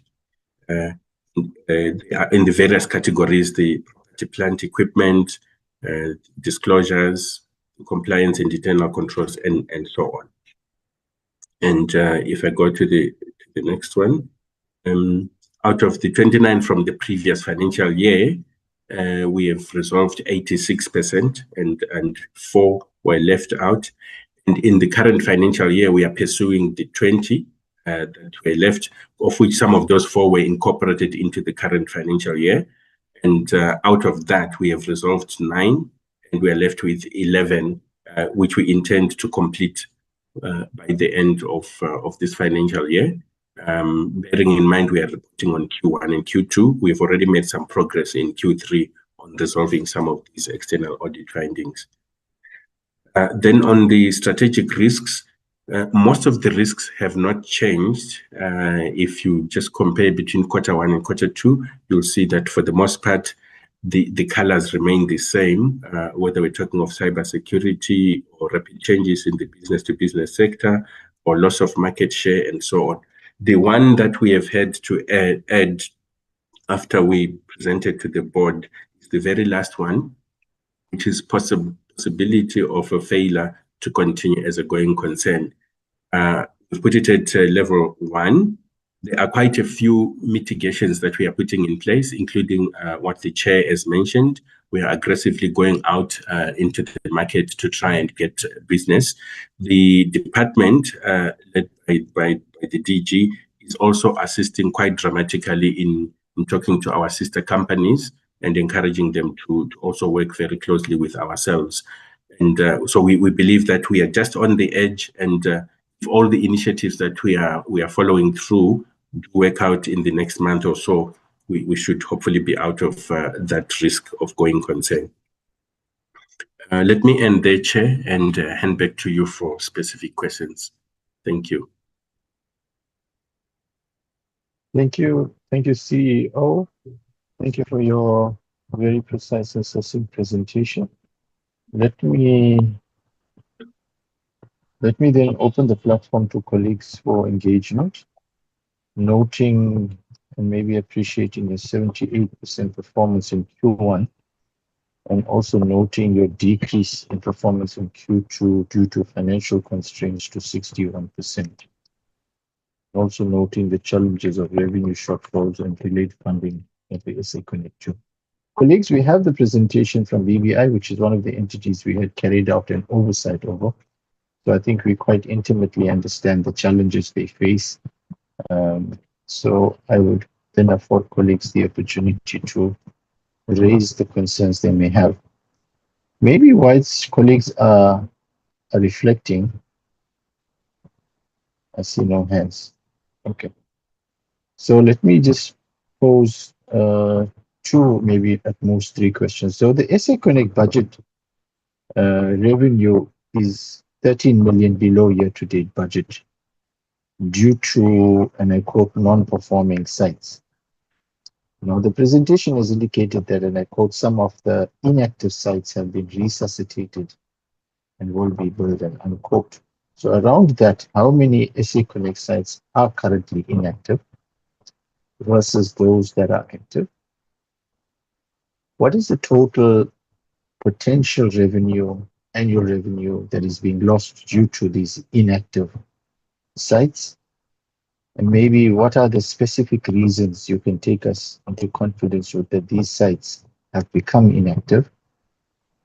And what is the timeline to bringing all these sites to full operational status? And maybe one last question related to this inactive sites is how much of revenue is expected to be recovered from these resuscitated sites? The question surrounding your revenue, noting that your year-to-date revenue is 144 million, which is 51% below budget, 447 million rands. Now, year-on-year revenue dropped by 88 million rand, mainly due to, and I quote, cancel contracts and reduced deferred revenue releases for project being executed. Around this, can you give us a breakdown of which specific contracts were cancelled? What were the reasons for these cancellations, the total value of these cancelled contracts, and maybe what consequential management actions have you taken against officials who have been responsible for losing these contracts? And maybe lastly, regarding the USAASA, is that given that USAASA is a major and critical anchor customer contributing significantly to BBI's revenue, why was there no proper planning to ensure timely invoicing and verification? What is the total amount owing by USAASA? And maybe what mechanisms have you put in place to ensure that such delays do not recur in the future quarters? And maybe has USAASA raised any performance concerns that are causing verification delays? Those would be my three pointed questions to the entity. Colleagues, I'm checking for hands. Let me recognize Honorable Singh, then Honorable Bodlani, and Honorable Felicia. Honorable Singh, you can go first.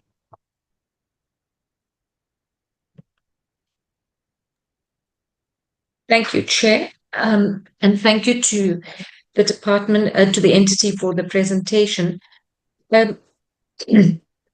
Chair, I don't want to rehash a lot of stuff that was raised at our oversight visit, but there are some things that absolutely have to be mentioned. Obviously, the really big concern that BBI is not a going concern is serious concern. And there doesn't seem to be any prospect of BBI actually returning to a going concern status. So the fact that they've also lost, if I am not mistaken, if SETA was their biggest client, I'm not sure. And what did not come out clearly at the oversight is, can we have a clear reason as to why SETA chose not to continue the relationship with BBI? Because that is a huge factor in why their revenue went down. Some of the other things that I would just like to ask is the legal opinion on that 372 some odd million rand that is being shown as irregular expenditure. I do understand the fact that they've gone and got a legal opinion, which is telling them that they were actually correct. I would just like to find out why in that instance, did they not go to Treasury? And then I just want clarity on the 18 million rand. Do they actually have written correspondence from Treasury saying that that should not be regarded as irregular expenditure? Because then I think something needs to be taken up with the AG's office, because if Treasury and the AG can't decide and agree on what should be classified as irregular expenditure, I think that's going to not bode very well for lots of entities. But I would like to know why in one instance they went to Treasury and in the other instance why they didn't. And my last comment is what I actually said at the oversight visit, is that I still see in a brief summary of what they intend doing to turn around the entity. And I still do not see the quick short-term gains to try and assist. The urgency in the plan is not there. A lot of the information and interventions that are being put forth are much more medium and longer term interventions. And I do think there's a lot of opportunity for some of the quick wins in the short term. Thank you, Chair. Thank you, Honorable Singh. Honorable Padlani. Thank you so much, Chair. Chair, I think it's really helpful that we have had a sit down with BBI during our oversight visit, so we are able to put things into context. And just to register that was a very successful week that we had as a portfolio committee. Just a few points, Chairperson. I think we are all concerned about the funds that were surrendered to the National Treasury. But while we acknowledge that there has been a rollover, then that simply means there has to be an aggressive rollout of the project. Can the CE guarantee this portfolio committee that such a plan exists and that all hands will be on deck, so that there's no sort of fiscal dumping, but there's really quality work that is done to really bring South Africans and improve broadband connectivity? Chair, the more we speak about BBI, the more for me the need to rationalize the DCDT and its entities becomes urgent. I think BBI operates within a legislative vacuum, and while the intention was noble to have a state-owned company that is going to be providing infrastructure in rural areas where it could not be commercially viable for organizations that are looking at the bottom line, we have not done, and we have not achieved really what BBI intended. And for me, that really speaks to the need for us to have an honest reflection about how we are going to rationalize and how we are going to amend legislation to empower the envisioned state-owned infrastructure company. One of the things we picked up during our oversight, Chair, was the high cost of legal services. And the CE has spoken about how the organization is going to be taking on legal actions. How are they going to monitor that so that we do not have a runaway cost on the legal costs? Because what we are seeing is organizations that are having large line items on legal fees for this or the other reasons, which takes me to my next point, Chair. We were with BBI 2 weeks ago, and we did not hear a conversation about potential retrenchment of staff. When was this realization made? And is the CE in a position to tell us, are they operating with a bloated staff, or is it just a matter of restructuring the organization based on the current operational needs and the current financial constraints that the organization is facing? And when was the last review of the workforce of BBI? And what was the outcome? Was there anything done to rationalize the workforce to inform the next cycle of this review? And how is this being communicated to employees so that they do not find about it the first time today? What sort of support is being given to employees as this imminent process is being spoken about? And perhaps lastly, how far is the process and how far do they think they are going to, how long do they think they're going to need to completely restructure the organization? Thank you, Chair. Thank you, Honorable Kudlani. I see no further hands, and maybe as I hand back to the team to respond, maybe just from the CFO, I'm not quite sure whether you covered this element, but I've been consistently asking other entities, your current asset versus your current life. Yeah, well, sorry, Honorable Tanisha, I didn't see your hand. Saying you recognize me to speak after Honorable Kudlani. Yeah. Did I? Oh, my apologies, Honorable Tanisha. I was I don't looking know for if the I can hands to be. continue, Chair. No, you can. I did look for your hand. I didn't see your hand come up. I thought maybe you were covered and you dropped your hand. But please go ahead, Honorable Tanisha. I did recognize you, but as I said before, I was handing to them. I didn't see your hand. But please proceed. Oh, no, sorry, Chair. What I did after you recognized me, yes. You dropped your hand. No, thank you very much, Chairperson. It's a quick one for me because my colleagues have covered me to a large extent. But Chair, I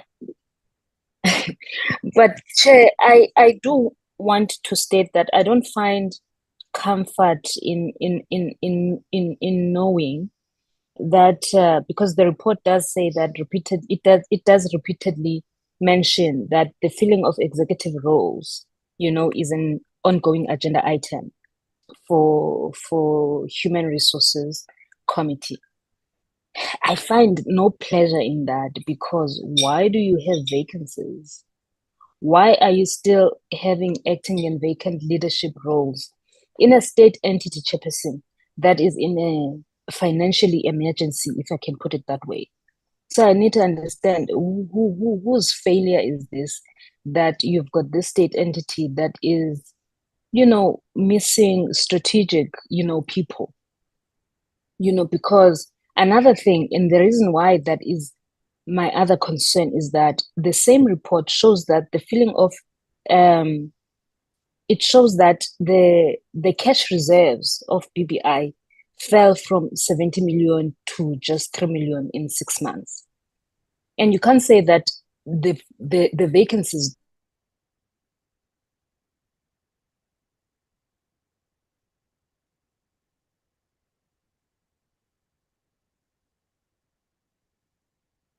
We lost you at the vacancies, Honorable Tanisha.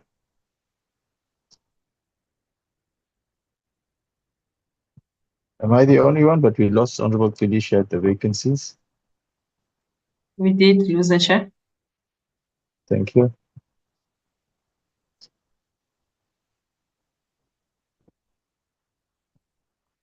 Honorable Tanisha, we've lost you. So maybe whilst we wait for Honorable Tanisha to come on,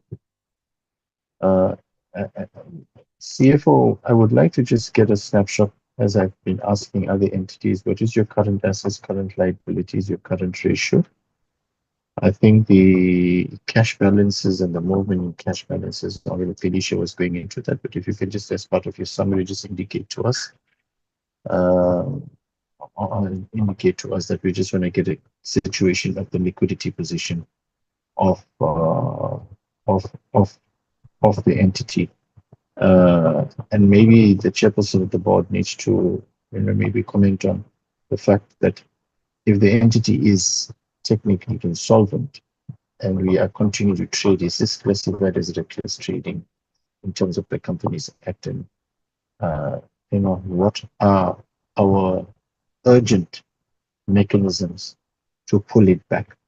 And DG, as you would, when you were responding, one of the lessons I took out of this, and typically it's synonymous with the fact that CETA, which is a state-owned entity, stopped supporting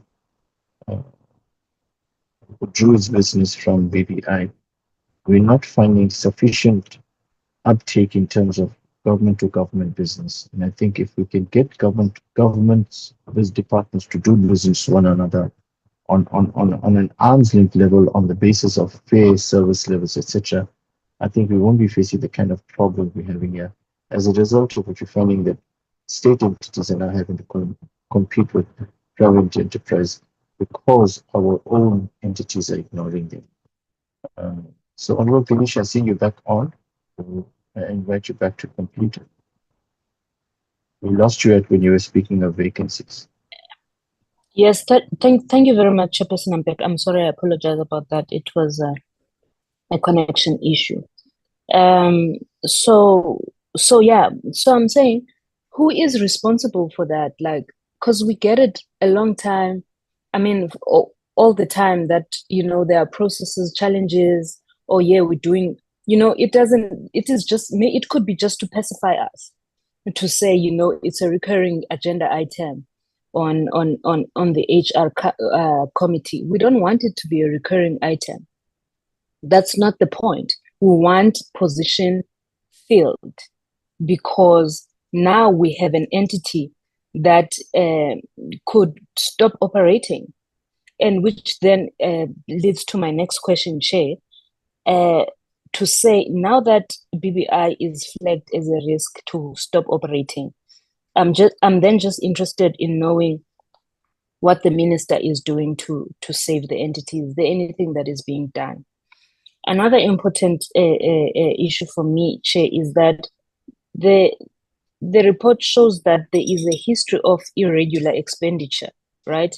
Including contracts that are renewed without approval, and tenders that are awarded without proper, you know, bidding or even competitive bidding.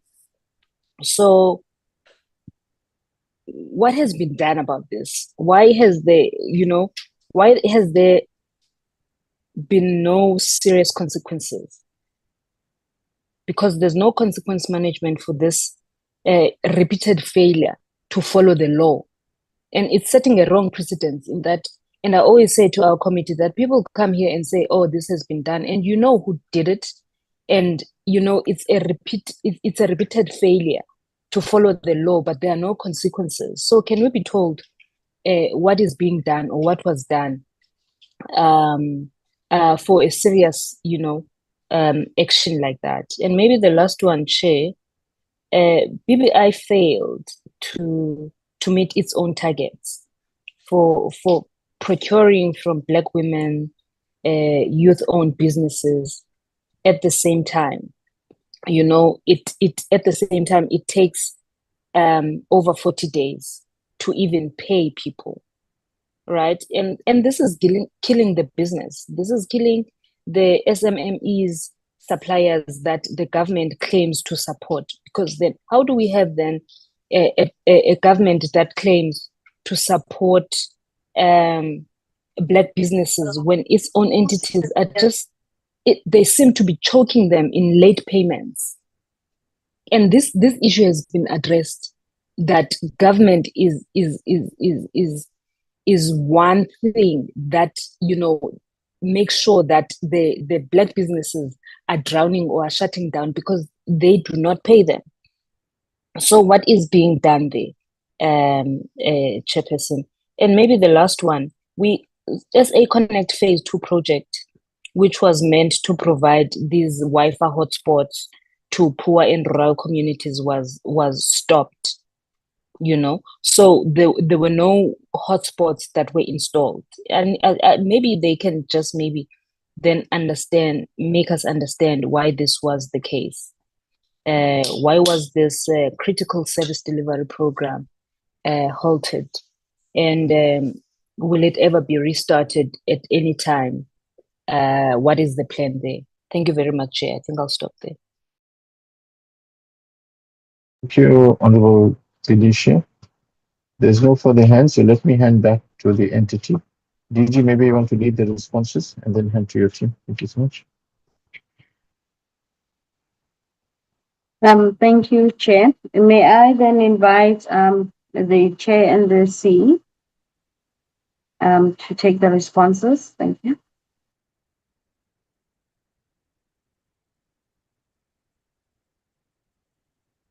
Thank you, Honorable Chair and members, for all those questions.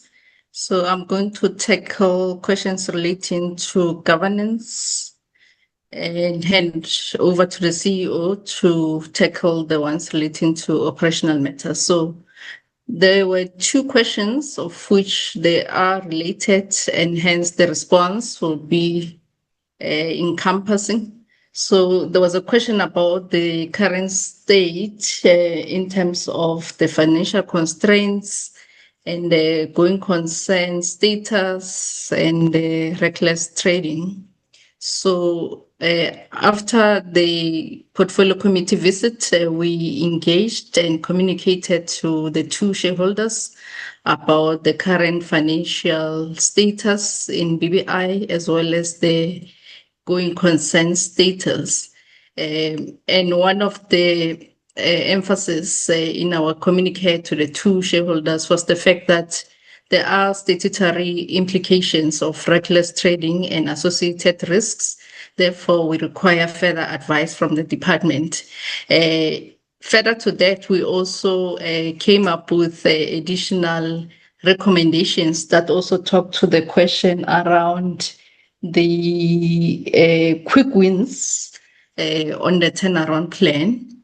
And some of the recommendations we made were also communicated to the two shareholders, which are around opportunities for cash flow stabilization, including accelerated receivable collections, cost freezes, supplier renegotiations, as well as potential headcount rationalization. That's why CEO mentioned it in the presentation, and hence the question from honorable members why it wasn't mentioned during the portfolio committee visit. It was a recommendation made post the visit that CEO, together with the entire management, needs to review the workforce plan and also look at potential headcount rationalization. But the CEO will talk more about the review of the workforce plan and what has been done so far.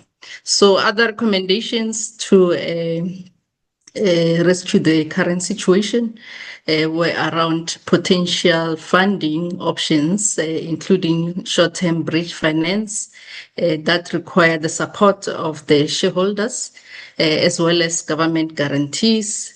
I think it also relates to the question asked by Honorable Botlane in terms of what type of support is the state or the shareholder or both shareholders in this regard giving to BBI. So we also communicated the need for shareholder engagement around government guarantees. And another recommendation we made to management was to also look at asset revaluation so that it's more accurate and it also reflects the fair value, including goodwill. We also emphasized the need to continue with possible engagements with our major creditors, which is Eskom and Transnet, in order to convert the debt to equity. And those are the quick wins because the timelines are within a month. And there has been progress made. There has been some of the recommendations delegated to us as board, especially the convention of debt to equity together for both Eskom and Transnet. But these engagements at board level needs to be board-to-board engagements. There has been also recommendations to engage some of the boards within the portfolio, especially the Sentech, USAASA, as well as SITA board in terms of some of the contracts, especially from SITA that was cancelled, as well as the delayed payments from the USAASA point of view. So there are those interventions at both board to board as well as management level. But all in all, our recommendation and the CEO can also talk about the progress so far, was to ensure that we also obtain a legal opinion relating to the insolvency status that we currently encounter. So the CEO maybe can advise in terms of how far that process has gone, but we recommended a timeline of 7 days so that we do have that legal opinion to cover ourselves as the non-executive directors in line with the statutory implications around reckless trading and as well as associated risks. So those are the ones that I'm going to cover, and I will hand over to the CEO to talk to other questions. Thank you very much, Chair. Thank you, Chairperson of the board. Let's invite the CEO to read the rest of the responses. Chief Executive. Yes, thank you, Chair. So on your question, Honorable Subrathi, about the SA Connect, we have connected 565 sites out of 713, and there are 148 left. This is on SA Connect Phase 1. And the revenue which would have been lost, which was reported, would have been 13 million of that. But the department, recognizing the significance or the importance of providing connectivity, has allowed us to get that 13 million and provide connectivity to additional Wi-Fi hotspots. So essentially, that budget is not lost, but is coming back for us to provide that connectivity. And the amounts for SA Connect Phase 1 is about 120 million to 130. I don't have the exact figure, but around 130 million per annum. And we intend to complete the rest of the 148 sites connectivity in the next 2 months. So before the end of the financial year, we will have completed that, the connection for that. And so starting from the next financial year, we should be getting the full revenue associated with that project. Then on the 47 million year-on-year drop due to cancelled contracts, the question was, what was the reason for the cancelled contracts and which were some of them? So the members might remember that at some stage we had a huge dispute with Eskom, and Eskom disconnected much of our network. And if you also remember that up to about 80% or so of our network is running on Eskom and Transnet, which means that if Eskom disconnects a huge portion of our network due to payment failures, almost half of our network is down. And as a result, we lost some of the clients, like Paratas and a few other clients that we were running on. And so we could not institute a consequence management because it was an institutional failure as opposed to a particular person. But one of the contracts that we lost, but not as a result of Eskom, it was just as a result of SITA going out on tender, competitive bid and all that, was from SITA. And that particular one, they cited that they wanted more competitive offers and better performance. That's why they went out. The irony of it is that at this stage, the performance of MTN, because MTN is the service provider that was chosen, is leaving a lot to be desired. We are still in touch with some of our SITA colleagues, and they have said pretty much the same, which is one of the reasons that there is a possibility that we can provide services, backup services for them. We have the department, we have the chairperson and our board supporting our bid to go back into SITA and provide some of those services. Then there was the question about are we having proper planning and how much is owed by USAASA to BBI. I think it's about 48 million that is owed to BBI by USAASA at this stage. We have submitted some of the invoices. They are being verified.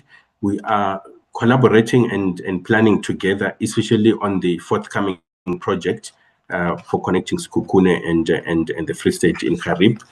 So we are trying to work as best as possible on that. And then from Honorable Singh, the question about BBI not being a going concern, and the clear reason why SETA chose not to continue with BBI. I've partly answered that. They wanted competitive suppliers and better performance, and they have gone out on tender. They went to MTN, but we are negotiating with them because the performance is not meeting some of the targets. Even the rollout is not. This is just from what we hear in talking to some of our colleagues. On the legal opinion on 372 million, I think that legal opinion, the finding itself came very late in the day, and we did not have sufficient time to challenge it before the closure of the books, and so we had to accept it, or else we would have received a very adverse finding, and we could only deal with it afterwards, where we then had to go to get legal opinion and so on. For the 18 million irregular, yes, we do have a written response from Treasury to that effect, and we can share if it is required. And then from Honorable Singh again on the oversight visit, you say you do not see quick short-term gains and you don't see the urgency. There is some urgency, and I've reported a little bit on that, where I have said that both the board leading from the front and ourselves as executives, we have identified 37 strategic priorities, which we are chasing at least 2 times every week. We sit together, we follow up, and those 37 strategic priorities are premised on the slide that I showed, which is showing things like cost saving, revenue, and productivity analysis. In other words, dealing with the human resource matter, which I'll talk to just now, and following up on our debt and raising loans and so on. So we are focused on that, and this is why the chairperson was able to go also into detail on some of the activities which we are looking at, and we're talking of quick wins. We're not talking of 6 months. We're talking of 1, 2, 3 months, and we have had some significant wins here and there, especially on the cost saving. As well as also on some of the potential revenue that is coming through from our engagements with potential suppliers, potential clients. Then from Honorable Butlane on the aggressive rollout of the project, can we guarantee that quality work is being done? Yes, definitely, Honorable Butlane. As a matter of fact, once the pause was uplifted in December, we already started engaging our service providers. And up to date, I can tell you that we are ahead of schedule in catching up on the rollout of the project. So we are doing exactly what we are supposed to do. I'm actually tempted to show you some of what we have done, so that from your perspective, you would then be able to see exactly the type of work we are doing and the accountability that goes with that. But maybe that will come at any other time that you wish us to show you, which, by the way, you will be able to check on your own cell phone if you download the app of some of the sites that we've rolled out, which will show you the addresses and all that. So yes, we're continuing with that, and in a very qualitative way. And then on the rationalization of BBI, you're saying we have not achieved what BBI was intended for. In part, yes. I think for us, it's actually a miracle that BBI has survived for so long without cash injection from National Treasury and so on. Because the empowerment that BBI needs, which by extension would also go to the SDIC after the rationalization, is the legislative empowerment, is the empowerment on the tools of trade, empowerment on the infrastructure. We're talking about this fiber, the POPs, and empowerment on the spectrum that is required, and the ECS license that will allow BBI to be able to competitively work in the industry and be able to get the revenue that everybody else is getting. And we have said before, if the rationalization goes ahead without some of those imperatives being solved, we will, in a few years' time, be on the same spot complaining about why the SDIC is inefficient. On the high cost of legal services, Honorable Bultane, we have scaled down dramatically on any of that. Only as and when required are we going to be using legal services, and even that it will be very cost effective. We have had to let go one of the contractors who was offering legal services as part of reducing those costs. So we're monitoring those costs, and there will not be any runaway costs at all. And on the potential retrenchment of staff, we have not had that discussion at all in detail. What we have done as part of the turnaround strategy is to look at the productivity analysis. In other words, go department by department, person by person, to see exactly what is the effective role that they are running with, and whether they could be utilized in a different area in a better manner or not. So that's why even the discussion with staff about retrenchment has not come up.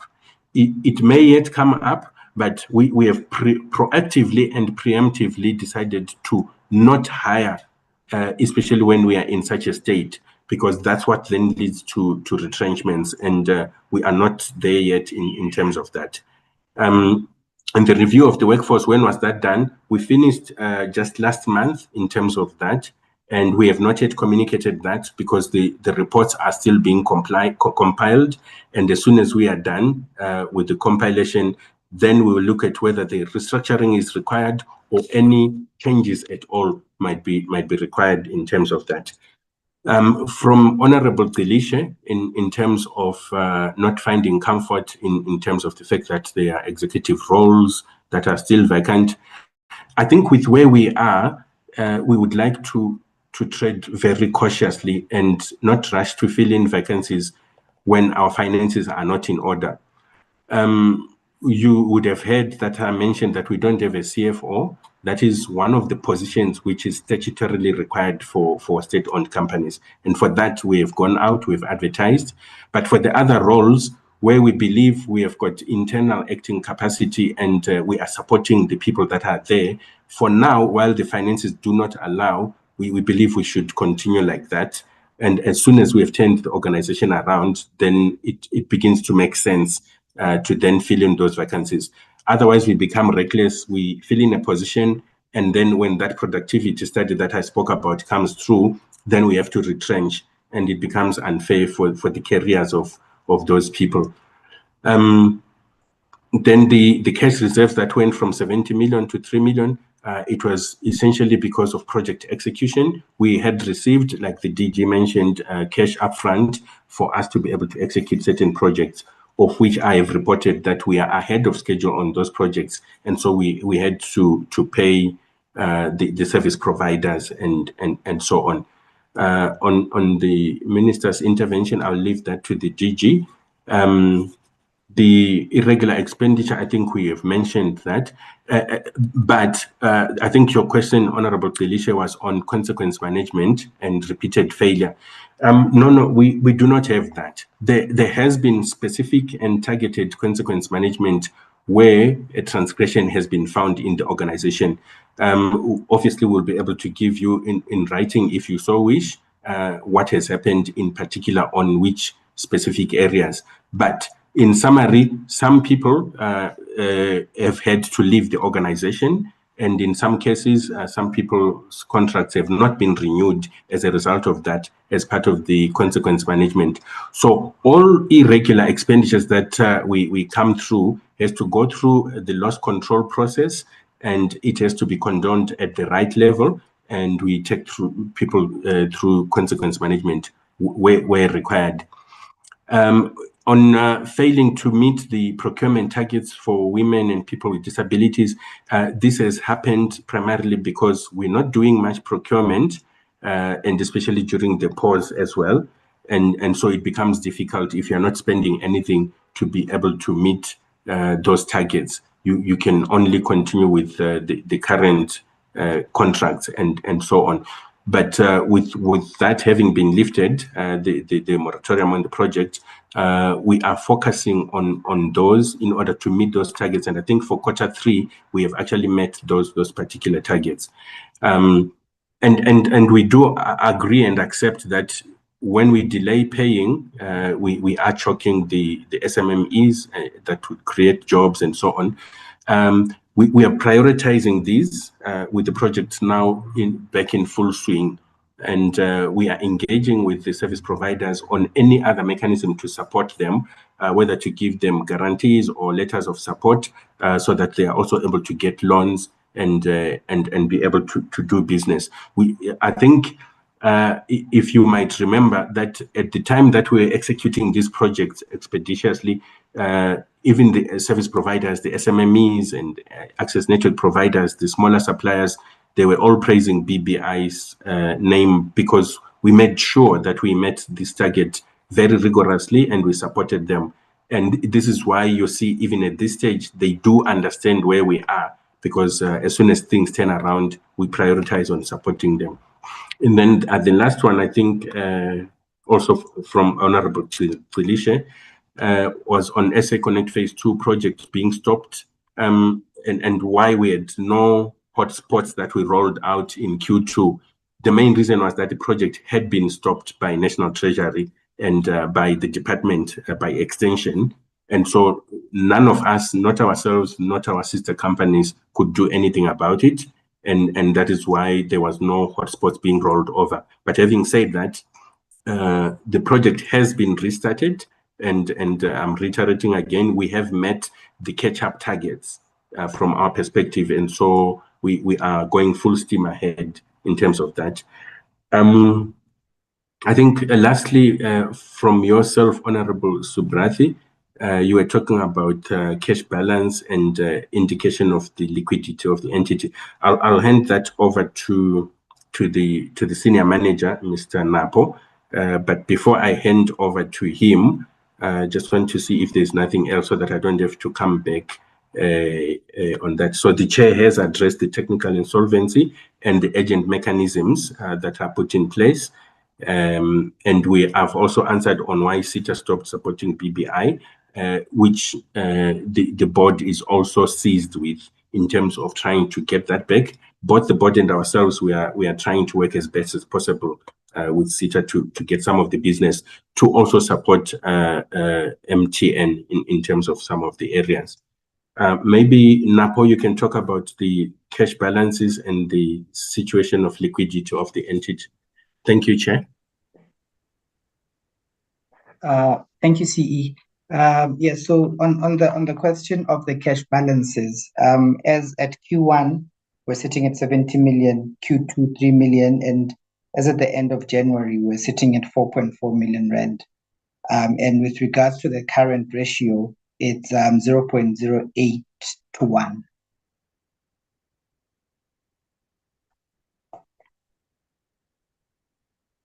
Thank you so much. Thank you so much for that final feedback. Clearly, 0.08 to 1 is a precarious situation. Your current ratio, acceptable norm is 1:1. So we are well below what is an acceptable norm. And that is why we've heard the kind of interventions that the board has taken to write to the two shareholders to respond, to bring their attention to the situation that they find themselves in. DG, I think it's to you to respond and in the final analysis. DG, can I hand to you, please? Apologies, Chair. I'm sorry. I'm just wanting to gather if there were direct questions to the department, or you just want me to ramp up the BBI. Yeah, I think your overall responses, particularly around, I think I raised just the question with you around government to government business, because I think that was the problem related to the systemic problem we're having in your departments across the board. We have government departments are not doing business. And if we don't talk about this, it's a case of out of sight, out of mind. As an oversight committee, we need to make sure we push the agenda that government to government needs to talk. Like what we heard today from the board and the CE are trying to talk to SITA to get back the business. maybe the question more pointed to is what type of legislative interventions can we do to make sure that becomes mandatory for a fixed portion of business to be fixed, to be directed to our government entities.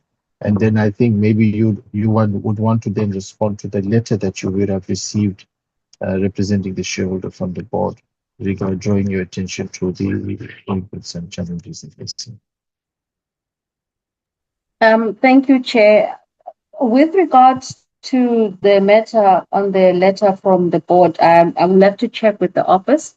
I'm not so sure when that was sent, and including Chair, I was just also taken aback with what Honorable Bodlani said about the intention in terms of then the restructuring or reviewing in terms of the resources in the entity.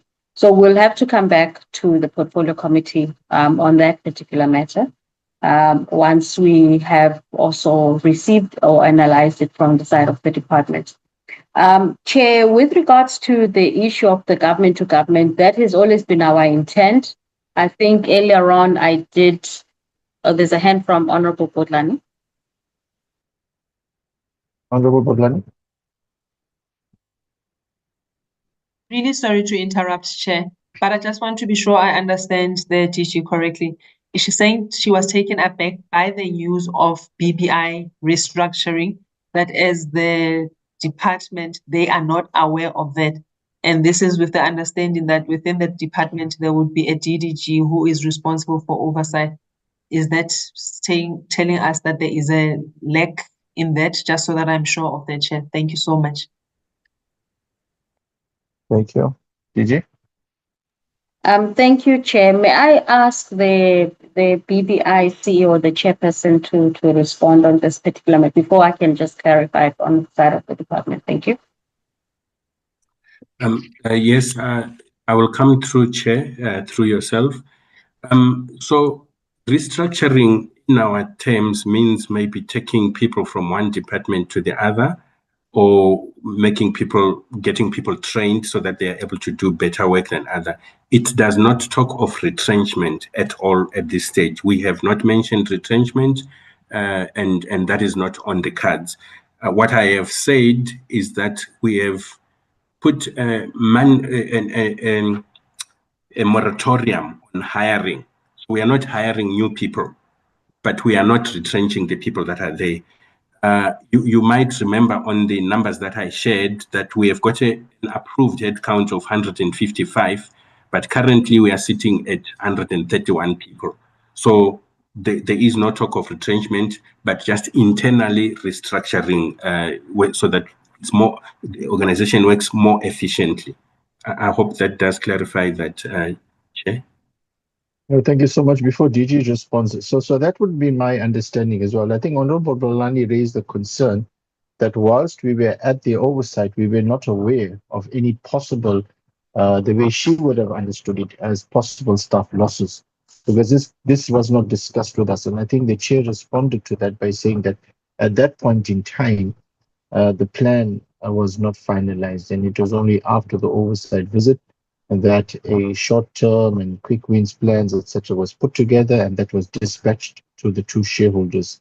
That is my understanding. And you further clarified the idea of restructuring includes redeploying within the department, but it does not include retrenchments. So that's how I understand it at this point in time.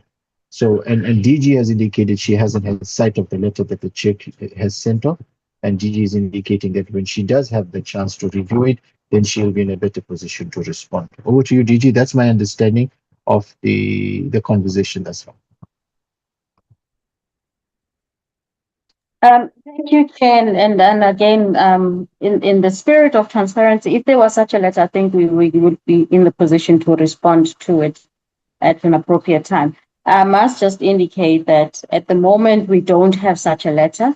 Obviously, there has been ongoing engagements from time to time, just updating in terms of the financial situation or where projects are, but we don't have any formal correspondence on the side of the department, and I'm going to confirm with the Office of the Minister but as such, we should have also been copied. So myself and the DDGs are not aware of such, Chair. And I think it is quite a serious matter, maybe just to address that, because I was all taken aback because we would know what the process is if one is going to undergo such.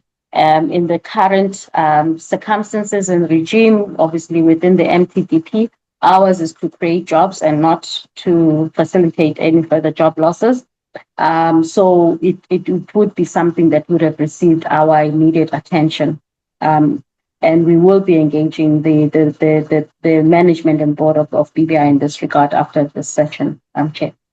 On the issues of government to government business, that's always been our intent. Honorable members, you would know, as we're sitting here, that we are very much so on the drive of making sure that we generate that partnership amongst within our portfolio. So as you know, under the SA Connect project, it is designed in such a way that as much as you have the three tiers, as we call them. So the tier one focuses on the social obligations intended for the mobile operators under the spectrum allocation to then connect your public facilities. The second tier obviously talks to then the government's contribution towards ensuring towards 100% broadband connectivity in the country. And therefore, the focus is that we provide connectivity to the households as well as public Wi-Fi spaces in communities. And our focus is to really ensure that we go towards, ensuring universal access, to go to what we consider unviable and non-commercially connected areas in the country. And then the third area is then to basically sustain those connected sites under the SA Connect Phase 1, and this is done through CETA. That being said, amongst the entire ecosystem of the SA Connect, ours is then to ensure the full participation. What is ideal about this project, honorable members, is that it is very intentional towards then ensuring transformation in the sector, broadening the participation of your ISPs and SMMEs who would not necessarily have either the license to roll out, or even have then the opportunity or the access to participate in the ecosystem. So that has been our intention, and we have empowered quite a substantive number of ISPs as well as SMMEs in this regard, and we want to continue to do so. We are currently busy now with an application for the Phase 3 rollout, engagements within National Treasury under the Big Infrastructure Fund, as well as also talking to the National Development Plan, and so the office as well as the DBSA for funding. And we will continue then to appraise the portfolio committee on the progress in that regard. But that being said, there has been also other projects, honorable members, and I think in the next presentation we'll hear from USAASA. USAASA has also tasked our entities. In the main, it has been BBI. It's also been Sentech on the side of your connectivity and installation for the set-top boxes, and it's also BBI under the SA Connect. Currently, I think there is a project that is taking place in Northwest, which is almost in conclusion. So USAASA will be able to provide further update on that. And what we are also then trying to promote, Chair, as I conclude on this government to government, is the expansion of the services that the entities are able to provide to other state organs as well. I do not want to make an announcement here, but rather safe to say, in the next couple of weeks, the minister will be able to make further announcement of the intent in this regard, as we continue to collaborate with other government departments as well as entities. Thank you, Chair. Wonderful. Thank you so much, DG, on that ending on that high note that we await some great news coming through on government to government collaboration. Colleagues, let's park it off there. I think I'm kind of satisfied with the responses of the department. Safe to say that we we would just appreciate the courtesy if the DG could just let our secretariat know the moment you get that letter. That is a very important letter from the department, from the board, informing you of those circumstances on which they are trading. That is an important communication. And maybe just to indicate to the board as well, such an important communication, it would be, it would be useful to them to follow up to ensure that the respective shareholders have received it, as well as the DGs of the respective shareholders, the departments have been copied. As per what we've heard, the department hasn't received it as yet. So we wouldn't want to have to listen to an explanation that we have not received such an important letter. So I think a simple courtesy of following that you received the letter would be useful. Thank you, colleagues. Thank you so much for the discussion. Let's move off BBI and let's move to the last entity for the day, and that is USAASA and USAF.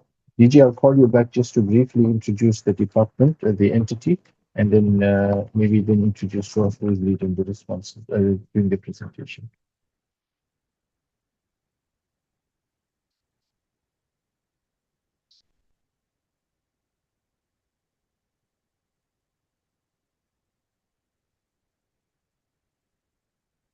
Thank you, Chair. We move to the next and the last entity for the day. It's been a long day. I'd like to then invite the chair. I hope the chair is still on the platform. I'm not seeing the chair. Yes, I'm here, DG. Okay, thank you. I'd like to invite the chair of USAASA along with the CE to then take us through with regards to USAASA as well as the USAF's Q1 and Q2. In the main chair, the main focus obviously the two entities as we move towards the winding down of the institution itself, USAASA, but repurposing the Universal Service Fund. It's focused on then the clearing up with regards to the digital broadcasting migration, and also then ensuring that as we look at the issues of universal service and access, we make sure that we put our contribution and portion towards then ensuring that communities remain connected. So I would like to then hand over to the chair, Mr. Mandla Minsi, as well as the CEO to take you through the presentation. Thank you. Thank you very much, DG. And good afternoon, honorable members, to the chair, DG, and all members that are presently here, including the colleagues from the sister entities. And thank you, Chair, once more for the opportunity provided to us to present on both USAASA and USAF quarterly performance and expenditure reports for both Q1 and Q2 for the financial reporting 2025 and 2026. I must indicate, Chair, that in line with our mandate, which is to provide then promote the universal services and access to the underprivileged community, we do welcome this opportunity, Chair, to engage with honorable members in order to reflect and report on the progress made towards achieving the goal of universal services and access. And this is also in line with our mandate, Chair, to report on the administration and management of the Universal Service and Access Fund. So, Chair, we prepared a presentation summarizing our performance outcomes for both Q1 and Q2, which I will ask our acting CEO, Mr. Thabiso Thukan, to take you through, followed by one senior manager in the department on the financials. As you are aware, Chair, during the oversight visit, we did indicate and report on the resignation, the sudden resignation of the CFO. Chair, I must indicate that for USAASA, we developed our annual performance plan focusing on the 8 targets, in particular for Q1, and 10 targets for Q2, With regard to Q1, which the CEO is going to take you through in quite details, we managed to achieve the 75% performance. With regard to Q2, we missed 3 targets, Chair, and for the reasons, among others, as alluded earlier, even by the DG, the delay in the funding, that also contributed to the regression there.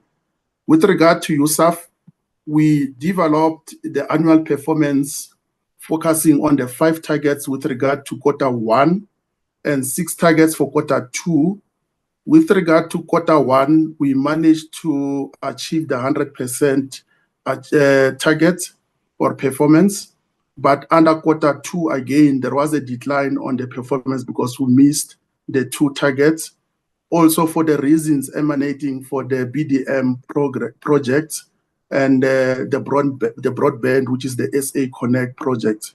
But despite these challenges, Chair, we, as the board, we had to reassess our current performance in order to come up with what is called the back on track plan, which speaks to the aggressive rollout of the projects and the APP. Without further ado, I want to invite the acting CEO just to take you through the presentation with the assistance of other colleagues from the management. Over to you, CEO. Thank you.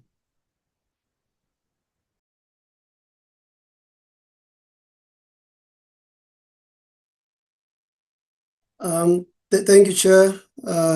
Good afternoon, honorable members and colleagues. I hope my screen is also visible. I'm sharing the slide on presentation mode.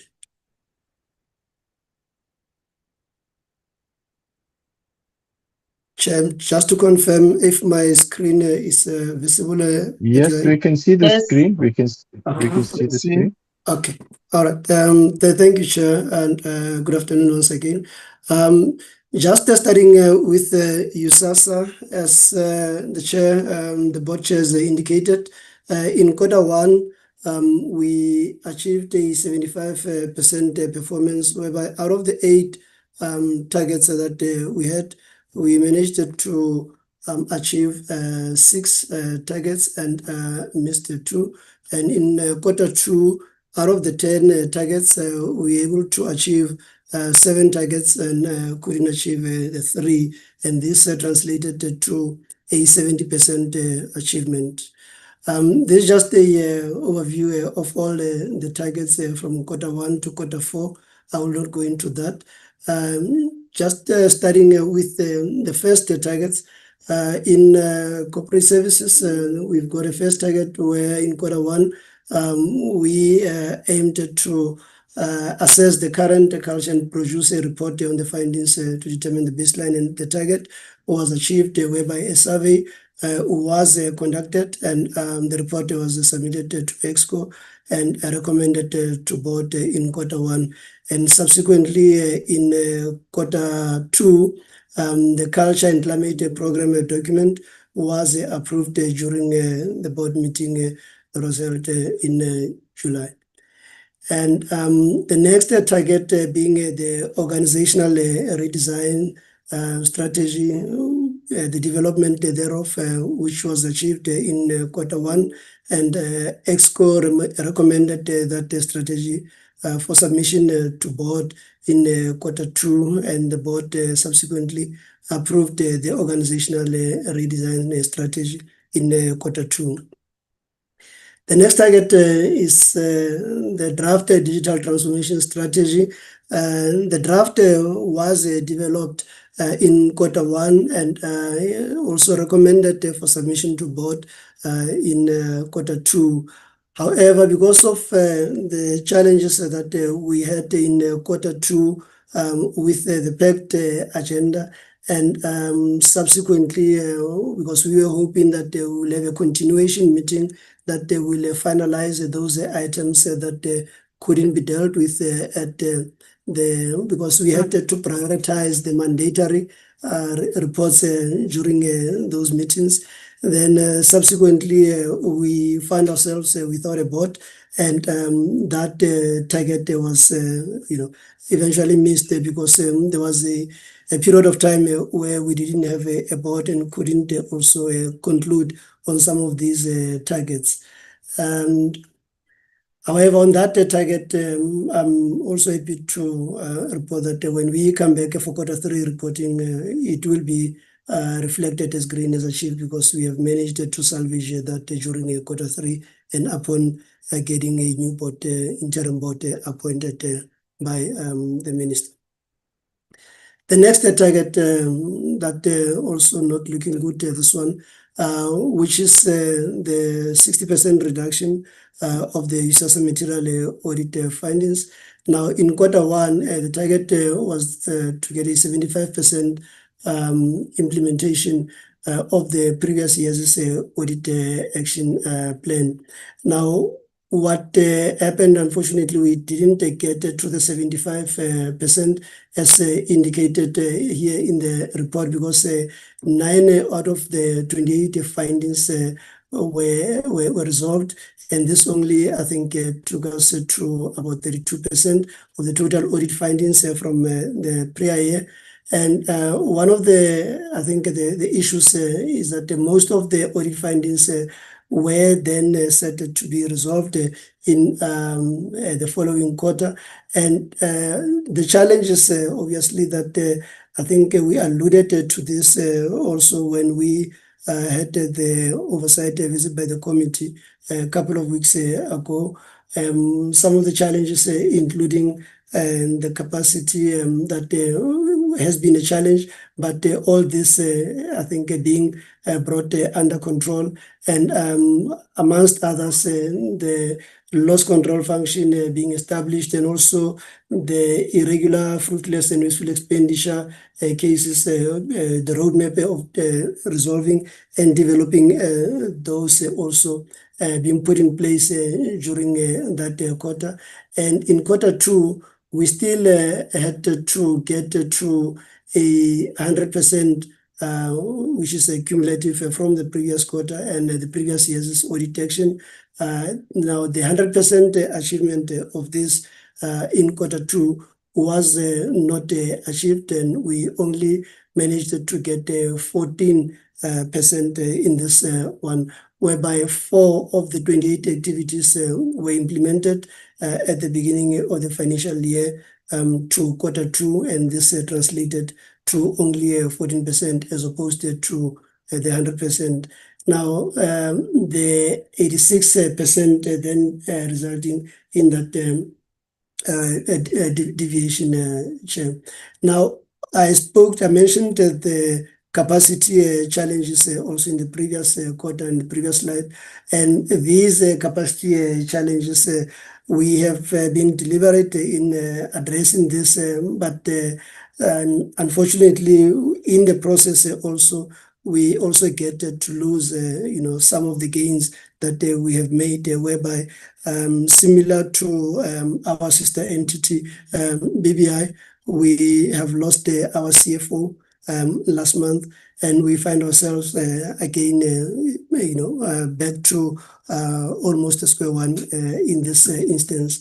But several appointments or several roles that exist in the agency are currently being filled as we speak, and the board is also assisting us with the executive roles, whereby I'm aware the project plan which was requested for the filling of the CFO and also the CEO position. That plan was submitted to the committee, and management is also working hard to finalize the filling of the other roles that are still vacant. This is to address the issue of the capacity, where we found ourselves lacking due to insufficient capacity. And on this one target also, now this being on USAF, because the previous one be related to USAASA. Now we've got a similar target for USAF, whereby in Q1 we had a target to get 75% cumulative implementation of the previous year's audit action plan. And I think the main issue in this one with the non-achievement had to do with the delays in the finalization of the audit and also the audit action plan, which were only finalized in October, and partly also due to the delays in the finalization of the audited financial statements for USAF and the related issues that then impacted on all of these items. However, during that time, as much as the audit was had not yet been completed, there was work already that started in order to resolve those issues that had already been identified by the AG during the process, so that when the audit action plan was finalized, we could be able to, I think, be able to report a significant, I would say, recovery. And then in Q2, with still a similar situation on this target, then 5 out of the 26 activities were implemented from the beginning of the financial year, and that gave us a 19% cumulative achievement, and then with a 81% variance. Now, the target was also not met, this one, due to the unresolved audit findings that stem from inadequate capacity in the critical roles that I've mentioned. But during Q3 and the current Q4, most of these positions have been filled, and with the end or the beginning of the new financial year, the issue of capacity should be, for us, I think, an issue of the past. And also, I think also the worth noting is the complexity of some of these findings, whereby with some of these repeat findings, some of those stemming up from I think a few years like 2022, 23 and 2023, 24, and with the plan that then was developed by management, deciding not just to address the symptoms, but going down to the root causes, which is the plan that has since been developed, and that is assisting us to make sure that we can deal with these audit findings and not have a repeat of this going forward. The next target, the development of the brand management plan in Q1. This plan was presented to EXCO and then recommended to board for approval, and it was indeed approved by the board in Q2. And the next target in Program 2 being the development of a draft research strategy, and the strategy was indeed developed and subsequently then recommended also to board for approval. And in Q1, another target also still in Program 2 being that of the conducting the internal workshop on a monitoring and evaluation framework. We had a monitoring and evaluation framework developed in the previous financial year, and then in the current year, we also in the process of implementing this monitoring and evaluation framework, and we started with that implementation in Q1, and the workshop was held in Q1. Then in Q2, going back to the research strategy, the research strategy together with the 5-year implementation plan were approved by the board both in Q2. Then I think this might be the last, going back to the implementation of the monitoring and evaluation framework, whereby the Q2 target was to implement 4% of this framework. And as reported, the implementation plan, which listed the 9 interventions or activities for implementation, and 4 of the 9 interventions were implemented during that quarter, and this totaled 44%, and giving us a 40% variance during that time. Now, this overachievement is an artifact of the initial planning process, I believe, because it was conducted prior to the completion of the monitoring and evaluation framework. And now, subsequently, when we started implementing, we ended up with this kind of a high achievement. And the next part, I would request my colleague, Mr. Mokhobo Sipiri, the Senior Manager Finance, to please take the committee through the financial performance. Through you, Chair. Thank you.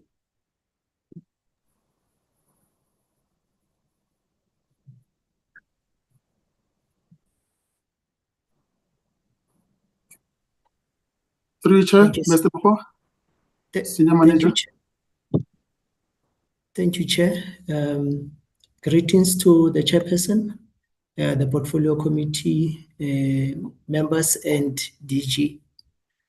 Relating to financial performance, I will just request the following slide. On USAASA, the financial information is thus, the interest received is the interest that we received from our call account. That's the first line item there, with the referencing A. And the following income is the one that we receive from our government grants from our other department, DCDT. That's the 20 million as indicated. And from there, we have the expenditure. Mainly our expense, main expense relates to the personnel that we had spent on that fourth column, is the actual spending of 12.8 million compared to the budgeted amount of 15.6 million, indicating a saving of about 2.8 million. That 2.8 million, I think the CEO has indicated earlier on that we have capacity challenges that the entity is still addressing. So the savings thereof, it's as a result of vacancies in the agency. The depreciation item, it's a non-cash flow item of 42,000 for the quarter. And the following item there relates to the lease on lease rentals. There we had spent 1.4 million compared to a budget allocation of 881 for that quarter.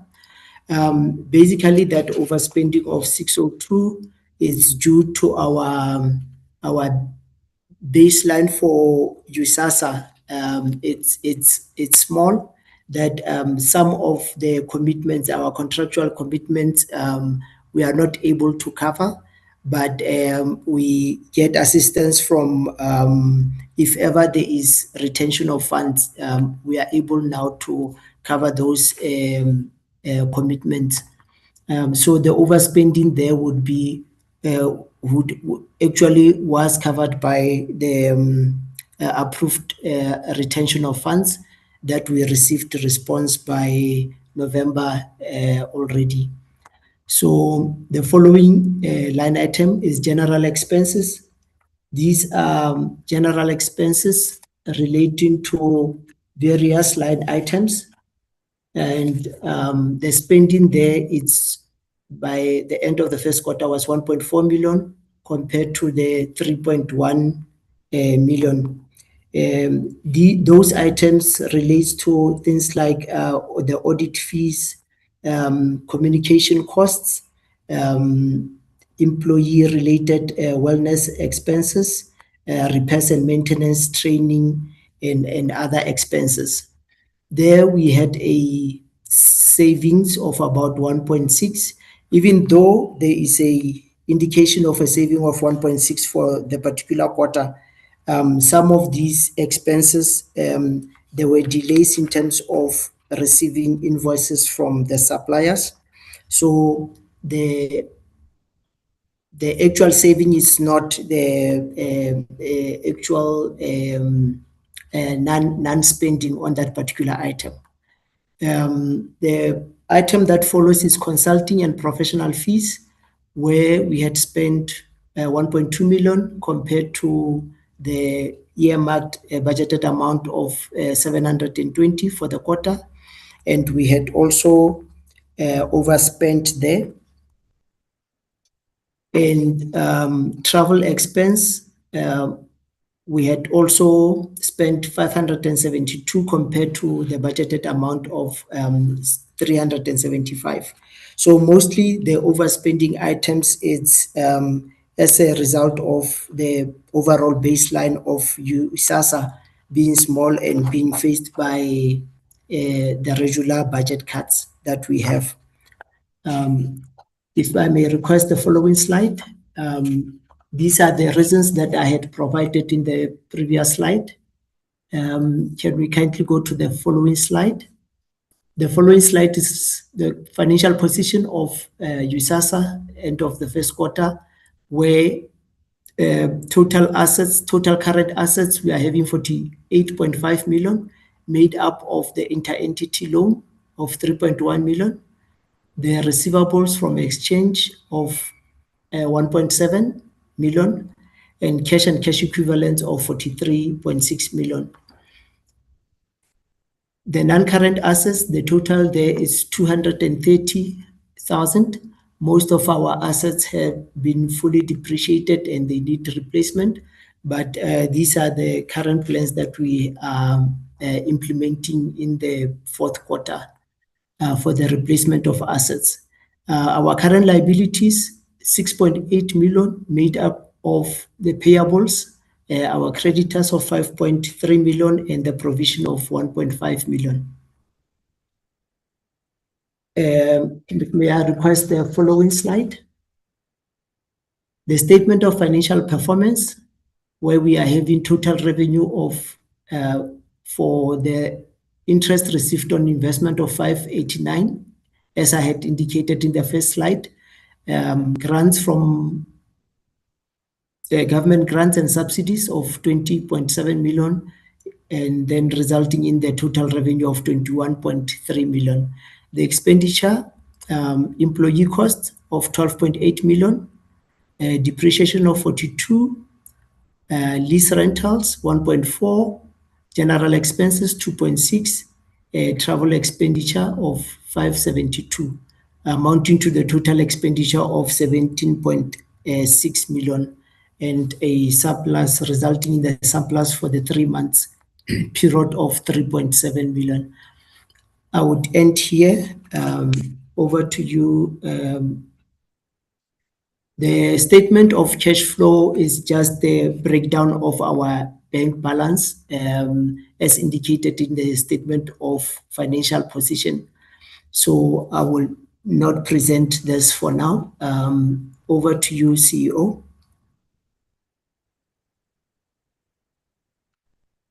Thanks, Mokgabo. Yes, Chair, I don't know if can we proceed to the next one, which is USAF from this one. Can we get the second term? I didn't see the Q2 report for USAASA's financials. We've only seen the Q1. Very briefly, Oh, please. yes, Q2. apologies. I just need to see the numbers, the statement of financial results, the balance sheet, and the income statement. Just those 2 slides, please, for Q2.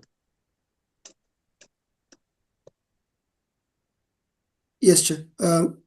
Through you, Chair Mokgabo. Thank you, CEO. For the Q2, the performance of USAASA was as follows. Generated interest revenue of 1.1 million, received government grants of 41 million. The expenditure was made up of 28 million on personnel, depreciation 64, lease rentals 2.9 million, general expenses of 5.2 million, consulting and professional fees of 1.8 million, and legal fees of 758. And we will skip one slide and move to the statement of financial position as the chair has requested.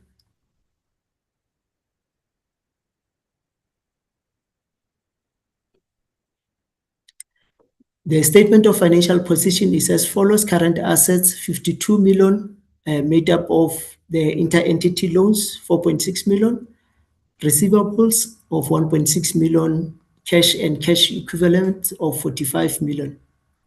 And the non-current assets, we are having 208. As indicated, it's mostly our it's furniture and computer equipment, which are mostly fully depreciated.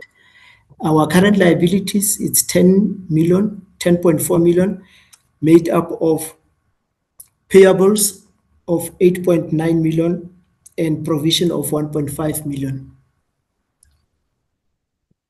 Thank you, CFO. Can I then also, whilst we have you, can you go to USAF's Q1 and Q2 financial results quickly so we can dispense with those two items as well whilst we got you? Okay, thanks.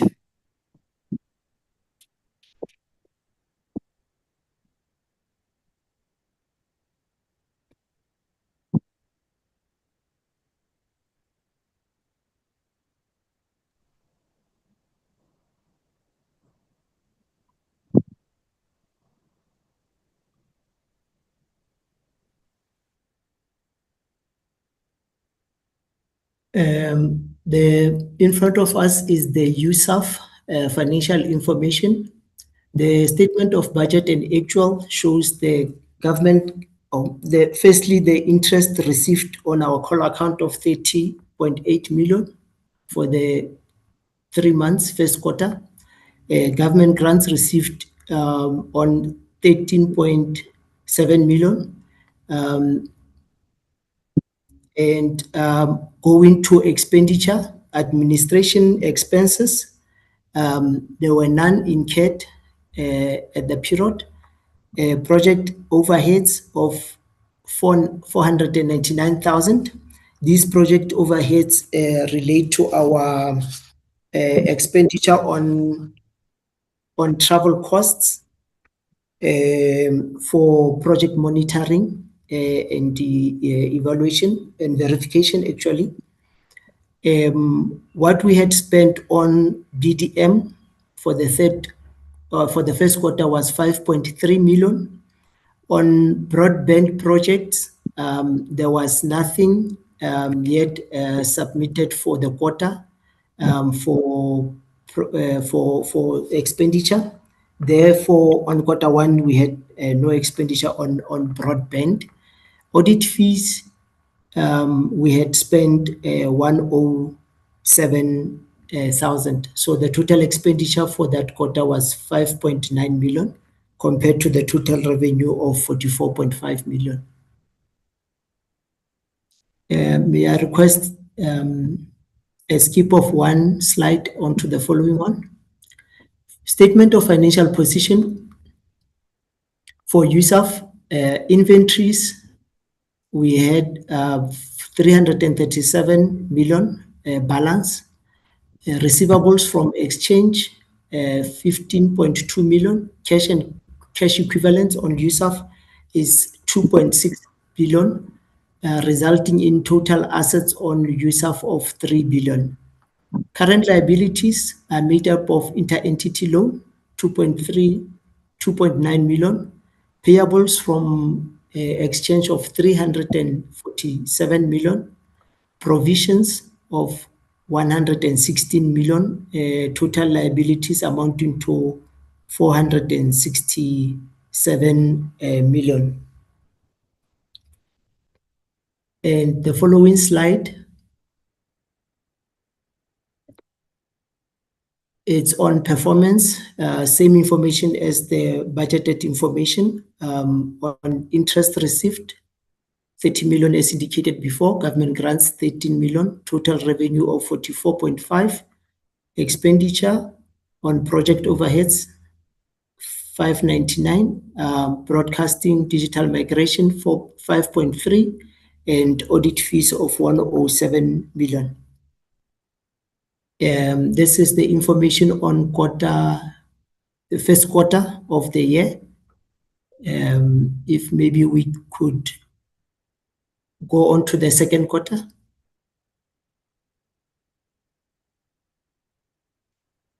For USAF, second quarter interest received by the end of the 6 months amounted to 88 million. Government grants, subsidies received was 27 million. Administrative expenses, we had incurred 1,000. These are for the bank charges on our check account, and project overheads, travel cost on monitoring and verification of sites, 1.5 million. Broadcasting digital migration, BDM, we had spent 76.9 million. On broadband project cost, 7.1 million, and audit fees, 1.3 million, with a total expenditure of 86.9 million. We'll skip one slide. The statement of financial position of USAF. Inventory amounted to 996.9 million. Receivables, 13.2 million. Cash and cash equivalents, bank balance, we had 2.47 billion, resulting in the total assets amounting to 3.484 billion. Current liabilities, loans from economic entities, 3.4 million. Payables from exchange, 188.7 million.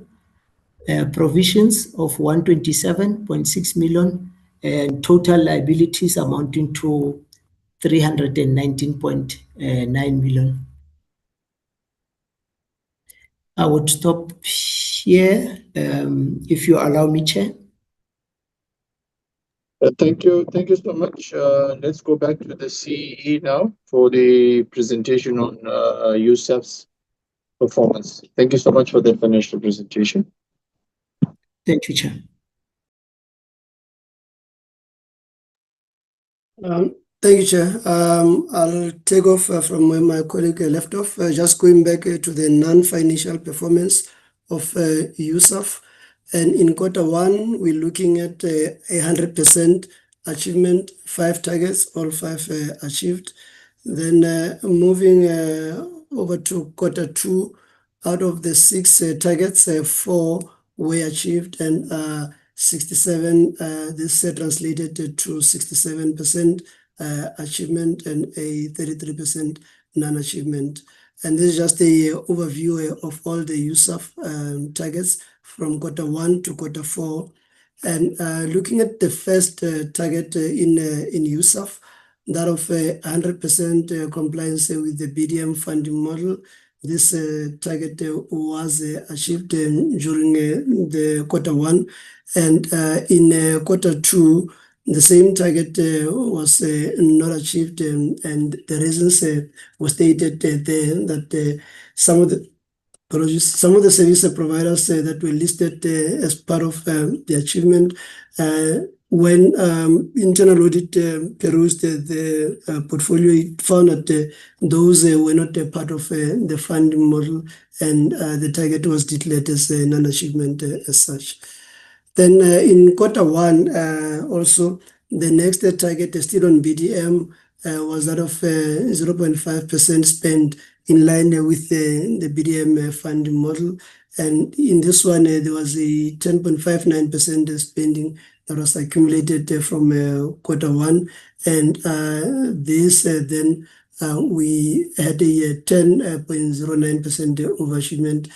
Again, this was a once-off payment of 219,251,000 for procurement of additional set-top boxes, which then escalated the total spending in Q1 as it were.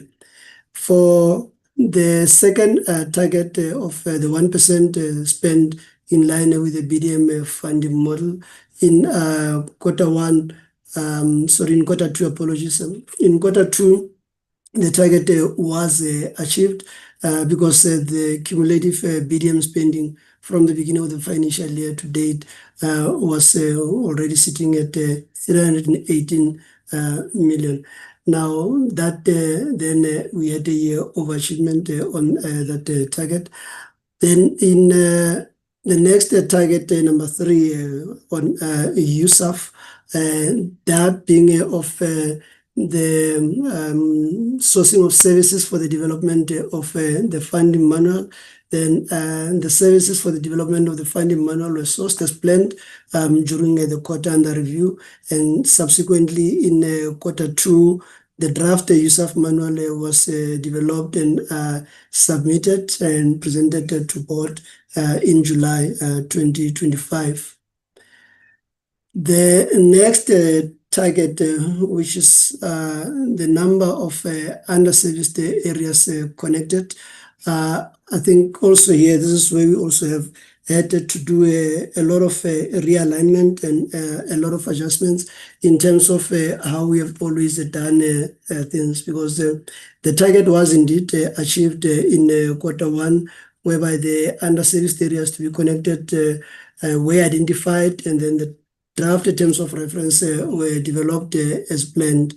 However, moving to Q2, on the same target, which then speaks to the appointment of the service provider, that appointment was not achieved during Q2. And amongst the reasons for the non-achievement, one of them was that the quotation and the appointment of the service provider were not approved because upon the recommendation by BAC and the approval of the board,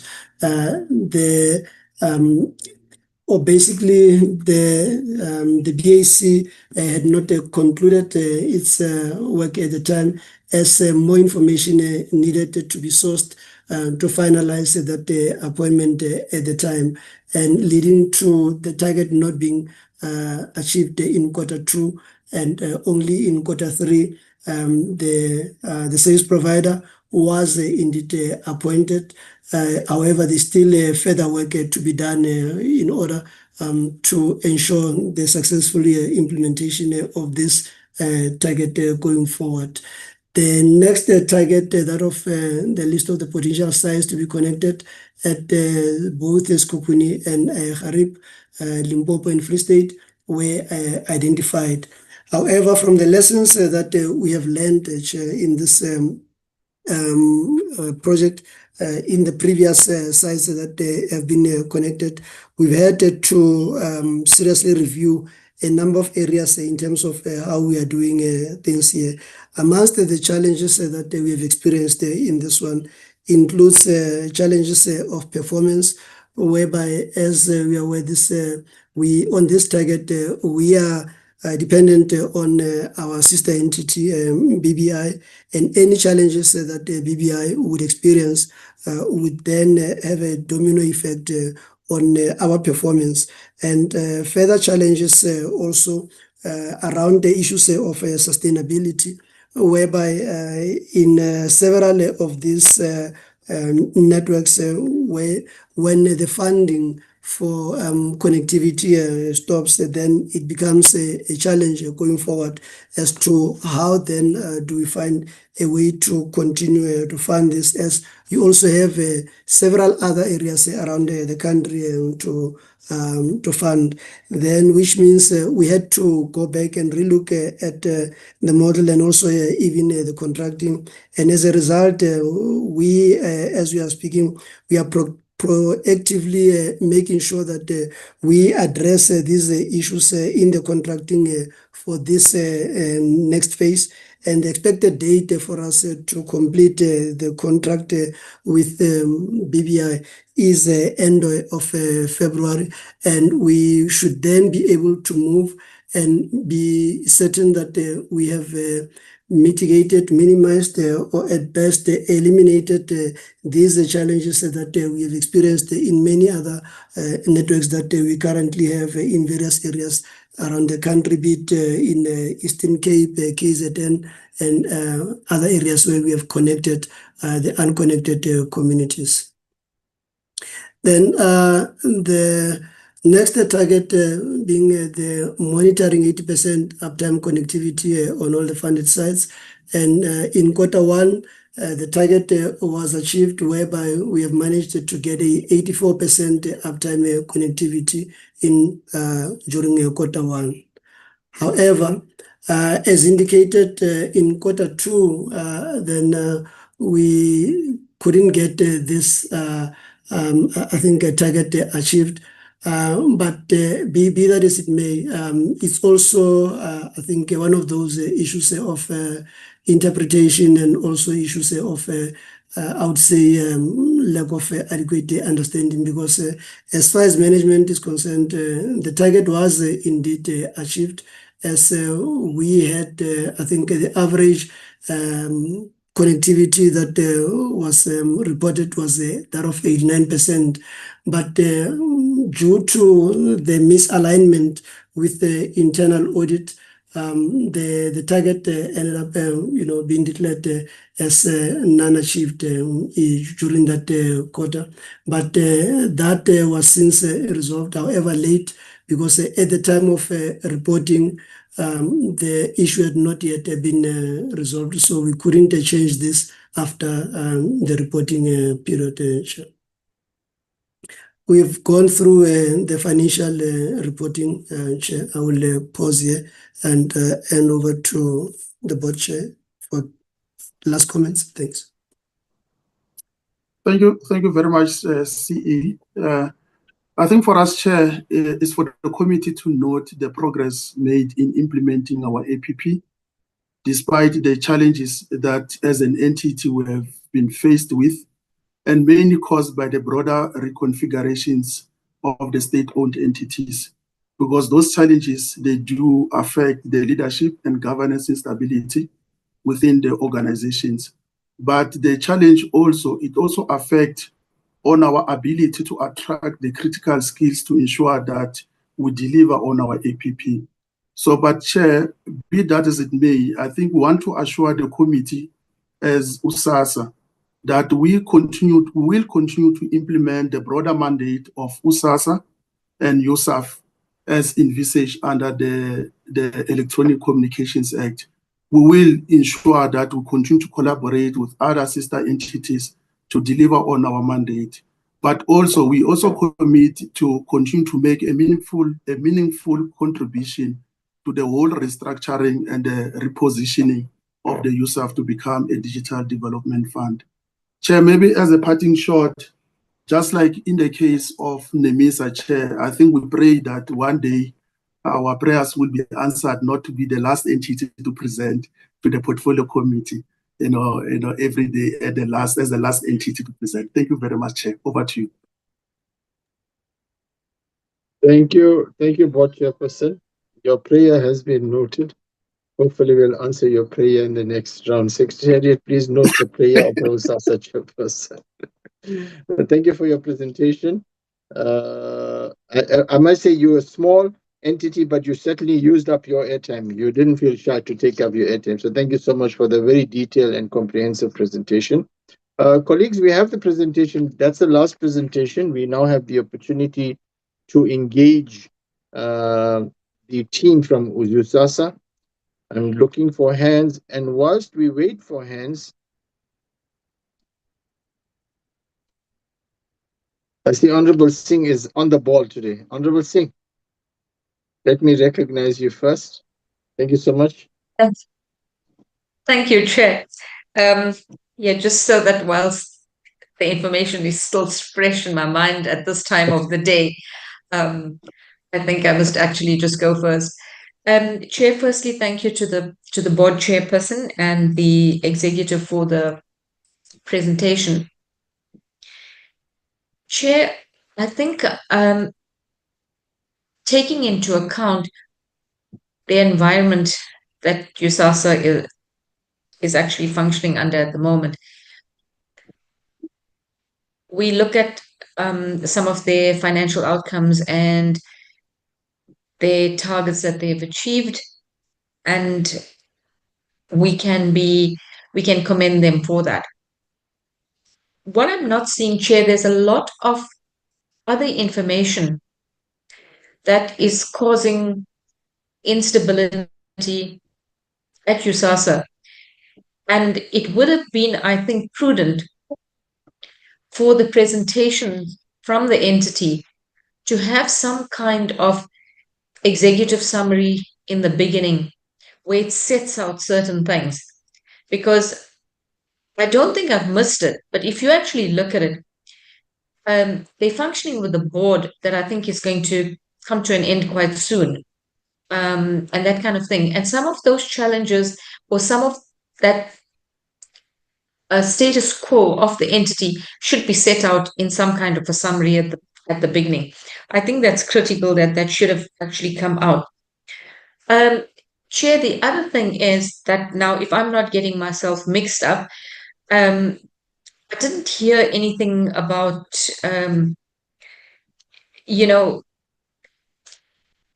I saw 2 letters about the appointment or the recruitment process that we were given for the CEO and the CFO, I think it was. And I'm glad that is finally going ahead, because I may stand to be corrected, but I think the organization hasn't had a CEO since 2019 or something. We were told. To see those processes finally going ahead is commendable. I do, though, question the timelines in some of in those letters, where it is quite late in the recruitment process.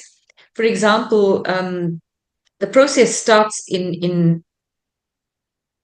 on the 13th of Feb and is scheduled to conclude on the 26th of May, if all goes well, for those 2 senior appointments.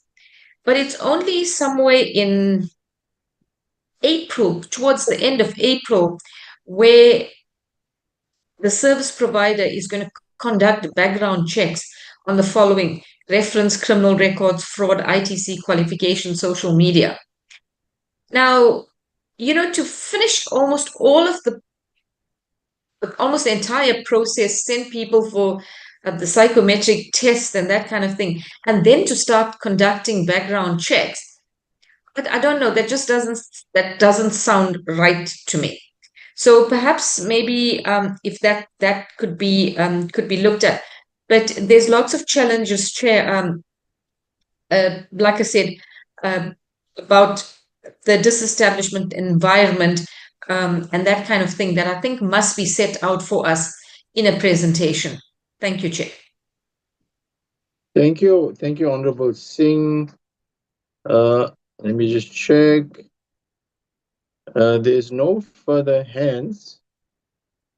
Let me then indicate one of my observations, and please excuse me. It's this is the last entity, and let me start with USAF, because this is the one entity. When I looked at the figures, my eyes popped out. I had to double check if the figures are correct, and I think I've seen an average sitting in the bank of 2.5 billion rands. I think in one of the months, Q2, the interest earned was 88 million. And in another month, in Q1, it would have been another amount. So given that USAF funds are specifically meant to address digital inequality through infrastructure deployment. No, sorry. What you presented to us today shows that USAF's financial position. But the thing we need to understand is why there is typically such a large amount of unspent USAF balance sitting idle. And as I said, about 2.4 billion. whilst millions of South Africans lack access to basic IC infrastructure. Now, colleagues, this can't be acceptable. Can management explain what are the actual barriers that are preventing the faster disbursement of USAF funds to qualifying projects? What is the average time it takes when a project application is submitted to when it gets approved, and then to when funds are actually disbursed?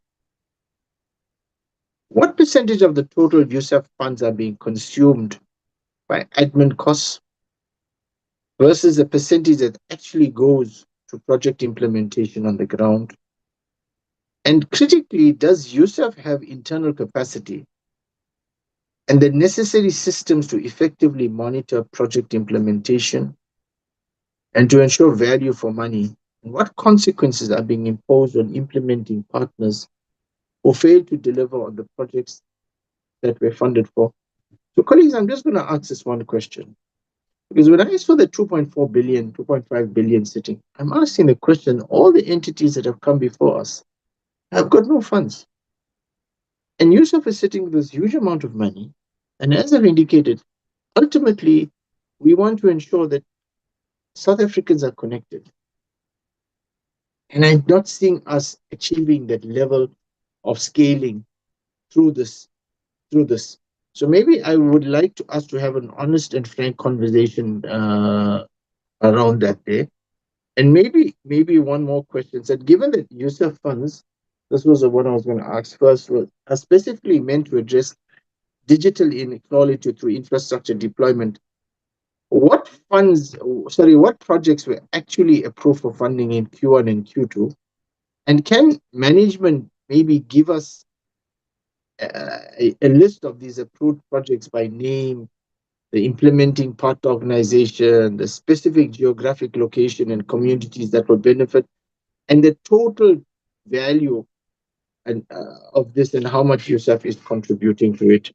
So maybe we also need to know how many project applications USAF has received, how many were approved versus how many were rejected, and what the primary reasons for rejecting these applications are. So those will only be my two questions, largely centered around, as I said, what got me going is seeing the 2.5 billion and against the backdrop that we need to connect South Africans. And I just don't think that's happening at the scale we want it to happen. Let me just check if there's any further hands from colleagues. I see there are no further hands. So let me then hand to you, Chairperson, DG, as I have been doing, and troubling you from time to time, then to lead the responses.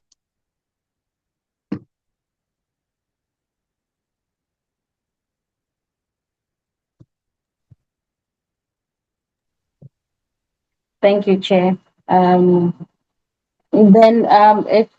If I may invite the Chair to perhaps pick up the responses along with the CE.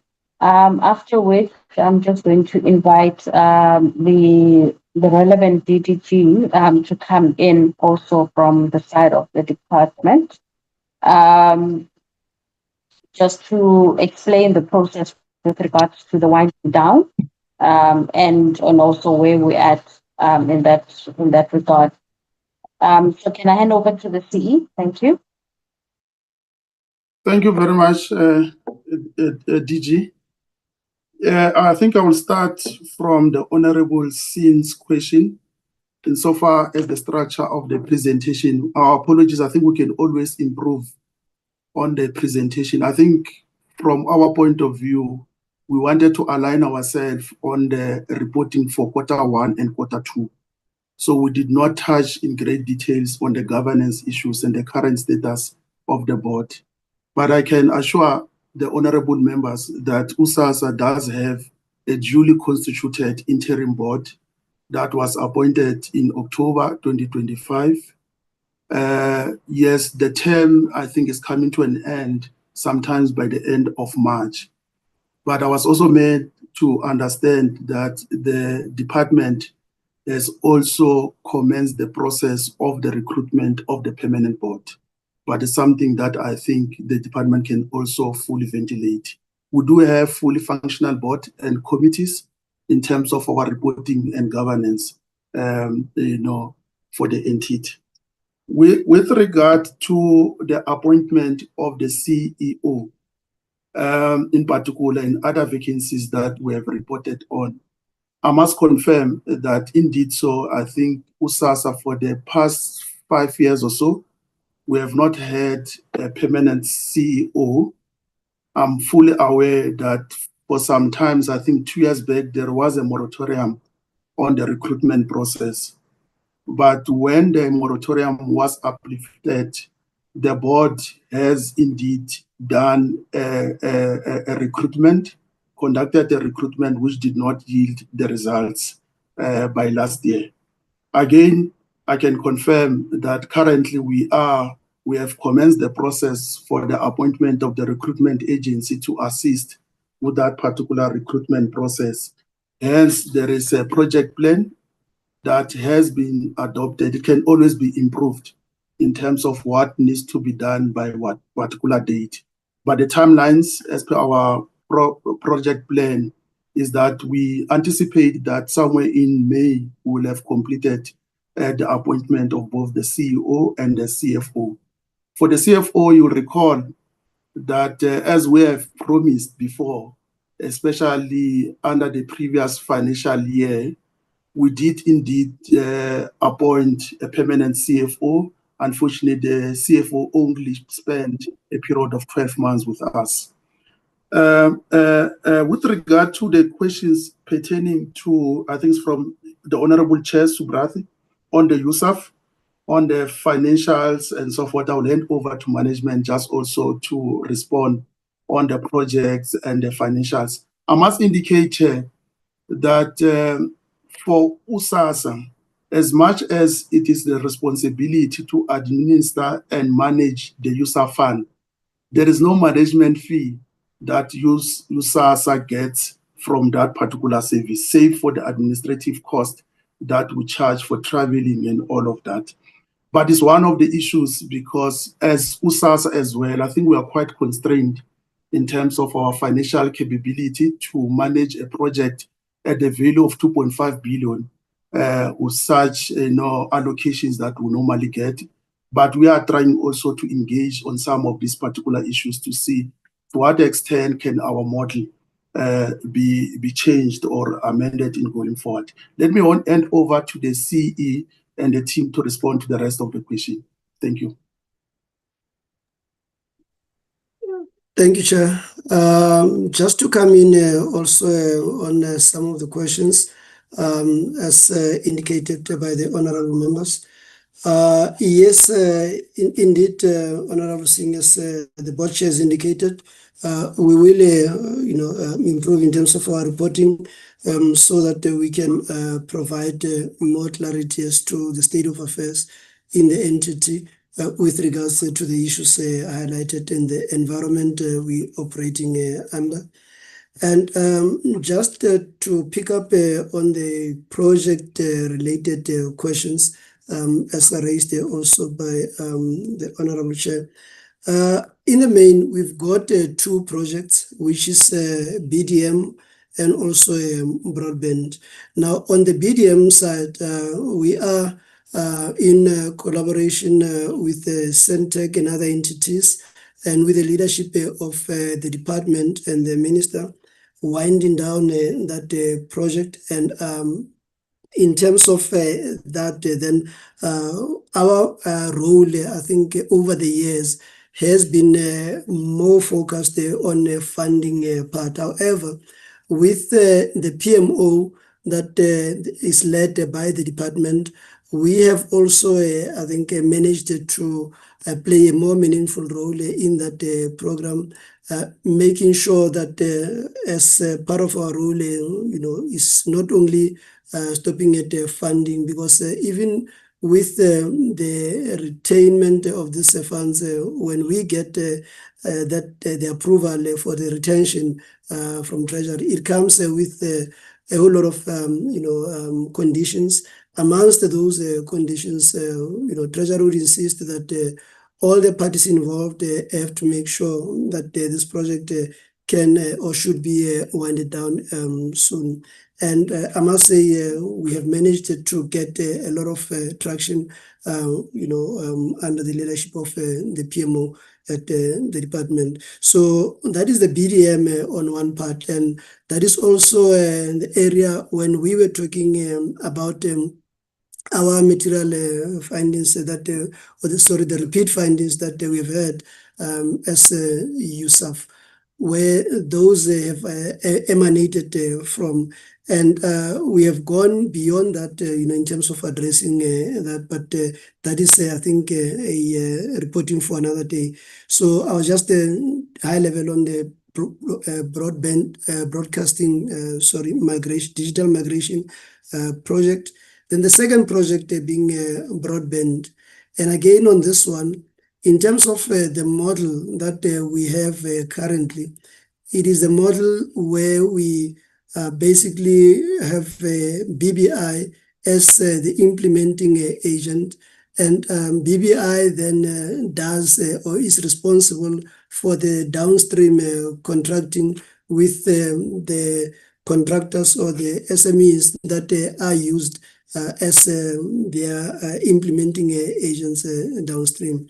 So this one of as I indicated when I was presenting, that in the lessons that we have learned, we have found this model to be inadequate and not as suitable in terms of addressing the challenges as highlighted by the committee chair, that with the digital inequality that we are dealing with in the country, are we moving with speed and efficiency in terms of addressing that? And indeed, we do share that sentiment that the model is not adequate for us to do that.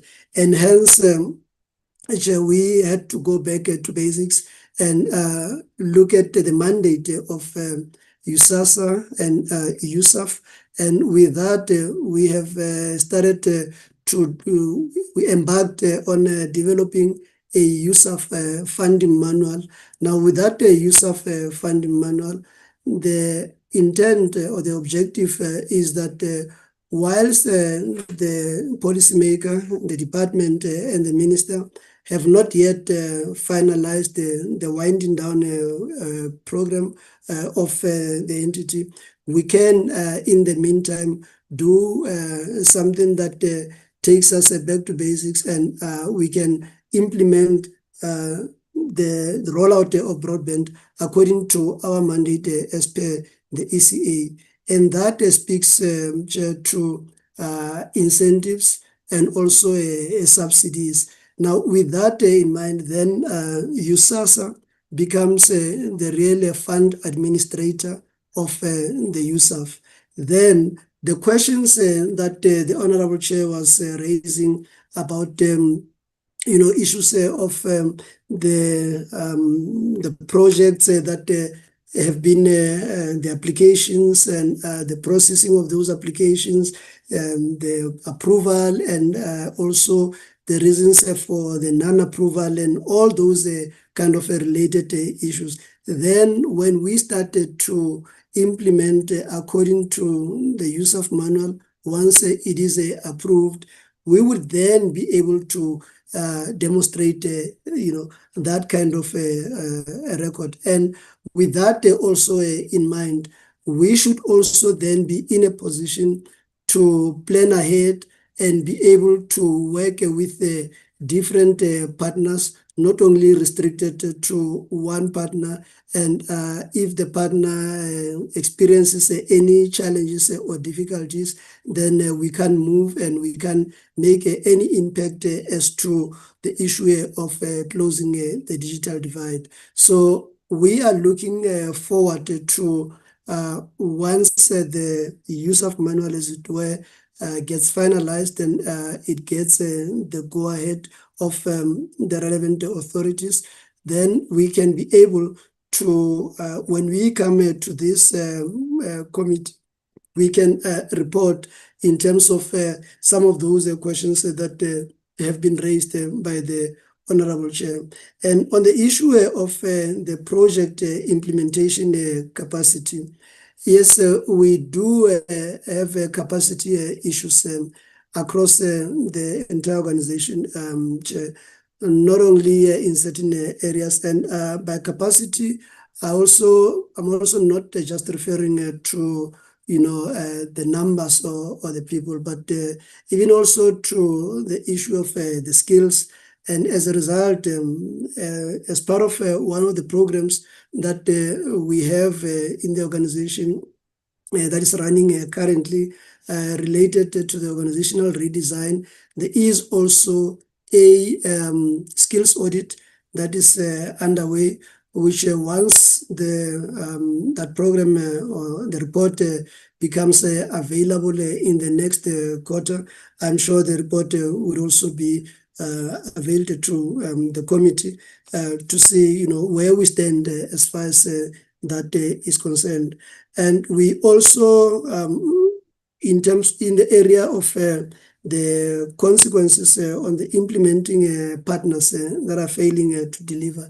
Again, I must say, there's an area that has, essentially been overlooked in the past at USAASA before the current, board and current management.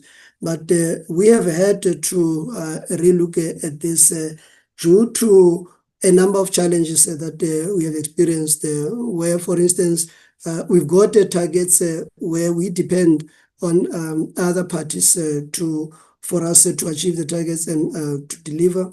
We have suffered, these setbacks, whereby when the implementing partners have the challenges of their own and can't deliver or are held back by one reason or another, we also, at the end of the day, gets to suffer. Now, we had to go back and look at our contracts with our partners, and where necessary, we had to issue breach notices and start to escalate those challenges and get those resolved. Like, for instance, in the case of the broadband connectivity with BBI, you would have noticed that in our reporting, as much as we did in Q2, managed to get the 89% connectivity, but we started experiencing a lot of connectivity issues in Q3 from around October in several of these sites, and many of them were reporting performance well below 50%, whereas our target is 80%. And those issues at operational level were escalated, and there were engagements, but that didn't bear any fruit. And as a result, at the beginning of this current quarter, in Q4, we had to engage on further escalations.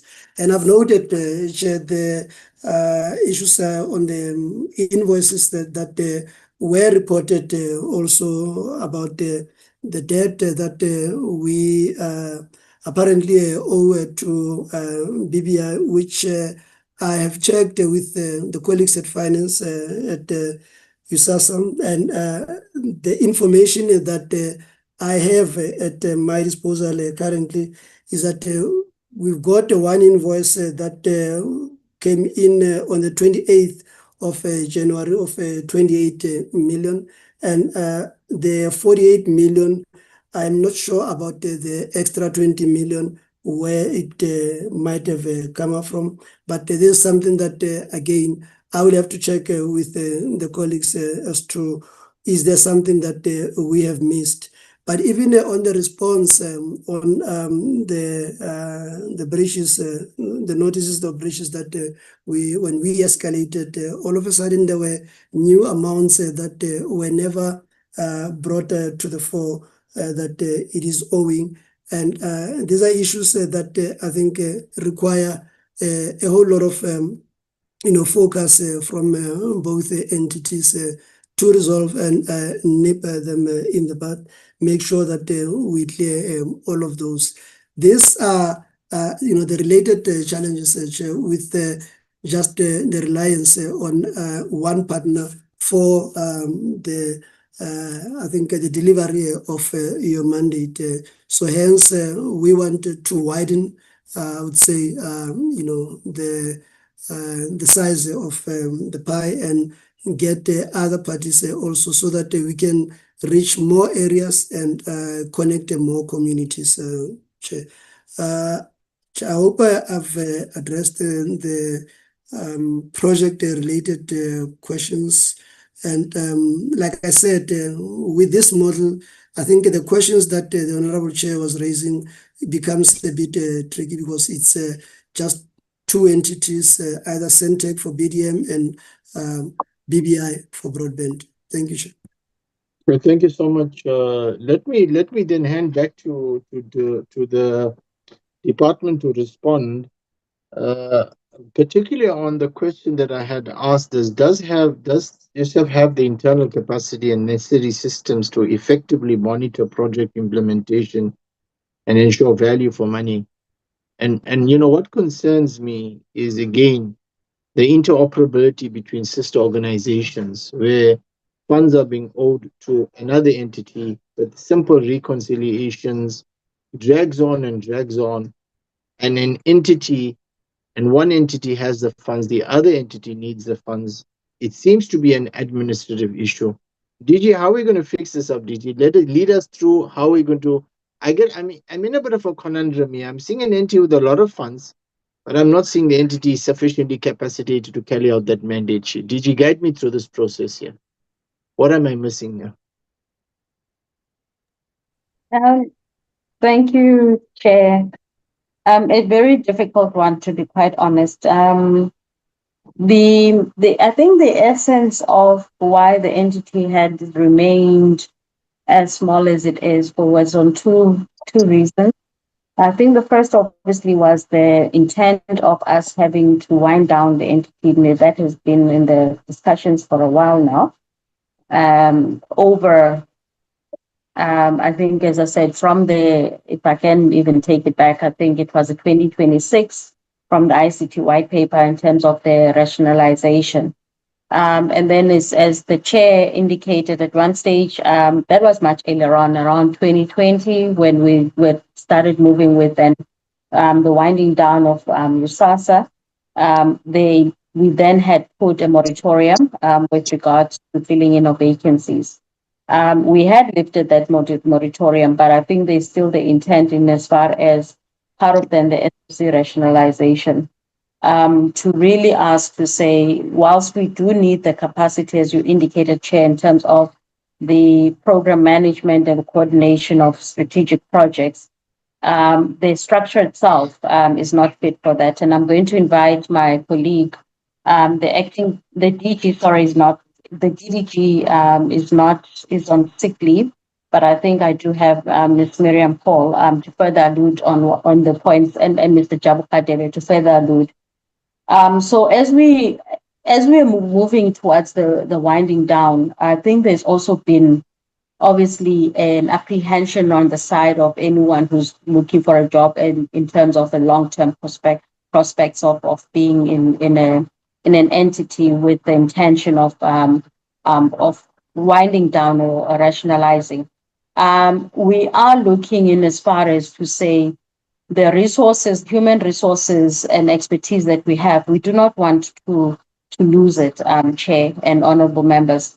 So if you have the expertise, for example, on areas of broadband, those officials, obviously with the relevant resources, would move to BBI, Sentech, when we do the rationalization in the same way, those dealing with BDM, etc. Then the repositioning or repurposing of the USAF in terms of the fund, we do have an elaborate business model on that, which we have engaged extensively both National Treasury and I think DBSA as well. And therefore, we would seek in terms of then the fit for purpose type of structure to be able to manage that. Again, Chair, if you then look in terms of the repurpose, the Digital Development Fund, as we call it, because it would then be translated into a fund. The fund management part of it, we can also seek to see where it can be leveraged on existing government structures, whether you're looking at the Post Bank or you can alternatively look at other institutions within the state, so that we are not going to necessarily duplicate resources again. And I said that talks to the whole essence of the state rationalization. So I would like to perhaps maybe before I hand over to my colleagues, responding on the issue of the recruitment of the board. It is correct that we had advertised, and we are in the process of then making sure that we fill in or to put in a new board before obviously the lapse of time of that particular board.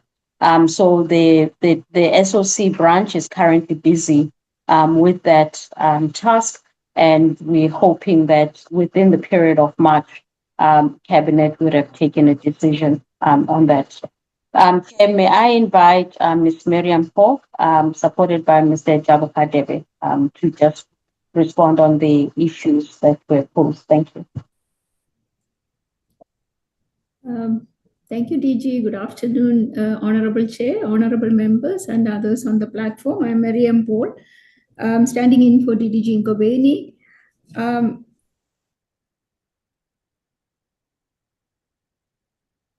Answering to the questions, especially with elaborate answer on a repurposing of USAF. So we all know that currently, before we get the Digital Development Challenge Fund, the DDCF, we have to look at what is actually in the legal frame of ECA. So exactly what the board chair and the acting CE spoke about, this use of funding manual. We actually, from the department side, we are in full support of creating a manual looking at the section 88 of the ECA, how the fund application should be, who should be the needy person, what is the, the underserviced area, defining that, and how an application will be submitted, how will be, looking at the success of this application. So we are working with the USAASA on creating this manual before we actually come to the repurposing of the DDCF. So, or USAF to DDCF. So we are working with that. Talking about so much of money in hand and then the fund is not utilized, the department also raised this concern through the from the department through the ministry to USAASA, but we never received a detailed feedback because we requested how this fund will be actually utilized in this financial year, so that when it comes to the end of the financial year, we are not saying that it is actually roll over to the next financial year. So that's from our side. So I think I answered the questions which is relevant from an oversight point of view. Chair, thank you. Mr. Radebe.